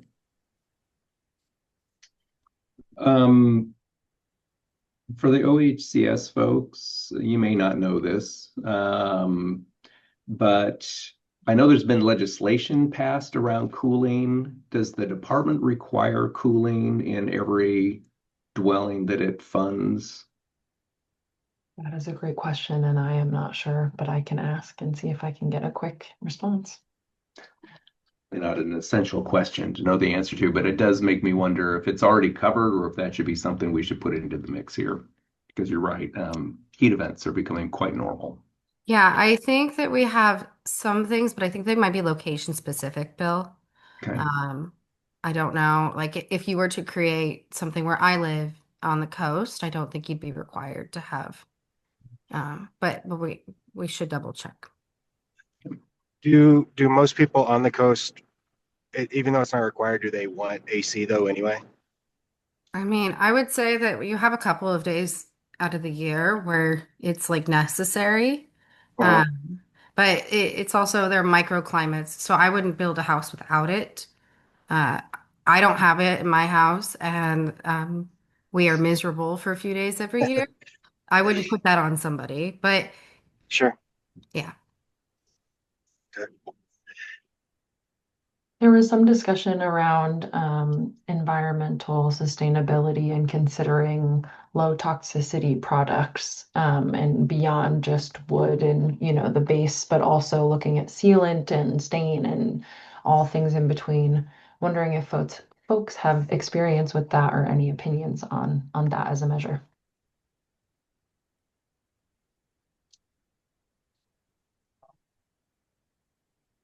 I mean, I think that's a great. Oh, go ahead. I was just going to say, I think that for my personal opinion on it is if you use whatever product it is in its intended way, if it's off the shelf and it says don't use it indoors or exterior use only, and it's used appropriately, I think that's like for me as as an individual, that's good enough for me. I don't have to necessarily get the no VOC stuff as long as I'm using it correctly and using it with proper ventilation. I mean, VOCs in paint and stains, once it's dry, it's not toxic anymore, right? So I guess if it were to burn, then there's things that can be released in those ways. But that's just me personally, that's how I look at it, if that matters or not. But sorry, I interrupted you, Laura. I apologize. Oh, no, that's much more specific than what I was going to offer. So thank you. I was just going to say, just reflecting on not wanting to make anything so restrictive that it's no longer practical. So I think for something like that, if you are using something that's more innovative and less toxic than maybe the standard, that in a whole suite of ways you can make these projects more environmentally friendly, more sustainable, that's great. But I wouldn't require all of these things, just because that might become a barrier. Yeah. That's very That's a important. better way to say what I said. Yeah. Or what I was trying to anyway. Absolutely.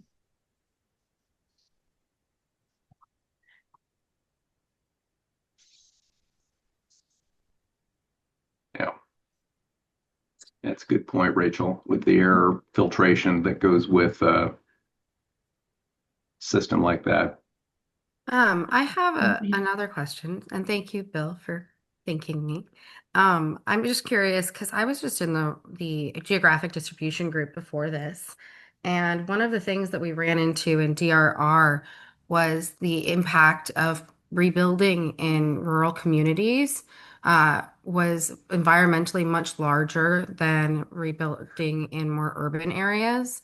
And I'm just curious if we've started thinking about that and associated costs. And if we haven't, then I can happily dive down a rabbit hole with everybody later. But yeah, it just ended up being a lot more work and a lot more coordination with DEQ. Would love to hear your thoughts. I mean, my thoughts are you just have to plan ahead for it because, in rural Oregon, we're all on septic and wells, and that needs to be done well. Or not, sorry, it needs to be done correctly. But also, some places are just not going to be able to handle the amount of houses that we need on them because the land can't handle it because of that lack of infrastructure. So some solutions we've come up with were poop parks. Sorry, just need to throw some like silliness into the room. But those are not favored for sure.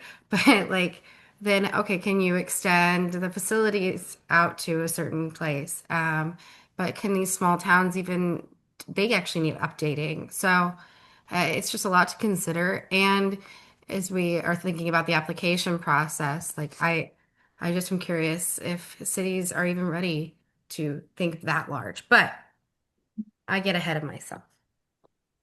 Yeah, I just to tack on to that, also thinking about how it can be a lot more challenging to get contractors and vendors in more rural areas. And that can sometimes impact timeline as well. So now just thinking out loud, I'm thinking back at my last meeting about how it's so important to get these projects done quickly. And will that put rural communities at a disadvantage? And that may also impact our like carbon outputs, right? If we need to contract someone who's traveling from Portland to Eastern Oregon because they're the only folks who will take the job, that contributes to the greater environmental consideration. Great points. Before everybody gets off here, I did, and again, we're a lot of the issues that we're discussing and all that. We have actually problem solved already, and so I just wanted to get a chance and let everybody know. I did put the website so you can actually see our homes, and just for everybody, if you take a look at them, that we can. I think it would be valuable information that you can see that these are homes that we have samples already up in Santa Fe, New Mexico. So just because a lot of the questions and things that we're discussing, we've already done, and we have homes, up and able to that you can see them. And just like I know that we've been on a couple calls where you guys have talked about the fires that Oregon had, and that I think that there's like 20,000 residents that still aren't in their homes 5 years later. One thing and this is, we're not trying to push these, it's just to know that this is a solution. All of our permanent homes can be temporary homes as well. So if you needed it as an emergency home, we can deploy them. The person can get into them immediately. And then that instead of, then trying to build a home with a second cost, the only thing you would need is a foundation, and that temporary home could then still become their permanent home. There's less trauma. There's no second build. It solves so many of these problems.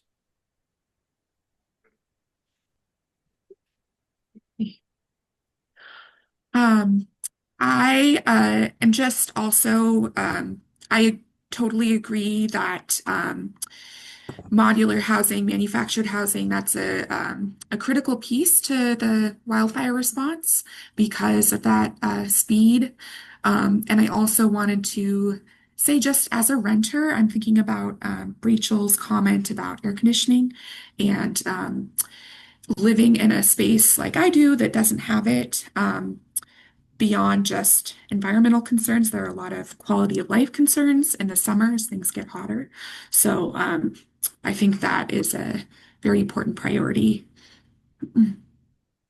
Yeah, can I add on to the quality of life thing? So for AC and heat, obviously heat is important as well. But I mean, in my mind, these homes should almost be ready to move into. Like the people who buy them or rent them, obviously they'll need to get furniture, but I don't think that they should have to add on laundry and add on, kitchen counters and a bathtub and all these things. Like I think my personal opinion is that these houses should be basically move-in ready, and not require, again, going to the affordability side of things, like not require whoever's moving in to then spend another $5,000 or $6,000 to get it so they can actually stay there, separate from their furniture, of course. But so if I were wanting to buy a house, it would be AC, heat, washer, dryer, fridge, stove, right? All the necessary things to have a life, basically. I don't know if you guys would require that or just encourage that, but I think there should be a minimum of those amenities available, even if they're, I mean, going beyond that, like not include solar, but solar ready if they wanted to install an array or something like that. I think those things maybe go above and beyond the minimum, but just because it's affordable doesn't mean that they don't need to have everything they need to live, Well said. Absolutely. I did get an answer on the air cooling question, Bill. So there were two bills. There were two bills that addressed this situation. There was SB 54 and SB 1536. 54 did not pass, and that would have required multifamily of 10 or more units to require to have cooling systems. But 1536 allows tenants to provide their own cooling systems without any restriction from landlords, unless there's a significant safety concern or issue with the unit.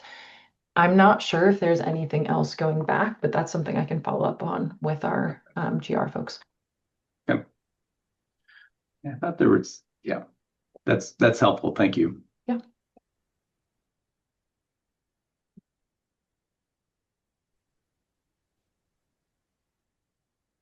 Looks like we're headed back to the breakout room. Just wanted to say thanks, y'all, or to the main room for the thoughtful discussion. Yeah. Thank you, everyone. Appreciate it. See you in there.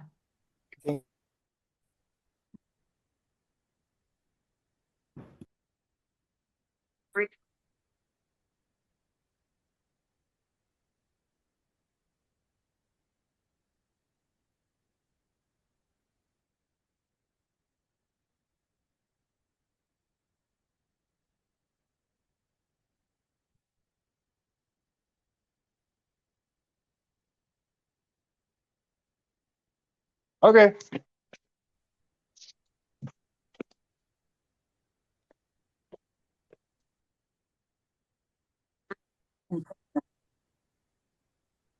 Welcome back, everyone. Welcome back. Thank you so much to everyone for what I'm sure was another round of rich discussions. Thank you again for spending. It seems like we have times where it's right before self-selecting. Thank you, Taylor. Everybody did a great job of self-selection. Almost all the groups were even. So thank you so much. We appreciate everybody. Welcome to geography and geographic considerations. I know we did intros in the bigger group, but just since we're going to be with each other for the next half hour, I wonder if we could just do a quick name, pronouns, organization, and your role within it. And if you want to give a sentence that helps us understand what your organization does and your role within it, great. let's start with you, Alexandra. Hi, I'm Alexandra Ring. I missed my last meeting, ran long, so I missed the first introductions. I use she, her pronouns. I'm with League of Oregon Cities. We represent all 241 cities in the state of Oregon, incorporated cities. So everything from the city of Portland at 650,000-ish to Greenhorn with 5 seasonal residents. Sorry, on the whole gambit of everyone in between. Nice. Thanks for joining us, Alexandra. Jacob, you want to go next? Yeah, sure. Thanks. Jacob Fox, I'm the executive director at Homes for Good. Homes for Good is Lane County's housing authority. We've done one modular / manufactured home, and I think we're unique in the housing authority space because we handle metro areas, Springfield, Eugene, and then all the rural communities as well. So glad to be here. Oh, he, him pronouns. Thanks, Jacob. Glad you're here. Stephanie, want to go next? Hi, Stephanie Hooper, CEO of H+, she, her pronouns. We've done 3 projects in rural areas, all modular, 2 in Jackson County, 1 in Jefferson County, and all focused using universal design for older adults. Awesome. Thanks, Stephanie. Marcus, you're next in my little Brady Bunch. Good afternoon, everyone. Marcus Kaufman. I use he, him pronouns. I'm with the Oregon Department of Forestry, and I help lead the Oregon Mass Timber Coalition and the Pacific Northwest Mass Timber Tech Hub. Excellent. Thanks, Marcus, for joining us. Marta. Hi there, I'm Marta. I'm based out of Medford. I serve as a Regional Development Officer for Business Oregon, the state's economic development agency, Jackson, Josephine, Klamath, and Lake counties. So that entire 19,000 almost square miles. And in the past, I've supported OHCS modular housing component manufacturing grant. Thanks. Thanks, Marta. Taylor, you want to say hey? Hi, I'm Taylor Burton. I'm with Echo Northwest. I'm an associate here. I've done a lot of work in our housing related projects. And yeah, I'm excited to hear from everyone. I'll be taking notes while we're discussing. Thank you, Taylor. Rachel, you want to say hey? Yeah, sure. Hopefully my voice is still good. Hi, all. Rachel Palatine, she, they pronouns. I am a community engagement strategist at Oregon Housing and Community Services. I was out for a couple weeks, so I chose to join this group because of my work in regional solutions with Martha. So I'm just curious to hear what you all say. Awesome. Mark, you want to say hi?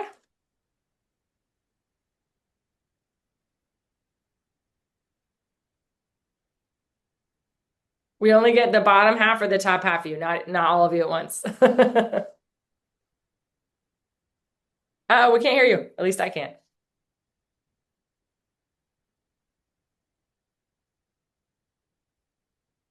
No, still can't.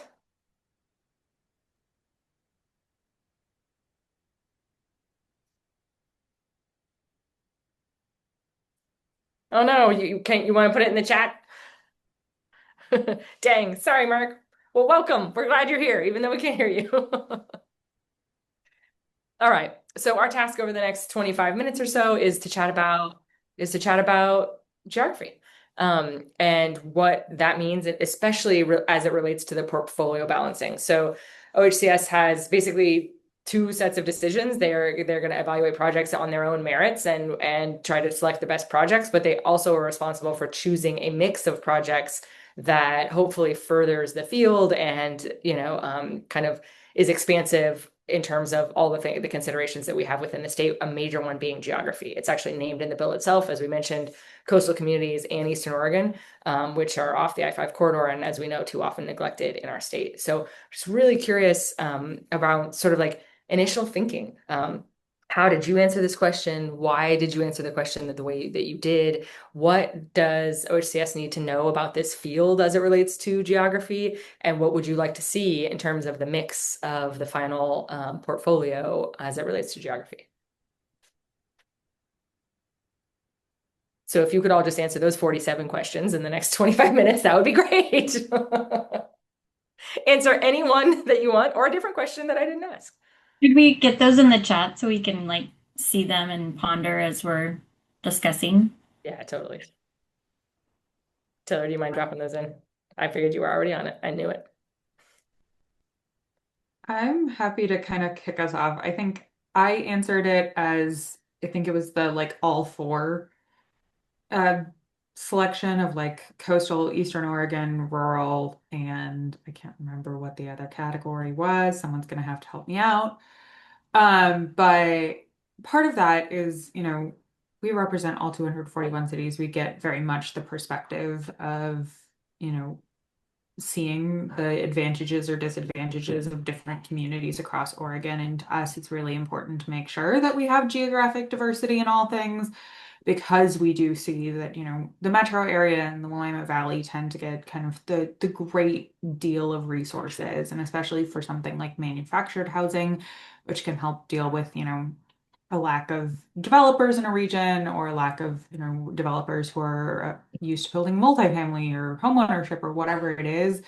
It can be a real solution to getting housing into areas where we're not seeing it typically.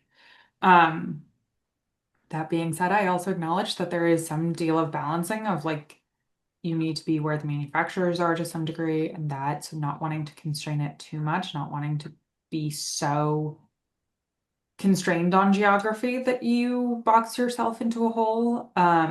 But some balance of that.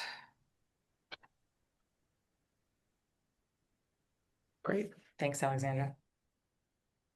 Other initial thoughts that folks had? Yeah, Jacob.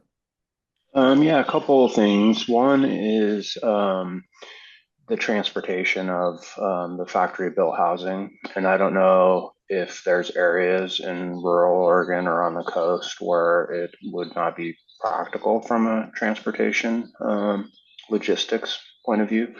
So it seems like maybe someone at OHCS or Biz Oregon, or I'm not sure who, but almost seems like you could do a heat map around like what rural areas kind of would have the easiest transportation. So that's definitely one thought. And then kind of my other thought is that, I strongly believe that this should be a go fast kind of research and development approach, and that rural projects should basically be prioritized over urban projects, but with the go fast approach in mind. Thanks, Jacob. Helpful. Yeah, Marcus. Go ahead. Although, I would love to see projects in all three places: coastal, rural, Eastern Oregon. And I'm just wondering, do we have to have a project in an urban area? Is that a requirement? The legislation specifically calls out rural and coastal and Eastern, I believe, maybe not rural, but it seems like the notion of bringing prefabricated, componentized mass timber technology, it really works best in these places that have limited labor markets. So, the pilot projects that we're seeing in Burns and John Day, Coos Bay, those are rural places. So I just think that's hitting the geography is one of the kind of force multipliers, right? We get it right, it's going to help drive these other things that we're concerned about, replicability and innovation, right? Because they're hard places to work in, and they have a lot of constraints. Super helpful, Marcus. Thank you. Marta, I think you were next. Yep. I second what Jacob said about going fast. Couldn't agree more. I also agree with Marcus. Let's not operate on the assumption that it's going to be primarily urban. Also, on the transportation, I suggested that every single award can allow up to, say, so much, 100,000 or 200,000, to go towards transportation, just to provide an equal playing field. That say that's an allowable cost. I agree that some areas it's harder to get some things to, but if a freight truck can reach it, a flat pack house can reach it. I'm biased, but that's based on the tours of flat pack houses I've done, house manufacturers I've done. If they can get their groceries in a Cisco truck, they can get a house. That legislature didn't say that, But based on my conversations and following this industry since before the pandemic, like that's the goal. And also, the competition just hasn't quantified how much it costs to truck 2x4s, panels, drywall, everything that otherwise would be a part of a non-manufactured, non-factory produced home. We just haven't calculated it. I remember the City of Talent coming to Business Oregon for a grant so they can increase security to store construction materials after the fires. Like there are so many costs that are invisible and just not calculated. And I think the legacy industry is quick to point to the industry that has calculated of shipping costs. Personal soapbox. Thank you. Yeah, Stephanie, go ahead. Yeah, I would second that we shouldn't assume a project needs to be in urban, especially factory produced, because that means you're probably going to have to stack them, which could be an innovation opportunity, but given the land availability in urban areas, I just think it'll put it out of reach. And agree with all of the other comments about these projects work really well for rural areas because of the human capital that or lack thereof. Helpful. Thanks, Stephanie. Yeah, Marta, go ahead. Also, full disclosure, when I responded to the survey, because I have my responses emailed to me, I also suggested a Southern Oregon allocation just for OHCS optics, right? If you're going to call out Eastern Oregon, it might make sense to also call out Southern. There is a sense of, like, you don't want to foster a sense of not calling something out. You also don't have to call something out. That could be explained in the rubric or in an FAQ, but you can just market the materials for the program as geographic distribution will be considered and we'll be transparent about it, but you don't have to have it ahead of time. I think that's a helpful point. Thanks, Marta. I work with a bunch of economists who are always forcing people into choices as a way to clarify thinking. So I'm curious if folks have, say you're, the kid at OHCS who has to make some of these decisions and you're looking at a series of projects. Would you take a look at a project that, by some of these other criteria was not as strong, maybe less innovative, maybe not as, as green, maybe not as fast or as affordable, but it had a very, very strong rural component in one of these kind of far-flung areas or disaster hit areas? Would you end up prioritizing that component over and above some of these other ones? Right. Yes. It doesn't necessarily have to be a yes or no. You can kind of flesh out your thinking and be like, that's a crummy choice, Emily. I don't have to answer that. This was something I thought about a lot when I was filling out the survey and also while you guys were talking about the survey results about like what prioritization looks like. Because I know I used to work at OHCS. That's where I was before here. I'm very familiar with all of their, all of the different factors that they have to prioritize. I personally would prioritize geographic diversity and speed over pretty much everything else. I think innovation is wonderful. I think green is wonderful. I think energy savings is wonderful. But at the end of the day, we're in a housing crisis, and those things will come with market competition and other things as we get more housing down on the ground. And I think the speed and the populations that we're reaching right now are probably the more important. And those other things are important, but they can also come with time. I'm also in no way tied to that. Like, I'm not going to die on that hill, but that's my best thinking. Fair. Thanks, Alexandra. Helpful. I know. I really want to hear from you, Mark. So if you have anything, yeah. No, we still can't hear you. Dang it. Yeah. Type something in the chat. Great. I'll read it aloud with as much Mark inflection as I can. Marcus, did you have something you want to chime in with? Yeah, I liked what Alexandra was saying, because it kind of one of the things that, my uninformed opinion about housing is that we try to make housing do too much. And that's part of the problem, is that we load all these things onto it. And I think this is an opportunity to break from that and focus on getting the housing built using this new technology, and not set the bar so high that we inevitably can't get over it, because we're essentially trying to do too much.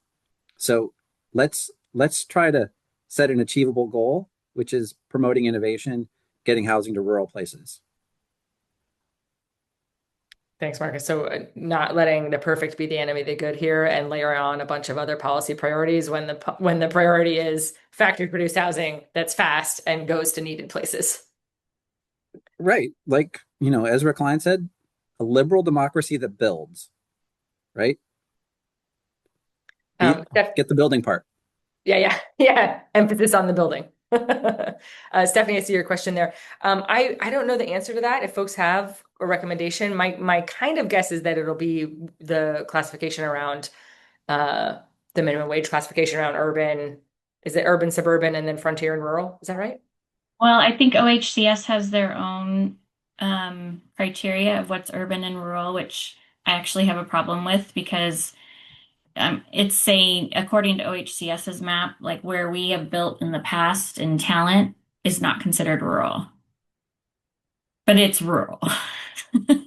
So I think there's fault in, I think it's really important to be clear about how we're defining it. How would you suggest defining it, Stephanie?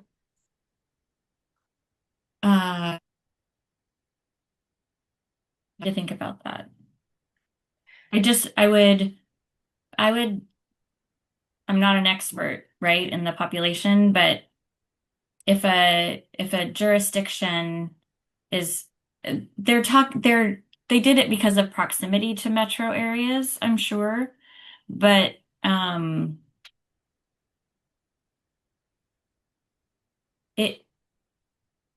anyhow, I need to think about that. Yeah. Have a think.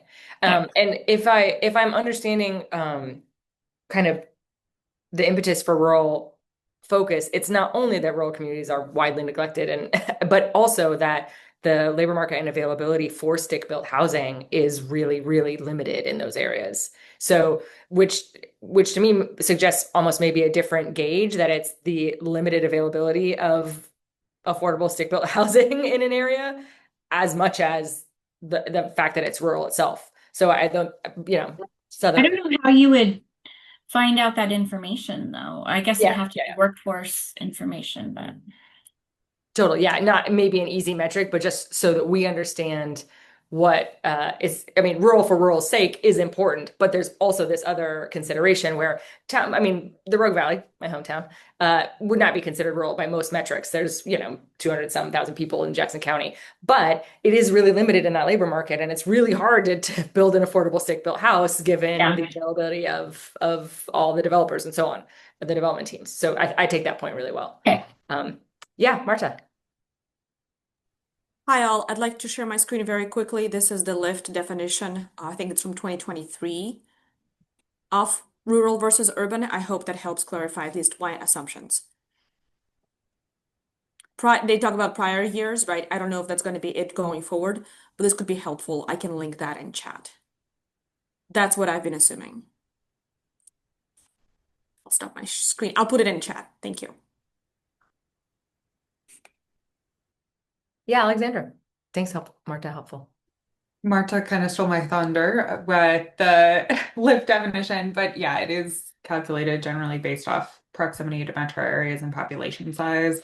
I will say for a lot of our Talent is a really great example, but also, places in the Marion County area that are, within 20 minutes of a metropolitan area, but really have very different geography, demographics, labor markets, all of those things are really negatively impacted frequently by those definitions. And so it presents a great challenge of these rural communities that are considered urban communities because of their proximity, sometimes rightfully to a metropolitan center, and sometimes they're really not interconnected. Yeah, fair. So that, there's Beaverton and then there's Banks, and that's a different vibe, even though they're both considered an urban area and in the same county. Do folks have a sense of another metric that is a proxy for what we're actually trying to get at here? As you said, Stephanie, without having to like do a deep Echo Northwest dive into, the labor force participation and average unit cost and all of that.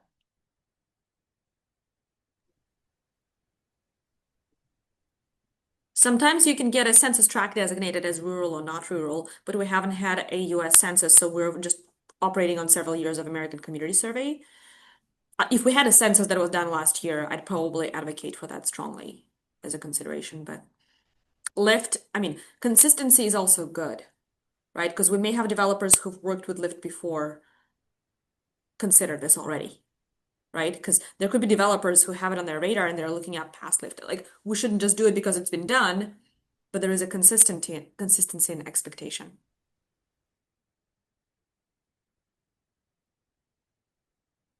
I think that's helpful. Other thoughts that are rising up for folks as we consider geography?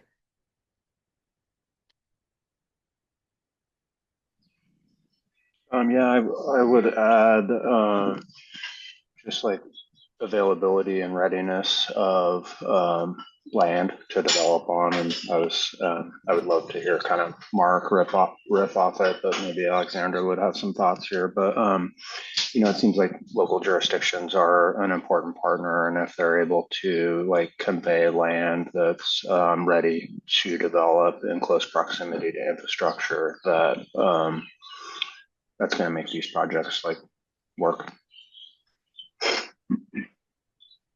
I think that's a helpful element around rural is important, and the quality of the site being developed also matters in terms of readiness, accessibility, and I would say jurisdictional friendliness. Site readiness is one of our biggest struggles for our communities. A lot of our communities do know where they have ready sites. We'll use the city of Tillamook as an example. They know exactly where they have available sewer hookups. A lot of our communities are in hookup moratoriums, things like that. They know where their like remaining 5 hookups are. So a lot of them have already done that work. And we are seeing a lot more jurisdictions that want to partner with developers and say, hey, listen, like we know where these sites are. Let's get together and make this happen. I will say we've seen, and this is a kind of newer thing, HB 2316 from this past session, which allows local governments to donate or sell land to developers for the purpose of housing, has been, it's a slow kind of uptake, but we're seeing uptake of that, and it also allows the state to do the same thing. In communities like Toledo, where that can be a good way to ensure that the land is development ready and that you've got that good partnership. But that is the biggest barrier to all of this. Well, yeah, Marcus. So for the Eastern Oregon question, are we basically saying east of the Cascades? So, because the Eastern Oregon folks themselves would not consider Bend to be Eastern Oregon. I know. When I was a kid, I definitely Bend, thought Central Oregon was Eastern Oregon. And then I looked at it and I was like, that's geographically literally in the center of the state. Right. So There's the whole half the state over there. By Eastern Oregon, do we mean beyond Central Oregon, or is Central Oregon included in our tacit definition of Eastern Oregon? I don't mean to split hairs, but if we're going to use this to drive where stuff goes, and we don't know what's in the basket and what's out the basket, we're going to have a hard time. I certainly can't speak for the OHCS team. Rachel, maybe you can, but my understanding is that when they say Eastern, the intent is very much like true Eastern. We're not talking about Deschutes County. We're not talking about Jefferson County. that it is meaningfully east of the Cascades, out of the foothills, and into the deeply rural parts of the east of the state. I have a question that maybe is probing at this for folks, again, with the economists and the forced choices. So we know that rural areas are deeply hurting in this way. We know that access to stick-built housing and labor markets are tough. We know that they're more impacted by disasters and climate change. And we also know that some of the most acute points of affordability are in our more rural areas, in the Portland metro area, in Bend in Central Oregon, in Southern Oregon. So how would you all sort of kind of feel that those seemingly oppositional needs out from one another, that the affordability is deeply acute in some of our most urban areas, and we have these deep needs in rural communities?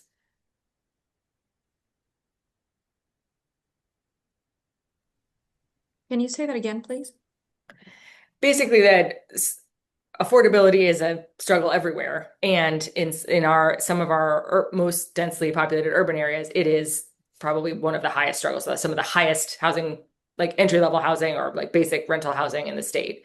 So we know that rural areas, experience affordability and access and all these other intersectional things that make it really important to prioritize. And how do we see that playing out versus some of like the most unaffordable areas of our state being in urban areas? Yeah, Jacob. Well, I would say that 25 million for sort of this kind of pilot project is a very small fraction of the resources that OHCS has. And I think that, and I haven't done this, I want someone to do this research. I think that OHCS funds are disproportionately invested in urban areas at the expense of rural communities. So I think that the rural communities should be the priority here. You see this as an opportunity for a little bit of a course correction in the overall pie of state funding around housing. Yeah, I do. And then I did want to kind of channel a fellow Housing Authority Executive Director, Christy, whose office is in Ontario. One thing that she's in close proximity to Idaho, and frankly, there may be factory-built housing from Idaho that's just much better for her community in terms of affordability and delivery, etc. So anyway, I know Oregon's the priority, but I do think that as we think about communities like Christie's, there needs to be a level.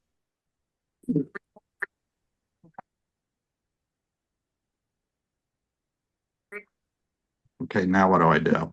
Welcome back. Where did we end up, Stuart? I don't know. I'm in Never Never Land here. Apologies to everybody who got cut off by being non-consensually dumped back into the main room. Yeah, we were just having fun. I know. Like we were just about to get to the single thought that was going to unlock everything, and then we can all go home. I know. We just went sideways.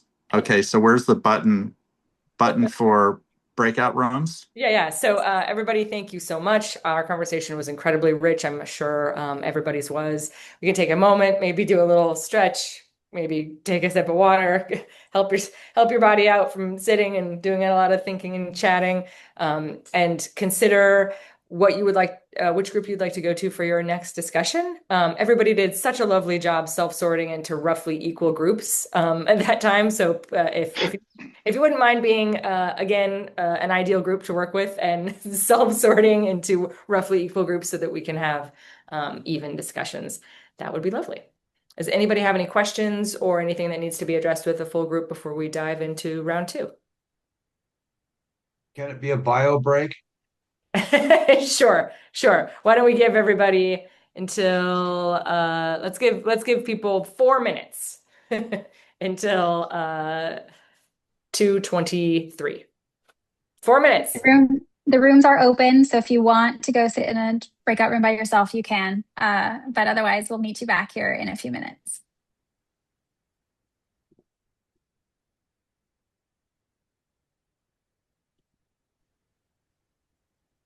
So when I push on the buttons, I don't see breakout. When I push on the little thing that says more, I don't see breakout rooms. It only has meeting rooms, Emily. And it doesn't have the rooms that were noted. So if you go to the little thing that says more, it should say breakout rooms. I have a host.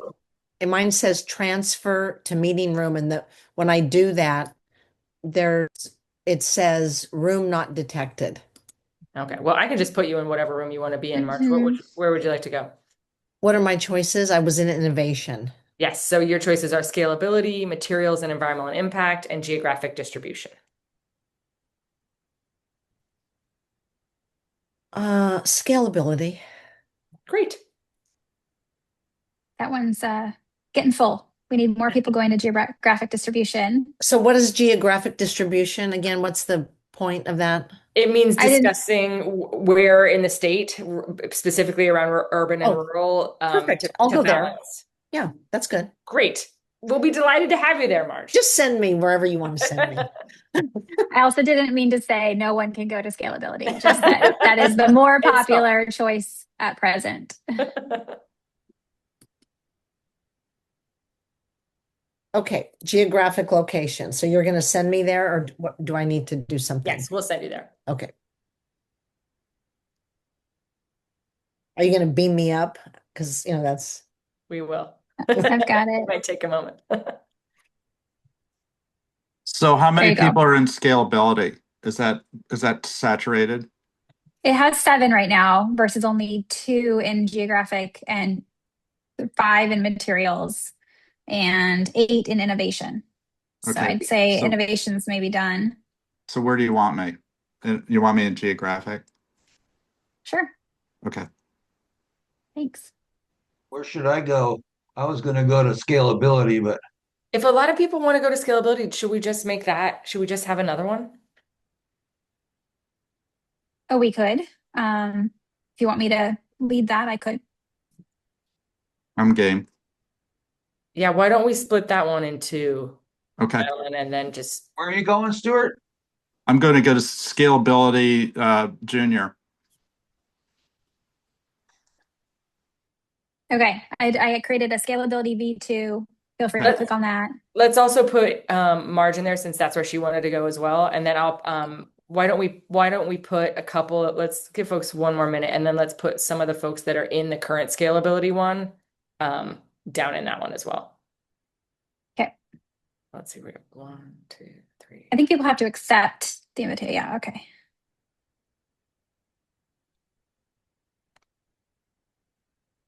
Okay. Taylor, why don't we pop into geographic distribution and see if folks there want to stay there and have a smaller discussion, or if they'd like to join a different group for a larger discussion. Does that sound good? Yes. And then we'll push people out and around, Madeline, if they want to stay, if they want to join other groups. Sound good? Okay. Marta, you might be just getting back. Where do you want to go?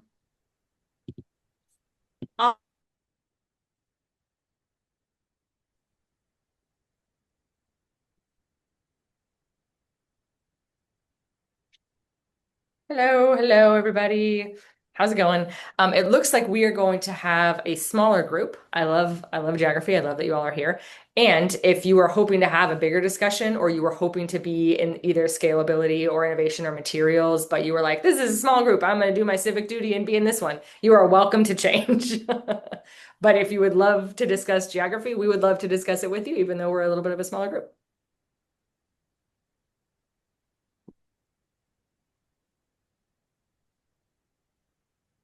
Seems like folks are down with staying. Great. Love it. Well, welcome everybody. Hi, I'm Emily Evans. I use she, her pronouns. My colleague Taylor and I are going to be chatting with y'all about geography. We would love to hear just a little bit more about you, where your pronouns, what your role is, and maybe a sense or two about kind of how you come to this space and how you come to this field. Richard, you are first on my Brady Bunch list if you want to go first. Sure, I'm happy to go first. My name is Richard Donovan. I work for the Building Codes Division of DCBS, so I work for the state. I'm a lobbyist. I have been a lobbyist for about a decade, and so I am mostly work in the legislature doing laws. The Building Codes Division has oversight over Oregon statewide building code, so that's kind of why we're here. And I think that we have we as an agency, as a division of an agency, we try and stay our lane. I think we have a pretty good touch point when it comes to different parts of the state and what they feel, although we do not go much beyond the built thing. We do the structure, right? We don't do the dirt, we don't do the sidewalk. We do the built thing. That's it. You don't do the flower bed. Nope. Yeah, you want to park? Not Good the luck. verge. You don't do the verge. No. Yeah, no. The neutral zone is not us. Yeah. Great. Thanks, Richard. Also really helpful because we had a lot of consternation in the last group about what constitutes rural and which definitions we're using. So I imagine that is your stock and trade, and we can rely on you for some of those answers. Glad you're here. Lucinda, you're next on my little list. Sure. So Lucinda Taylor, Executive Director at Habitat for Humanity of Lincoln County, she, her pronouns. So we are interested in building using modular. However, we're finding it's probably out of our price range, even with LIFT funding. Whereas with LIFT funding, if I go manufactured, which is our other alternate, which is also factory produced housing. However, I feel like manufactured is really well established. It's out there. It doesn't need extra support doesn't need that extra emphasis from this set aside. But I can do manufactured quickly, easily within using LIFT and homeowner payments and a little local funding, but modular is just kind of out of our reach, sadly. Helpful. Yeah. Thanks for that, Lucinda. Really glad you're here. Lydia, you want to say? Yeah, Lydia Slocum, she, her pronouns. I'm a housing developer at Northwest Housing Alternatives. We are a nonprofit organization based in Clackamas County, but we own and develop affordable rental housing all across Oregon. We have about 50 multifamily properties, and then we have a really large group home portfolio as well. So I'm on the development team. We're obviously long-term owner. We have not, as far as I know to date, done a modular project. We've done panelized quite a few times. And as an owner, I think we don't have a specific material or construction technique that we're always looking for, but it's ultimately what's going to help us to create the best project quickest for the most people. And I think particularly wanted to join the conversation about geography just because we are statewide. And so really wanted to continue to advocate for how does the state dole out investment in a way that is equitable, but also, also efficient. I think I've seen OHCS in my years kind of waffle between having really strict geographic set-asides, and then that can lead to resources not being well utilized, but also, it sort of investing as quick as projects that are coming in fastest, and that can lead to a real oversaturation in the Portland market just based on the number of developers working in the Portland metro. So I think it's a perpetual challenge for the OHCS. And that question about defining rural is, I think, an ongoing conversation. Yes, indeed. Glad you're here, Lydia. For sure. We actually had a conversation in the last group about whether or not rural is sort of we know that rural is hard hit in a million ways and is like left behind and neglected by the larger urban parts of the state in a bunch of ways. And we also know that the availability of labor and sort of access to stick-built housing is a challenge in rural areas and some places that may not be considered truly rural. The Rogue Valley was one of the ones listed. So being like, okay, well, rural by any definition gets us part of the way there, but it doesn't quite paint a full picture of, what communities might be really struggling with access, such that factory produced homes is a real helpful thing for them to have access to because it's so challenging to build locally. I'm curious if folks have thoughts around that, if there are other considerations there, if there are kind of other maybe if there are proxy variables without having to go like deep into the labor market statistics or deep into, the nuances of stick-built housing, or are we like, some definition of rural gets us most of the way there? I guess my initial thought, and I had a similar thing in the last, I feel like this is always my thought, is there was an enormous amount of feedback and public involvement in the ORCA process originally. So this funding, this set aside is going to go through ORCA, right? And within ORCA, there's already geographic definitions and goals around, for other resources, goals around geographic distribution. And while I think it's still a worthy discussion to keep the conversation fresh around what rural means, how do we break up our big state into regions in a way that feels right, I also would urge OHCS to not try to rehash things for every funding program, and to actually just keep consistent. So that is and that has been a continual theme back to OHCS. So that's my 2 cents at the top. Yeah. We heard that for sure. We heard, like, don't, for the love of God, don't give another discrete geographic set of categorizations.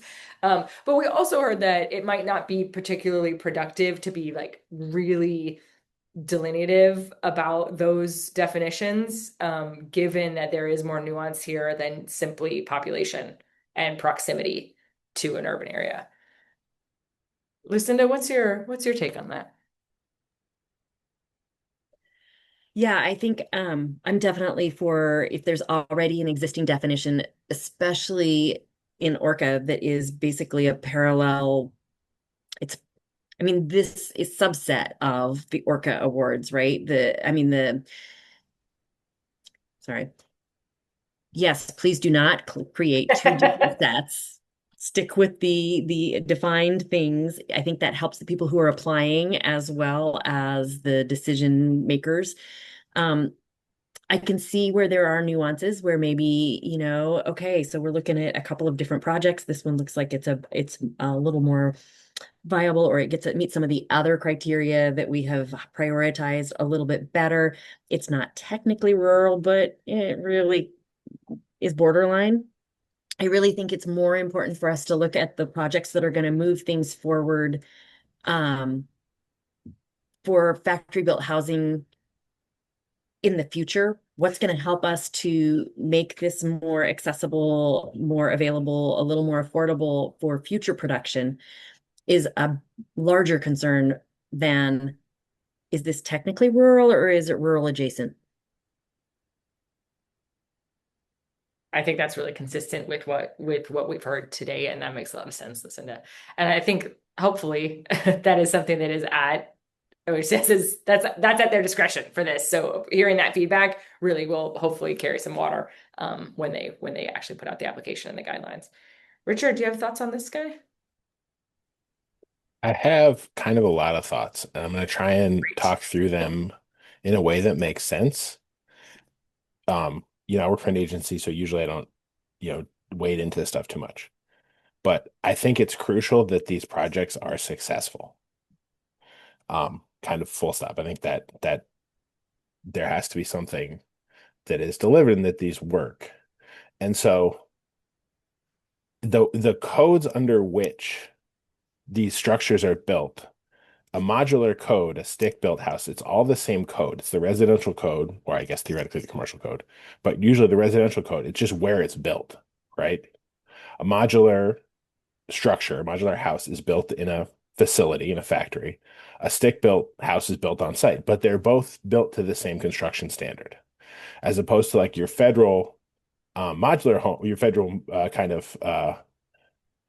your federal standard, your HUD standard, which is the kind of things that Lucinda was mentioning earlier. All of those federal standards, which is under the different code that we operate, those can all do things like go down the road. They're on a steel frame. They're designed to meet different criteria that are useful for delivering them to kind of the remote and rural parts of Oregon.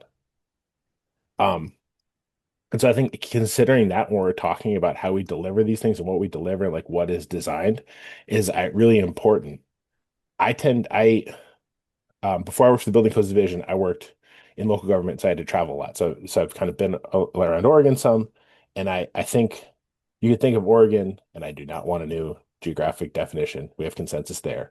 But if you think about like the congressional districts, I think that you could pick out a few differences.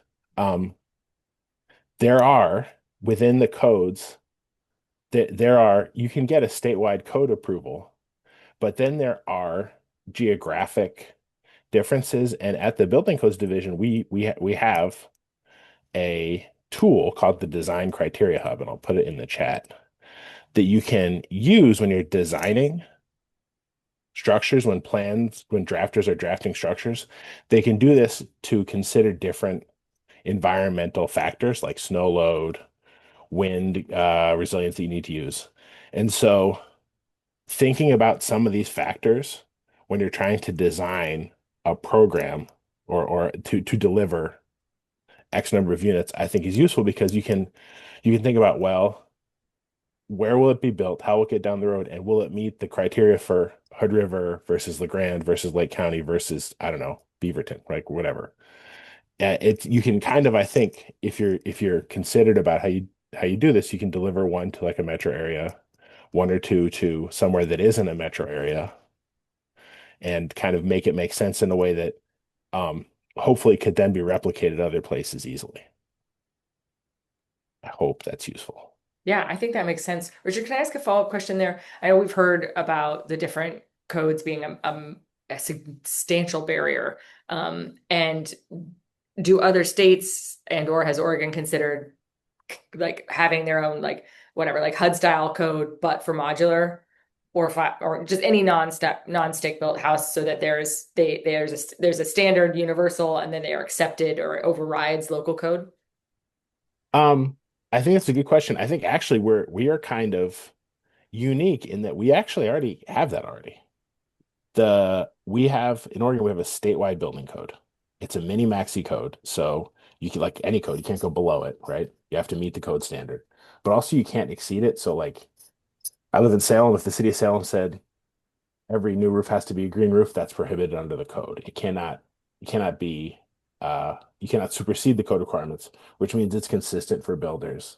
It's consistent for people who want to build houses. I think when people say they run into problems with code, they mean land use. They don't mean the construction code. Sometimes there are problems with plans. I will just throw these turkey architects under the bus a little bit. There's a lot of understandings. Sometimes drafters just get stuff wrong, and they say, oh, well, you can't do that. You need X amount of space. You can't use a firewall and whatever. That stuff is easily kind of fixable if there's just needs to be some education. But usually when people are talking about code being a barrier, they're not talking about the building code. They're talking about the land use code.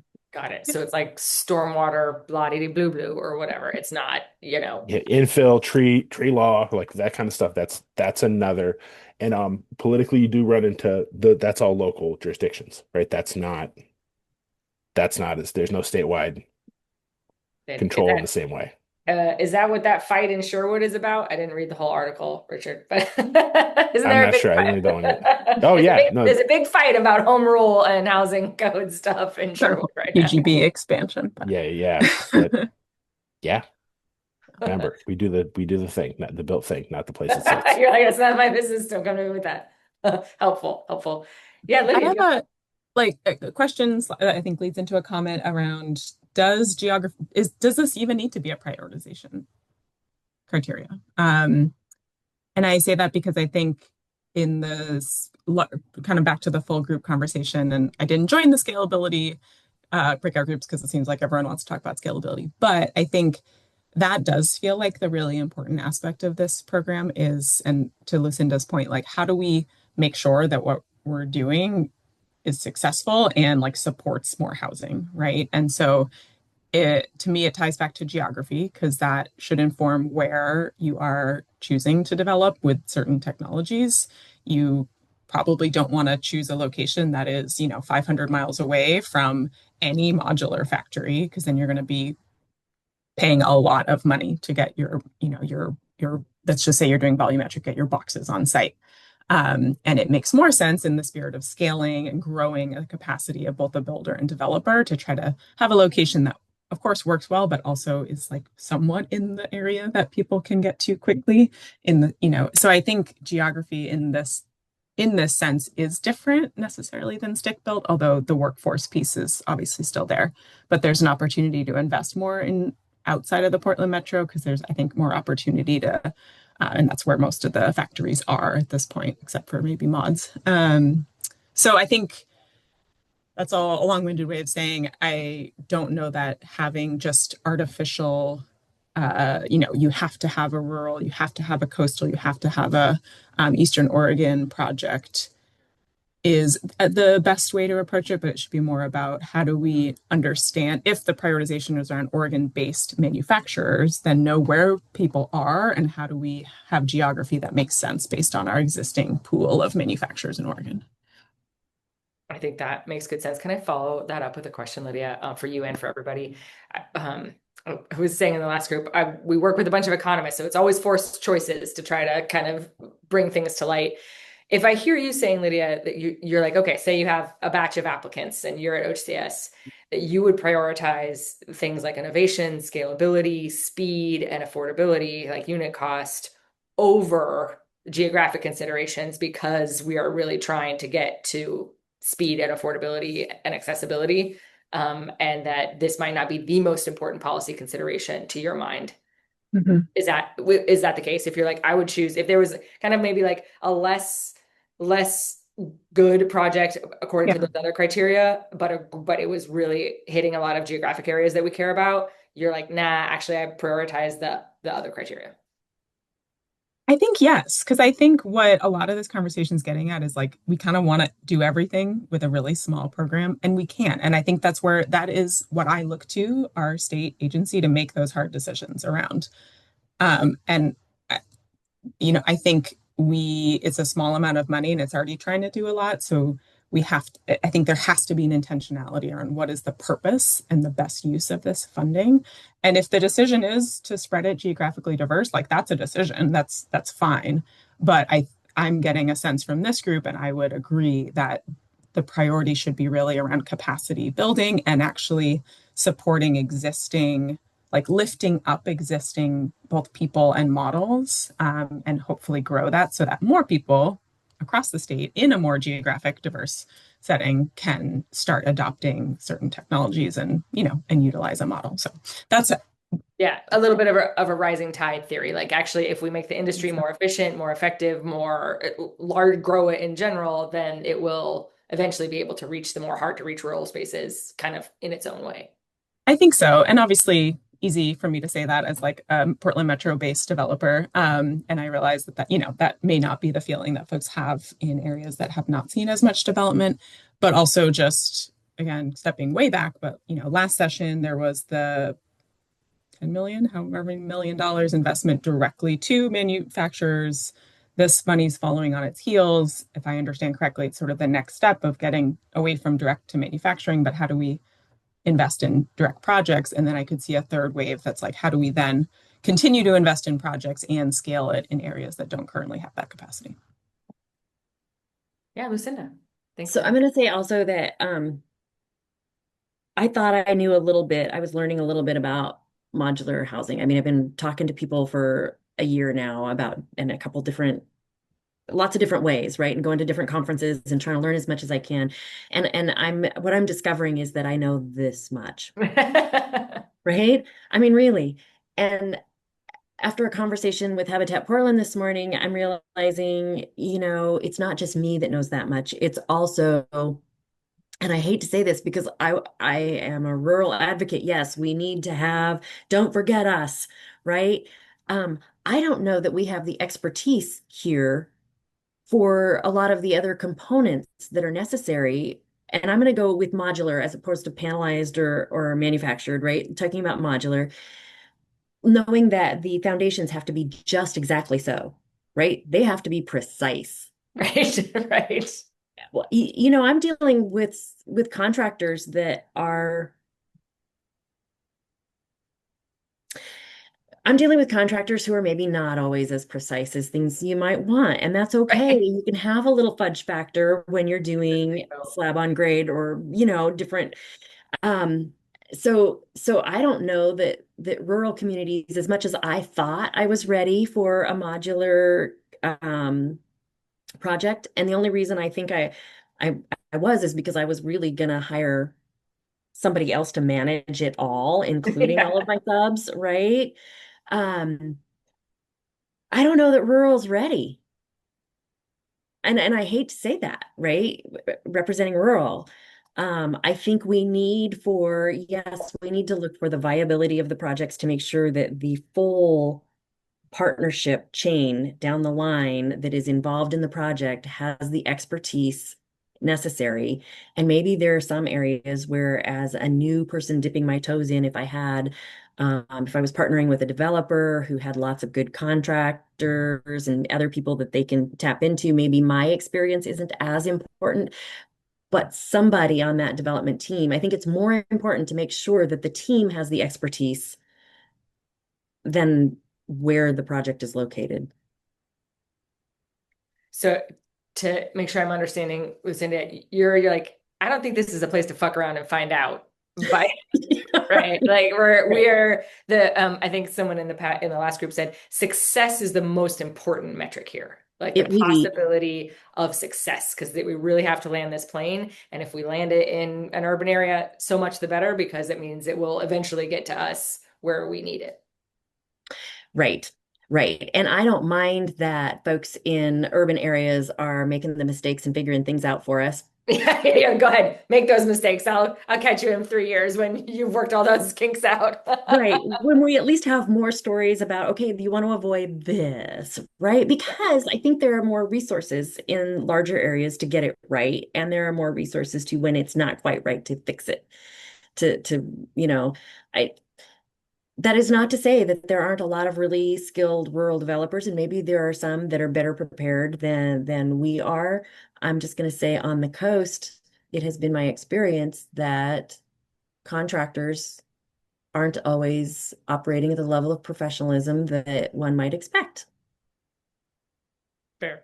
And if you're considering just the proportion, say a couple houses in the Portland metro area or, Lane County get messed up, okay, that's a small percentage of all the new units coming online that year. If 3 of your units get messed up, I would assume that's a pretty big chunk of the homes in your region that are getting messed up that year. So, yeah. So, we typically build we're currently averaging a home a year. Right. And that's because we're doing site built. And that's why we want to go modular, manufactured, factory produced in some way. We cannot build fast enough if we continue to do site built. So we have to figure out how to go faster. And this is the way we want to do it, is manufactured, modular, some sort of factory produced. Manufactured, no problem. Right. We've got the skills, the people, the things.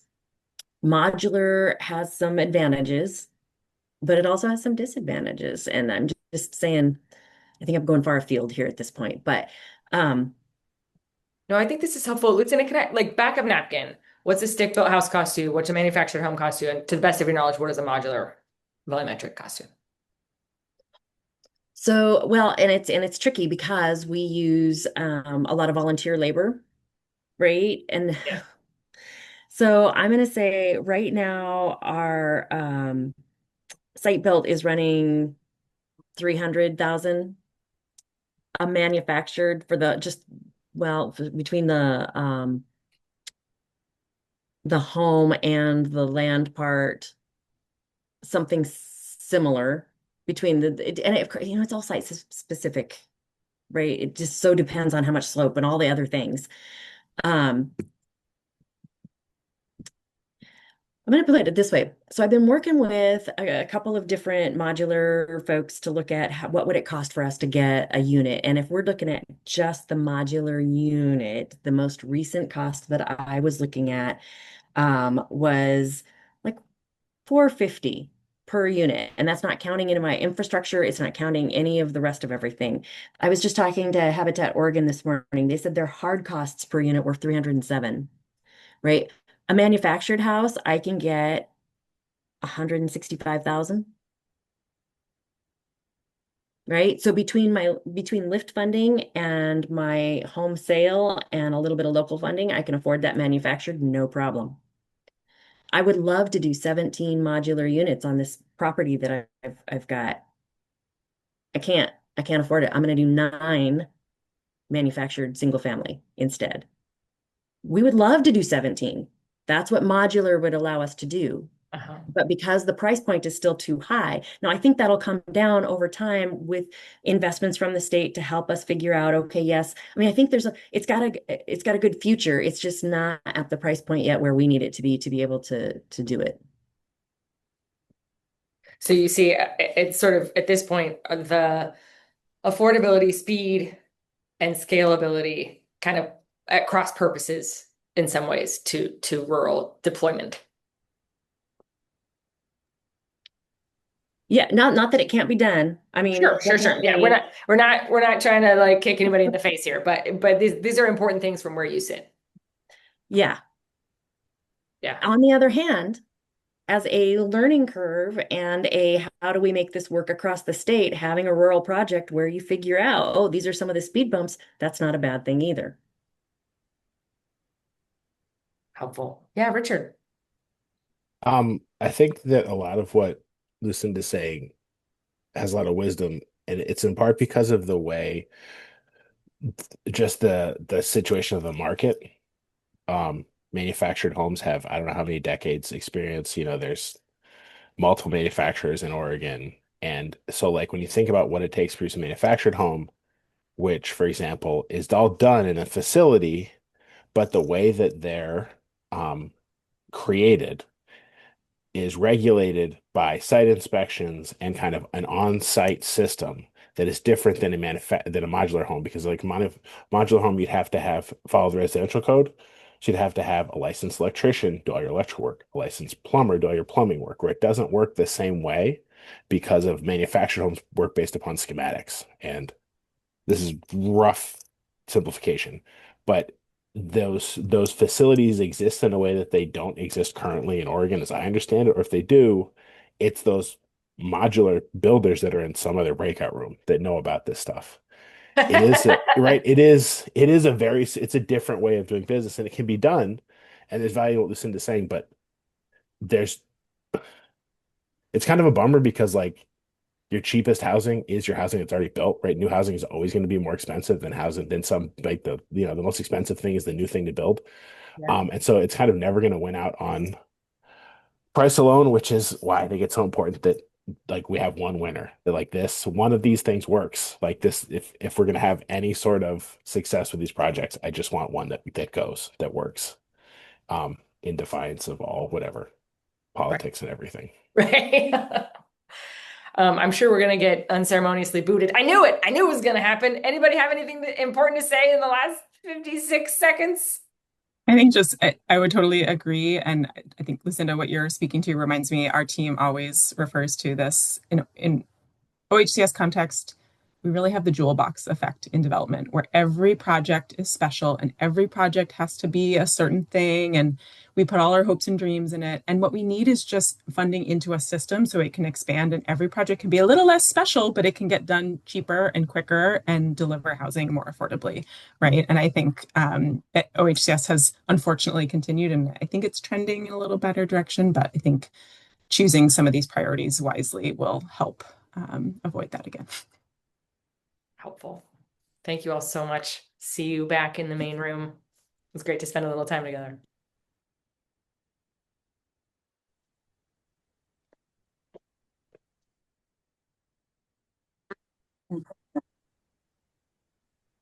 Welcome back, everyone. Welcome back. Thank you so much to everyone for what I'm sure was another round of rich discussions. Thank you again for spending.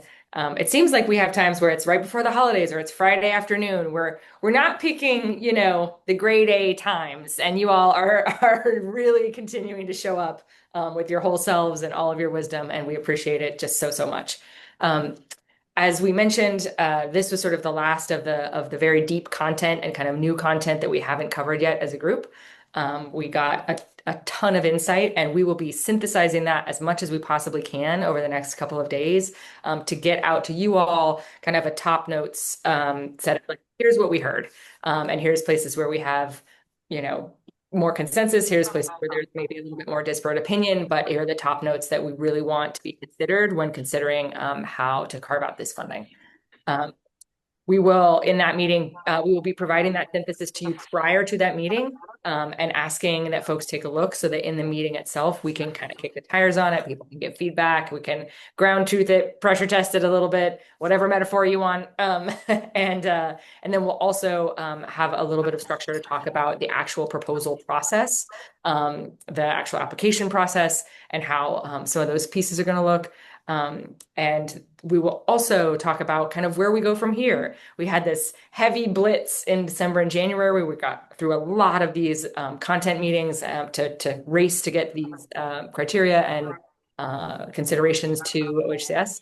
And we'll move to a more maintenance phase, if you will, where we talk about technical assistance and kind of ongoing learning and just sort of ongoing monitoring of how things are unfolding together. So we'll talk a little bit about what this group looks like from here, going forward from meeting 5. Project team, did I forget anything? Anything else that we want to make sure to share with folks? I think we're good. Okay, so Tuesday, January 20th will be, let's see, it's a Tuesday afternoon and it's not a holiday. Look at us, right before a holiday. So look out for that synthesis material towards the end of next week. And we will be sending that out to everybody. Thank you again so much for being here. You all really, this is a wonderful group. And it's been a pleasure to get to continue to chat with everyone. So we will see you on the 20th. Thanks, everybody. Thank you. Thank you. Thanks.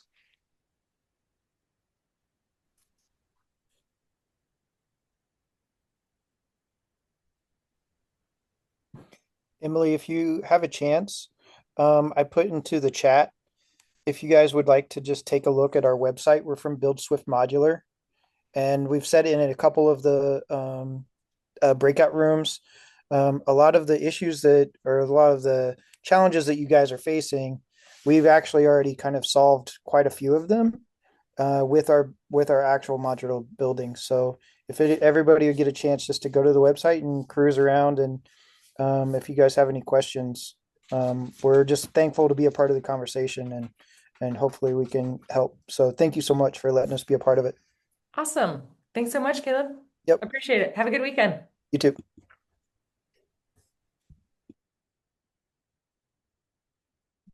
All right. Is it just us chickens again? No, not just us chickens. There we go. Wow, that was a blitz, but I thought really useful. How did everybody else's go? So great. So many good points. Thanks for organizing that notes document. That was great. It's all Taylor. Yeah, great. Our group was so interesting. It was split, y'all. The first group was like, rural. It has to be. Why should we even do any urban at all? And the second group was like, nah, speed, affordability, and success are the most important things. And if that means it's all in urban areas, we can live with that. It was so interesting. I think Tali and I had a similar experience where the first group was all about speed and delivery, and the second group was all about long-term cost benefit analysis of, yeah. Yeah, night and day conversation. It was Yeah, wonderful. kind of. Yeah. Imagine if it's people's first priority versus their second priority. The first priorities were the people who went to the first sessions were Yeah, diehards. there's a selection bias there. Yeah, good point, Matt. Yeah. People are like, They probably felt really Yeah, strong. Totally. What about you, Bill? What about your group? I would say mixed. The first group was far more engaged, I think, had more focused. The second group was, it was mostly our 2 guests and 2 other participants. So it was a little bit slower conversation, I would say. Was that fair, Carolyn? I definitely think that's fair. Very different perspective, though. There was the focus of, looking at the materials versus broader environmental concerns and like trying to layer some of the other conversations that they had initially had into the environmental conversation. So I think that also came into play. Yeah. Interesting. Great. Well, we have our work cut out for us in terms of synthesis. And I think we'll just have to, some of them will be agree to disagree spaces. And even amongst that though, I felt a real sort of generative, everybody is pulling for this to be successful. Like everybody wants this to be a thing. And that feels really good. And I think that, I don't know, nobody's like pulling out their knife fight vibe in terms of some of the areas where there aren't consensus. And we do have a lot of areas where there's quite a bit of consensus, and that feels, I think, hopefully good overall. I don't think anybody envies your team at OHCS having to actually make these decisions, but are willing to share their perspectives about how they think you should make them, even though they don't want to do it themselves. The knives come out after the decisions. Right. I have a question that came up in my group on scalability. It's kind of like the V2 group. So people were throwing out the word pilot. We're throwing out the word seed money. We're throwing out, I mean, I said it's not research and development. It's not like go light some money on fire in pursuit of some crazy idea. But is it along that spectrum? How far along that spectrum are the funders who put this bill forward and are putting this money forward, the legislators who were supporting the bill?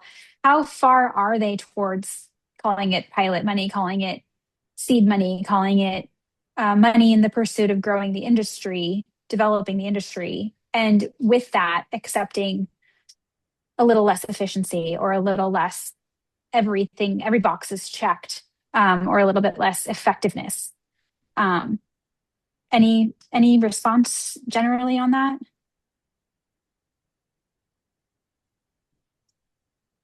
I'm curious of Bill's thoughts. I was gonna make you go first. I think I'm gonna be really boring and say kind of right down the middle of the fairway between the two. I think they want to push the envelope a little bit on product, but mostly what the pilot to them means just getting modular and manufactured housing into the ecosystem of affordable housing. Okay, that's really helpful. I kind of feel like what we've heard, agree with what Bill said, but I also feel like what we've heard from this group and maybe some of the thinking of our planning team has been like, we want some really all-star projects to come through to show just how awesome factory produced housing can be. And we don't really want people to be we don't want to take as many risks with these 5 projects because we just want them to succeed, and we want to then have that pave the way for risks down the line. Okay. That's also super helpful. I think that will be really important for when it comes to the framing of the recommendations and the report. Anything written is like, where are we on that spectrum? And that can set the tone for, risk tolerance. Even the per unit maximums could be higher if you're willing to accept that lack of efficiency or like less efficiency. Britt. Yeah, we had an interesting conversation about how innovation, depending on how you define it, has sort of a natural tension with scalability. And so innovation under one definition would be taking risks and doing things differently and doing something novel and new and unproven, untested. But then in another way, number of units was squarely, almost fully abandoned as a measurement for this group because of the replicability that's more important. So that was just an interesting conversation that folks said, that tension exists. So we need to redefine innovation as speed and quality, as opposed to risk-taking, novel newness. So I thought that was really interesting. But the scalability conversation centered almost squarely on replicability. Can it be repeated? What can we do at the state level, local level to make it easier to replicate and put down these housing type? It was almost unanimous. I wish Deb was here. I don't know where she skedaddled to, but yeah, that was interesting to hear. wondering, Britt, did the question of what counts as modular come into discussion at any point in there? I could see that kind of weaseling in Totally. when talking about materials. Alex was It talking did. about it because, oh, sorry, go ahead. Well, it did on my group because that trade-off of scalability and innovation, I was like, well, are we just going standard, manufactured housing if it's less innovative, but it can go quickly? Or are we going like most innovative, craziest idea that is nascent but has potential? And the group in my group said, well, we're not talking about the HUD builders, the HUD manufactured, or I'm losing terminology here, but the HUD code folks, the comment was they're doing fine. They don't need seed money. They don't need help from us. Don't we want to be modular, not necessarily manufactured, not mobile homes. We want to be modular and volumetric and pushing that envelope. So that was the commentary that was embedded in that trade-off kind of conversation. We had Alex, who's a components manufacturer, and he is really afraid of being left in the dust. That components, I think maybe to your point, Caroline, he was saying, don't let volumetric run the show here. Let the component manufacturers have be considered innovative. So that was really it. Sorry, Emily, go ahead. Yeah, no. We got it. This comparative question from the geography point of view. We had the Tillamook County Habitat gal, and she was like, I have a parcel of land. I can fit a bunch of housing on there. She's like, I can get manufactured homes for $165,000. They're there, they're ready to roll. She's like, stick built is going to cost me about $400,000 and modular is costing me about $450,000. She's like, I'm ready to buy modular. Like, I don't I'm ready for it. And we cannot, that math doesn't math for my community. She's like, I don't care where you fucking figure it out in Portland, figure it out wherever you want to figure it out. I don't care if you figure it out in a rural place or not, but figure it out so that I have other options. She was in my group too. She was awesome. Yeah. I was like, what a badass. Great. Thanks, listen. But that was the first time I was hearing actual comparative prices from from a site in a community and kind of what they're dealing with. I don't know Alex's. Oh, go ahead, Bill. Oh, go ahead. Well, I think, some people would say panels aren't innovative because they've been around for a long time. So I think, it's interesting to hear that come out of Alex's mouth too. And I'm not dissing him or his product. It just is, it's all, the beauty's in the eye of the beholder, I guess. No, he was pushing back, like innovation doesn't mean, he was part of the group trying to redefine innovation so that, because if we're defining innovation as speed, right? Then he's innovative. But if we're defining it at, you know what I mean? But I think one of the things around innovation, especially around the HUD code homes, and I'm not trying to advocate for those, but I'm just sort of trying to sort of keep them in the mix just because I think we have to, and because of the legislation, the way it's written, but also they haven't been used routinely in the affordable housing space. And that cost comparison is remarkable. And they're very good quality now. And when you look, Lucinda's spot on. There's a labor problem out in rural Oregon, and you can deliver a home, So I think that's part of the innovation is bridging the labor gap, the cost gap, getting it in, right? I think that's innovative. Yeah, same in our group, Bill. One person brought up that part of the innovation is innovation in the labor market. It's not necessarily like what we're thinking about in this box. And then also Laura from St. Vinny's was talking about on the manufactured side, don't forget about the energy innovations that are available in those units as well. Yep. Yeah, I also really appreciated what Mike Steffen said about the applicability of different types of modular to different types of housing. So put it in the chat, but he pointed out panelization is so important because it can apply to multifamily, whereas right now modular or manufactured housing can't really apply to multifamily housing. There's probably more nuances there, but kind of the promise of panelization in scalability for a number of units is high, so it shouldn't be discounted. I feel like we're getting into multivariate calculus here, in terms of how many things you all have to consider and how many sub-variables within those variables you need to consider. I have to run to a 3:30 offsite, but we have a huddle coming up where we will make a plan for synthesis and making sure that we can get something that feels summative in a meaningful way to folks by the tail end of next week, and we can go into meeting 5 feeling good about what we've accomplished to take.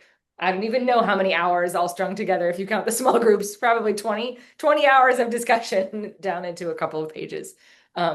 I do wonder for the OHCS team in particular, if there are things that you all are really hoping to have answers around the tactical pieces of application or proposal process, if there are like the real kind of like logistical, tactical questions that you would love this group to weigh in on, it would be great if y'all could have a bit of a huddle and come in with those, because they're just pieces that we won't know.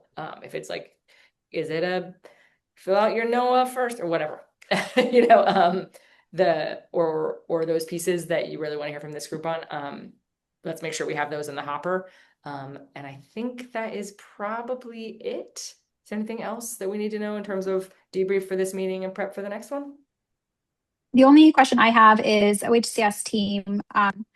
Our meeting is on a Tuesday from 3 to 5. So 48 hours, I'm assuming, is business hours. And would that mean that the agenda needs to be posted by 3 o'clock on Friday the 16th? Since Also Monday is only Monday's a holiday. Monday's a holiday. So does that mean it's Thursday? 48 working hours. Emily, you can probably hop. I can take these logistics. Good to see you, everybody. Have a good weekend. Yeah, thanks. Thanks, Emily. I'm not sure. I think we can do whatever is possible. It doesn't specify Okay. business days or. Okay. We should also consider that though, so we're not sending the group materials on Friday afternoon at 3 o'clock, given that some folks will be off Monday, which wouldn't be very far advance notice as we're trying to promise them.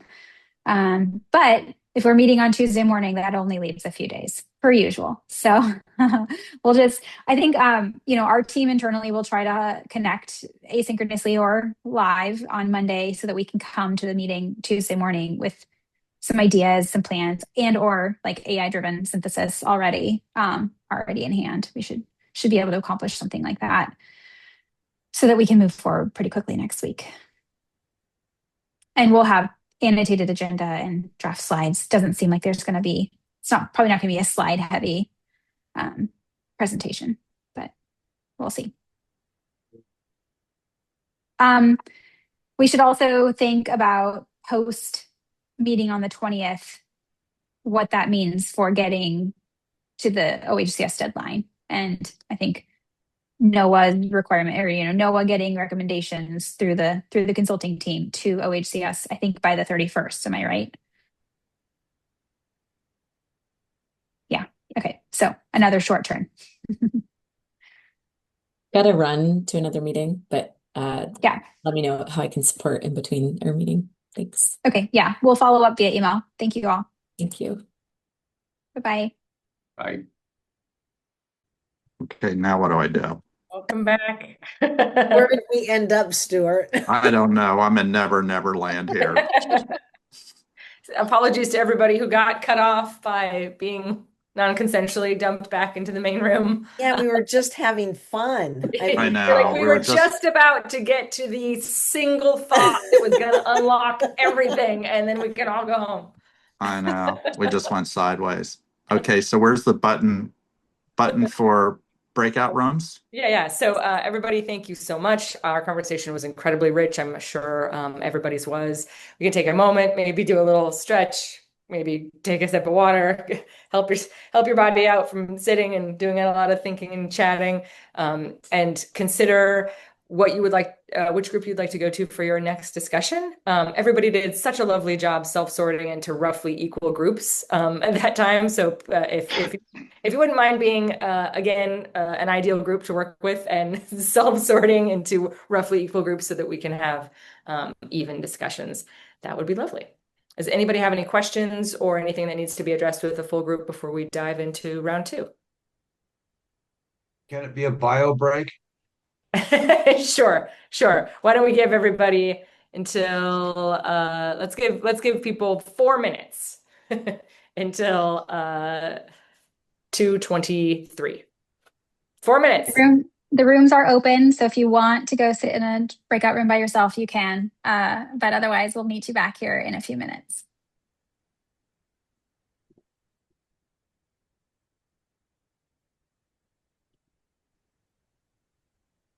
So when I push on the buttons, I don't see breakout. When I push on the little thing that says more, I don't see breakout rooms. It only has meeting rooms, Emily. And it doesn't have the rooms that were noted. So if you go to the little thing that says more, it should say breakout rooms. And mine says transfer to meeting room, and when I do that, it says room not detected. Okay, well, I can just put you in whatever room you want to be in, March. Where would you like to go? What are my choices? I was in innovation. Yes, so your choices are scalability, materials and environmental impact, and geographic distribution. Scalability. Great. That one's getting full. We need more people going to geographic distribution. So what is geographic distribution? Again, what's the point of that? It means discussing where in the state, specifically around urban and rural. Perfect. I'll go there. Yeah, that's good. Great. We'll be delighted to have you there, Marge. Just send me wherever you want to send me. I also didn't mean to say no one can go to scalability, just that is the more popular choice at present.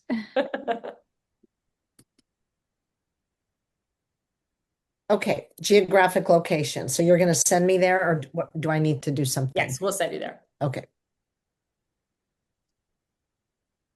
Are you going to beam me up? Because, that's... We will. I've got it. It might take a moment. So how many people are in scalability? Is that saturated?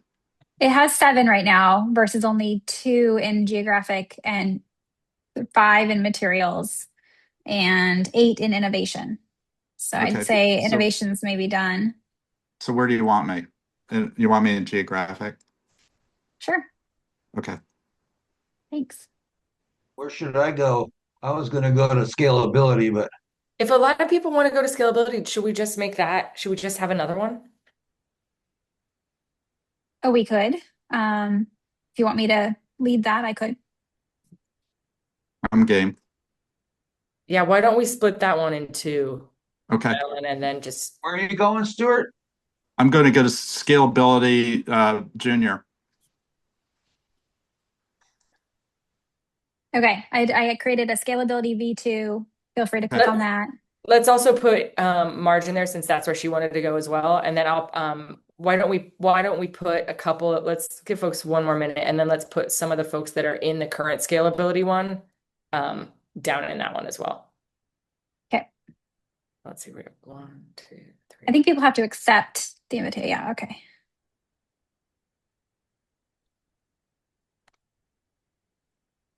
Okay.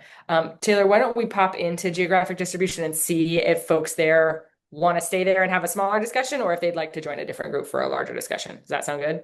Yeah. And then we'll push people out and around, Madeline, if they want to stay, if they want to join other groups. Sound good? Okay. Marta, you might be just getting back. Where do you want to go? I'll go to scalability. I'm joining it. Okay. How about you join the V2? Yep. Right. Yes. The new one. Okay. Thank you. David might not be back yet.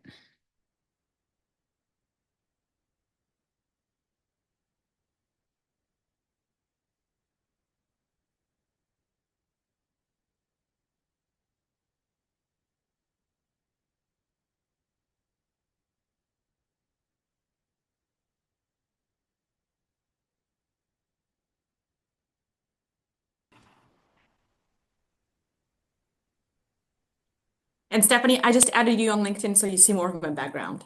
Good. It'd be great to connect. Hey folks, let's see, we have 6 food. I'm gonna pop into the other scalability group and maybe poach 1 or 2 more people just to even it out a little bit. So Just make sure they're the good people. yeah, I'll be choosy. So bear with me for just a second. Okay, I'll be Okay. back. Marge, I don't think we Scalability, can we talk about these separately and specifically talk about scalability? So that's where we're here to dig into. And we have some thoughts about how scalability may or may not be tied into the project selection process, but want to hear from you a bit about what you think some of the practical constraints might be regarding scalability. Madeline. Yeah, hi, I'm popping Hi. in just to steal someone. We had a lot of interest in Oh. scalability and we opened another room for discussion. Oh, So great. could I borrow a person? Sure. Jacob, Great. you want to come? Jacob. Okay, grab Thanks. the scalability V2 breakout group. Okay, I'll see you over there. Thanks, Deb. Awesome. Thank you. Great. More time for the rest of y'all. Join lit Great. because I want to house folks. Yeah. Yeah, ditto. Okay, I think we have Jacob Fox joining us here in just a second. I'm going to set my timer so we all know when we need to be back. We've got a good 25, 26, 27 minutes. All right, where did you all go first round? Innovation. Mhm. Geography. Jacob and Marta were in geography also. Oh, okay, great. David, where did you go? We were talking about sustainability. I can't remember what it was titled. That seemed to be the topic that we kind of kept coming back to, but not innovation, but just what criteria around that. Okay. Now, Awesome. which group is this? This is scalability. We had a lot of interest in that conversation, so we opened another breakout group. Okay. But we'll be running through the same questions.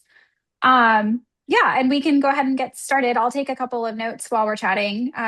But generally, the pre-meeting survey indicated strong support for prioritizing innovation and scalability. And as you guys noted, we didn't separate those concepts. So here we are talking in depth about how scalability should or should not be used in the project selection process.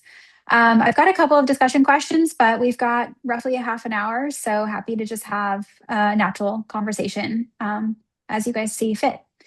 The first, anyone want to start with anything off the bat, or should I dive in? Could I try something? Sure. This is a touchy subject for me because I didn't feel like I did a project back in like 2012, and I didn't feel like OHCS was really wired for next steps, next generation projects coming off of innovative projects. It is like every project, and then you button it up, and then you go to another project. So I really love the idea that we could, maybe you can't write it in, but part of the when the jury or whoever takes a look at this, that there's a pathway to second generation, third generation projects out of this. We also had, another group recently that kind of was one and done. They go spend the money and build a product, and then nothing came from it. So I love the idea that we're kind of thinking about building prototypes, or with 5 million, it's not a huge amount of money, but we're really triggering additional projects back beyond these projects that we're actually going to do it with this grant. Thank you. That's good, setting the stage. Anyone else? Early comments? Yeah, Marta. Echoing what Stuart said, I'm going to take a different spin on it. I want to make sure that hardcore weighting of the scores pertaining to scalability do not discourage pilot projects, because we cannot possibly weigh innovation against scalability. Just don't set up that false dichotomy. You phrased that really nicely. I want to capture it. Heavy weighting of the criteria shouldn't discourage innovation. Is that right? Or what did you say? Heavy weighting of the criteria pertaining to scalability shouldn't disincentivize pilot projects because Yeah. that would hinder innovation. And that's how you set up a false dichotomy.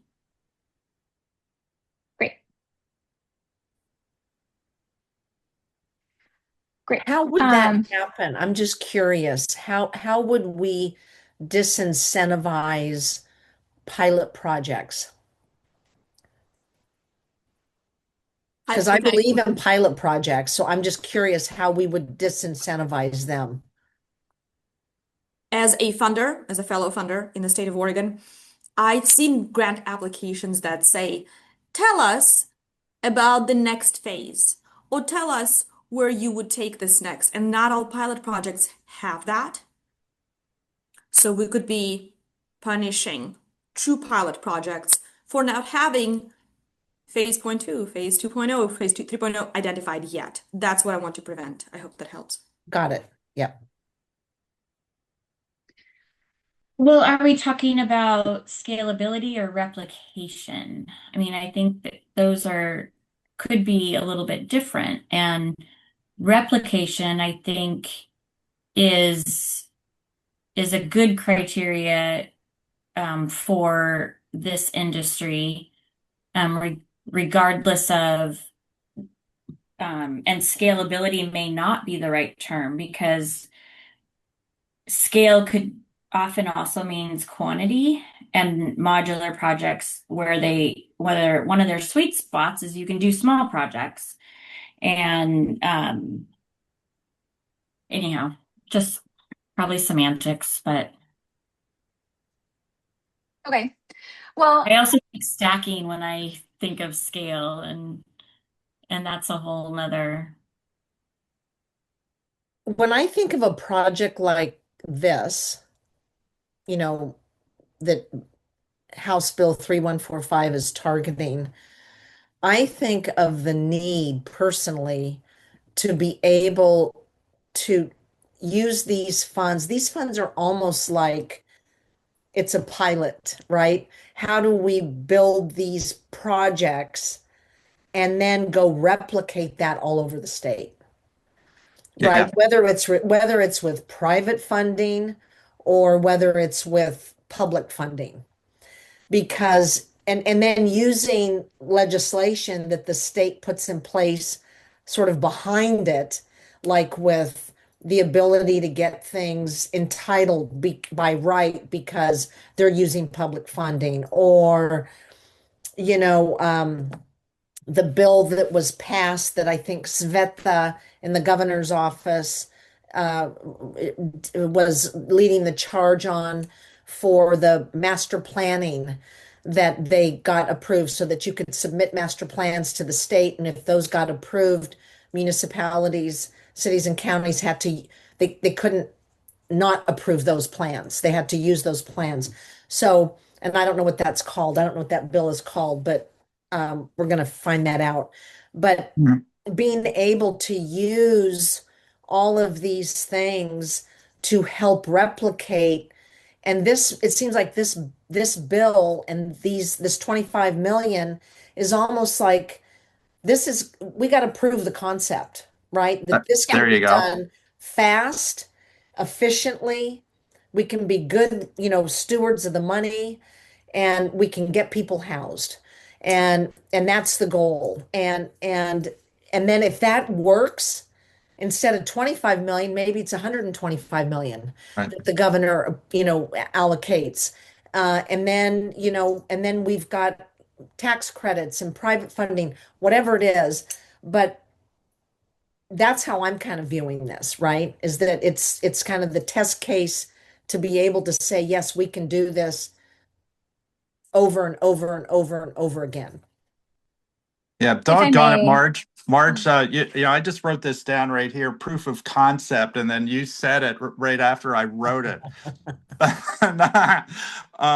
Yeah, prove the concept. We want to developers that are on the fence about this. So I see it's to attract future private and publicly funded projects to prove the concept. I like all of that, what you guys are saying very, very well.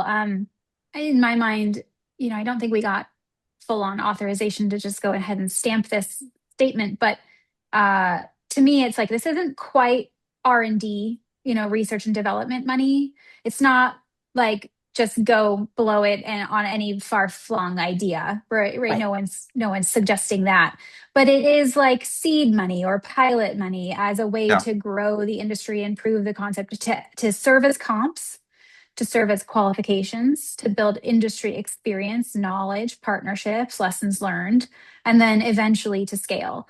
And I think that hearing OHCS say that demonstrates that the public sector is willing to accept a little less efficiency out of these dollars.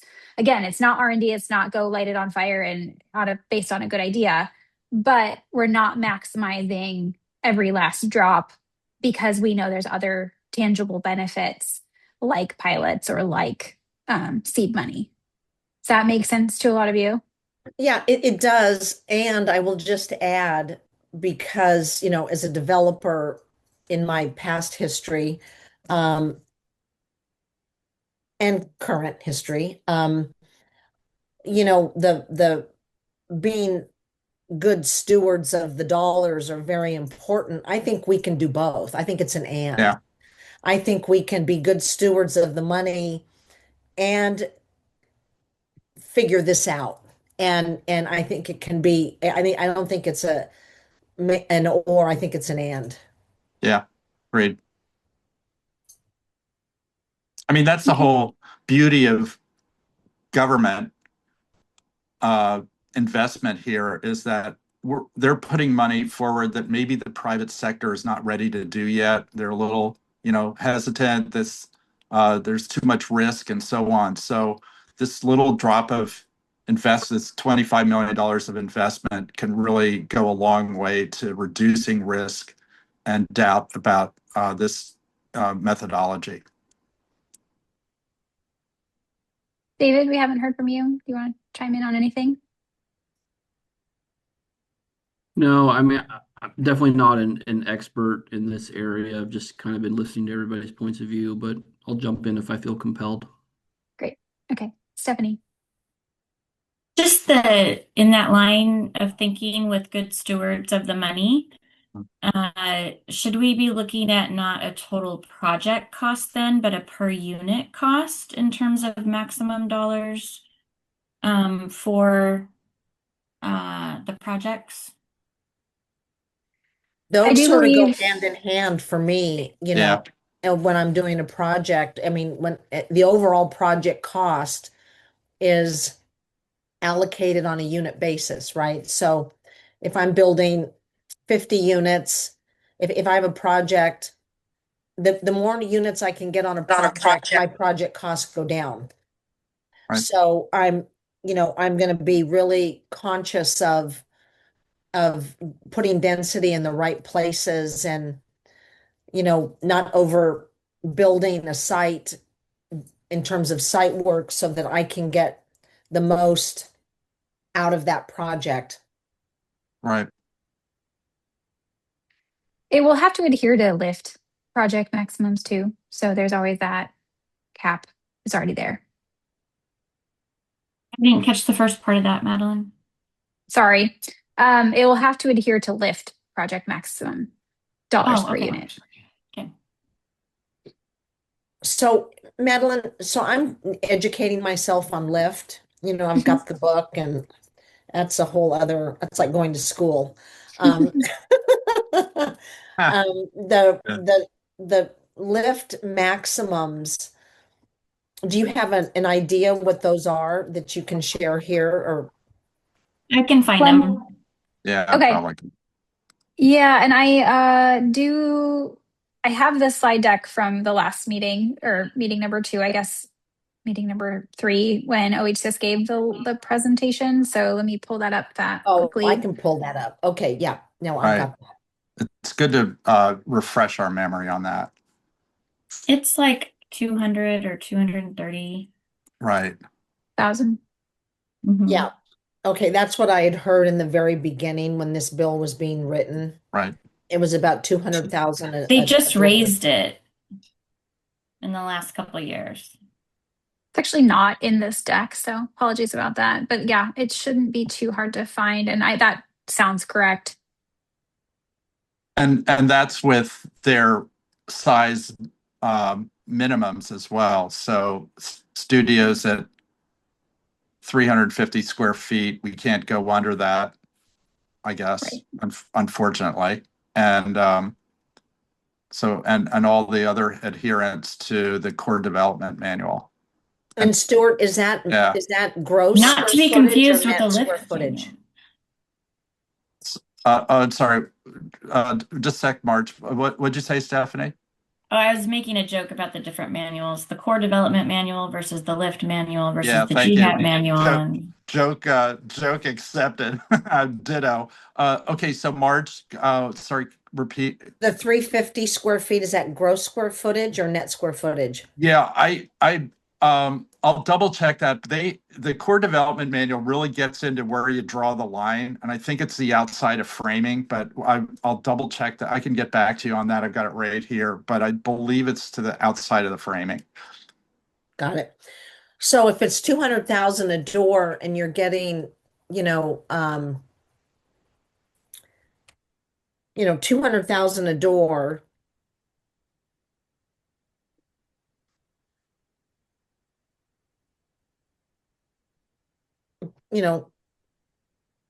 that's, I mean, if you can do 25 units a project, right? That's great. If you can hit that number. We also have, chapter 12 in the building code saying we need 190 square foot living room, which isn't changing. So, we've got to adhere to that as well. If I may, we have about 10 minutes left before our breakout's going to end. So I do want to hit two questions that are in that the other group is going to be talking about, just to make sure we get as much perspective on these questions as possible. And so we're already discussing this, not quite trade-off, but the balance between innovation and scalability. But the question is whether or not the program should explicitly favor projects that can deliver a high number of units quickly, even if those units are less innovative. Is that yay or nay? Why or why not? And what might that look like from your perspectives? Well, if you're delivering a high number of units quickly, that is innovative. Yeah, I don't get that question. Right. That is innovative. And I think that if you are a factory built housing company, then you have to meet certain energy codes. And so you're going to get energy credits within the state of Oregon. And I think that oftentimes there are ways to improve that, getting more energy credits because it's less to operate. And so I think there are ways to be innovative. I think that it's embedded in a way that the projects will be innovative. Just the speed alone is innovative, right? Yep. And how do you define high number of units? I mean, for a rural area, 25 could be high. Right. So, yeah, I think it's speed and price is what we're trying to get towards in the essence of this exercise, is what I gathered. Yeah, speed, cost, quality, performance. Yeah, we had a project, we'll go nameless, where the per door cost was through the roof, and we don't want to do that again. Marta, real quick. So I'm hearing you all say yes, it would be okay if the program explicitly favors projects that can deliver a high number of units quickly, even if they are less innovative. I think perhaps, though, that might be traditional manufactured over volumetric. Well, would that be? Is that a trade-off, or even if they're less innovative, like the typical manufactured housing compared to pushing the industry. So what would be less innovative to me is panelized construction that was built on site versus modular prefabricated. That would be much less innovative, and that would be slower. That would not be faster. Okay. Right. And I'm sorry, I know we've talked about this, but the manufactured housing versus modular, have we specified that these are to be modular and compliant with either our OSSC, Oregon Structural Specialty Code, or Oregon Residential Code, as opposed to the HUD code? No, I do believe we're talking about HUD code, but I'm going to write down your question because I don't have the definitive answer for you. And the other little ditty is the HUD people don't need any help here. Modular needs help.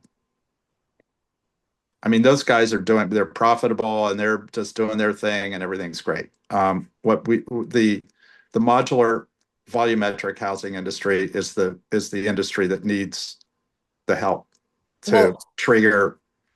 Am I misspeaking? No, but Stuart, aren't we talking about the prefabricated structures program versus the mobile home type buildings?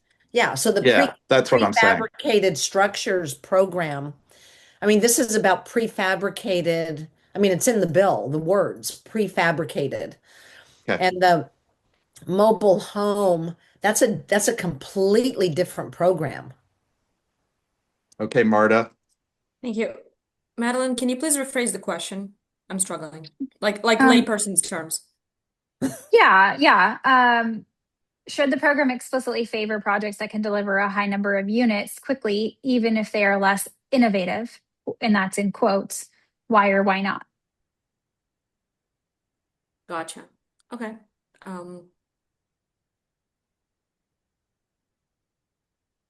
There is one aspect of innovation we have not talked about, and sometimes innovation is being able to build like 4 units where regulations previously allowed 1 because the city recently passed a quadplex thing. So we haven't talked about density as innovation. I don't want it because my mind kept going there and I'm like, why am I not answering the question? Because the question's asking about different things. So there's like innovation in helping the cities infill, right? What if it can only be just 4 units? But what if the innovation is how you plop it in there and how you're able to access things on a flag lot? I didn't want us to not think about that. But as long I agree with the developer side of the house, as long as we're sticking to factory produced housing, right? Because the manufactured home people can come in and say like, well, we've been delivering this and we have 30 years of experience in doing it. Yeah, but you're not factory produced. So I think the reviewers and the scoring rubric will always look at how many units and the speed. Like that's always a consideration. If you have a literate reviewer panel, which OHCS usually does, people will look at that. Okay. In our last group in innovation, we talked about site selection is an innovation, and using remnant lots in cities and counties. You could add 100 or 200 units to the city of Portland over the next year by taking remnant lots that are laying fallow, that nobody is doing anything with, and infilling these projects, whether it's 3 units, 5,000 square foot lots to 25,000 square foot lots, whether it's 3 units, 12 units, 15 units, 20 units. It doesn't have to be a 10-story building, a 6-story building. They can be all of these projects, and you would get 100 people housed like this. And it's really about using, really looking at the landscape a little differently. And I think that to your point, Marta, that, sites, density, how you're infilling these projects, those are innovations for sure. And I think that's how you replicate and that's how you scale, I think, a program. Great. Okay, I want to move us on. How important is it that how important is it that funded projects are replicable, and should that be an explicit scoring factor? Highly. Highly. Absolutely. Highly important, and yes, explicit scoring factor. Yep. Yes. And how do we measure it? With experienced developers?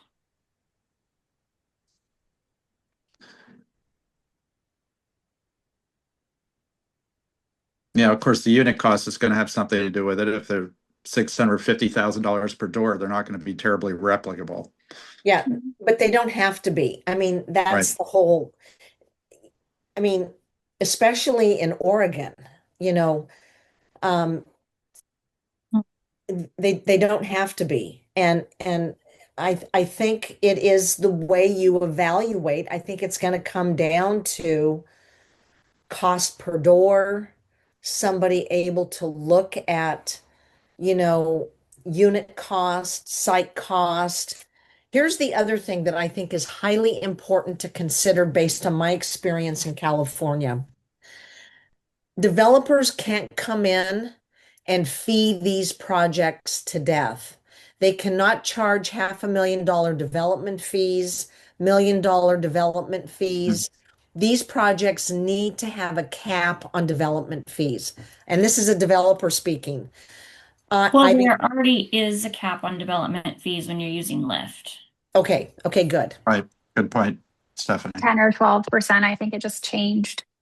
12%? I think I don't quote me on that, but it's something like that, isn't it? Of the total project cost? I'm speaking out of less turn. than that. It's less Is than it? that. It might be 10 or 12 million. I can't remember, but those are the numbers I had in my head. I'm So sorry, I I'm think speaking. I think what makes sense is to use a percentage and then a dollar amount and whatever is less. Well, along those lines, your land cost goes so much into your per unit cost, right? Correct. And are we looking at the total project per unit? Are we looking at just the construction costs? I mean, we've leased land to put these projects on that is much lower cost than purchasing the land. And then you have kind of the market value versus, that sure drives up our unit cost. So when we say unit cost, what are we including in that?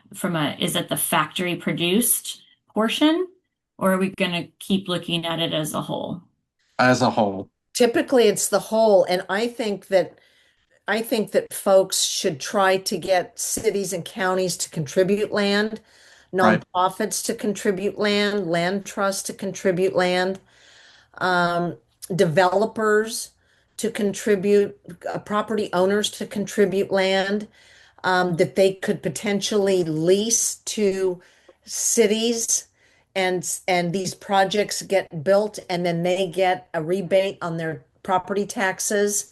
There are lots of creative ways to do this, I think, that benefits people in the long run. Yeah. Yep, agreed. Totally. Okay, the button has been hit for us to return to the main session. Luckily, I don't think anyone's going to get cut off. Good so we'll group. see you over there. Thank you. Thank you. Thank you.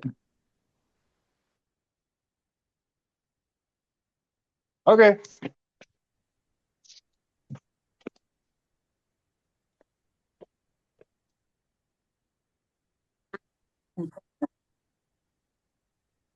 Welcome back, everyone. Welcome back. Thank you so much to everyone for what I'm sure was another round of rich discussions. Thank you again for spending. It seems like we have times where it's right before the holidays or it's Friday afternoon. We're not picking, the grade A times, and you all are really continuing to show up with your whole selves and all of your wisdom, and we appreciate it just so much. As we mentioned, this was sort of the last of the very deep content and kind of new content that we haven't covered yet as a group. We got a ton of insight, and we will be synthesizing that as much as we possibly can over the next couple of days to get out to you all kind of a top notes set of like, here's what we heard, and here's places where we have, more consensus. Here's places where there's maybe a little bit more disparate opinion, but here are the top notes that we really want to be considered when considering how to carve out this funding. We will, in that meeting, we will be providing that synthesis to you prior to that meeting and asking that folks take a look so that in the meeting itself, we can kind of kick the tires on it. People can give feedback. We can ground truth it, pressure test it a little bit, whatever metaphor you want. And then we'll also have a little bit of structure to talk about the actual proposal process, the actual application process, and how some of those pieces are going to look. And we will also talk about kind of where we go from here. We had this heavy blitz in December and January. We got through a lot of these content meetings to race to get these criteria and considerations to OHCS. And we'll move to a more maintenance phase, if you will, where we talk about technical assistance and kind of ongoing learning and just sort of ongoing monitoring of how things are unfolding together. So we'll talk a little bit about what this group looks like from here, going forward from meeting 5. Project team, did I forget anything? Anything else that we want to make sure to share with folks? Okay, I think we're good. Okay, so Tuesday, January 20th will be, it's a Tuesday afternoon and it's not a holiday. Look at us, right before a holiday. So look out for that synthesis material towards the end of next week. And we will be sending that out to everybody. Thank you again so much for being here. You all really, this is a wonderful group. And it's been a pleasure to get to continue to chat with everyone. So we will see you on the 20th. Thanks, everybody. Thank you. Thank you. Thanks.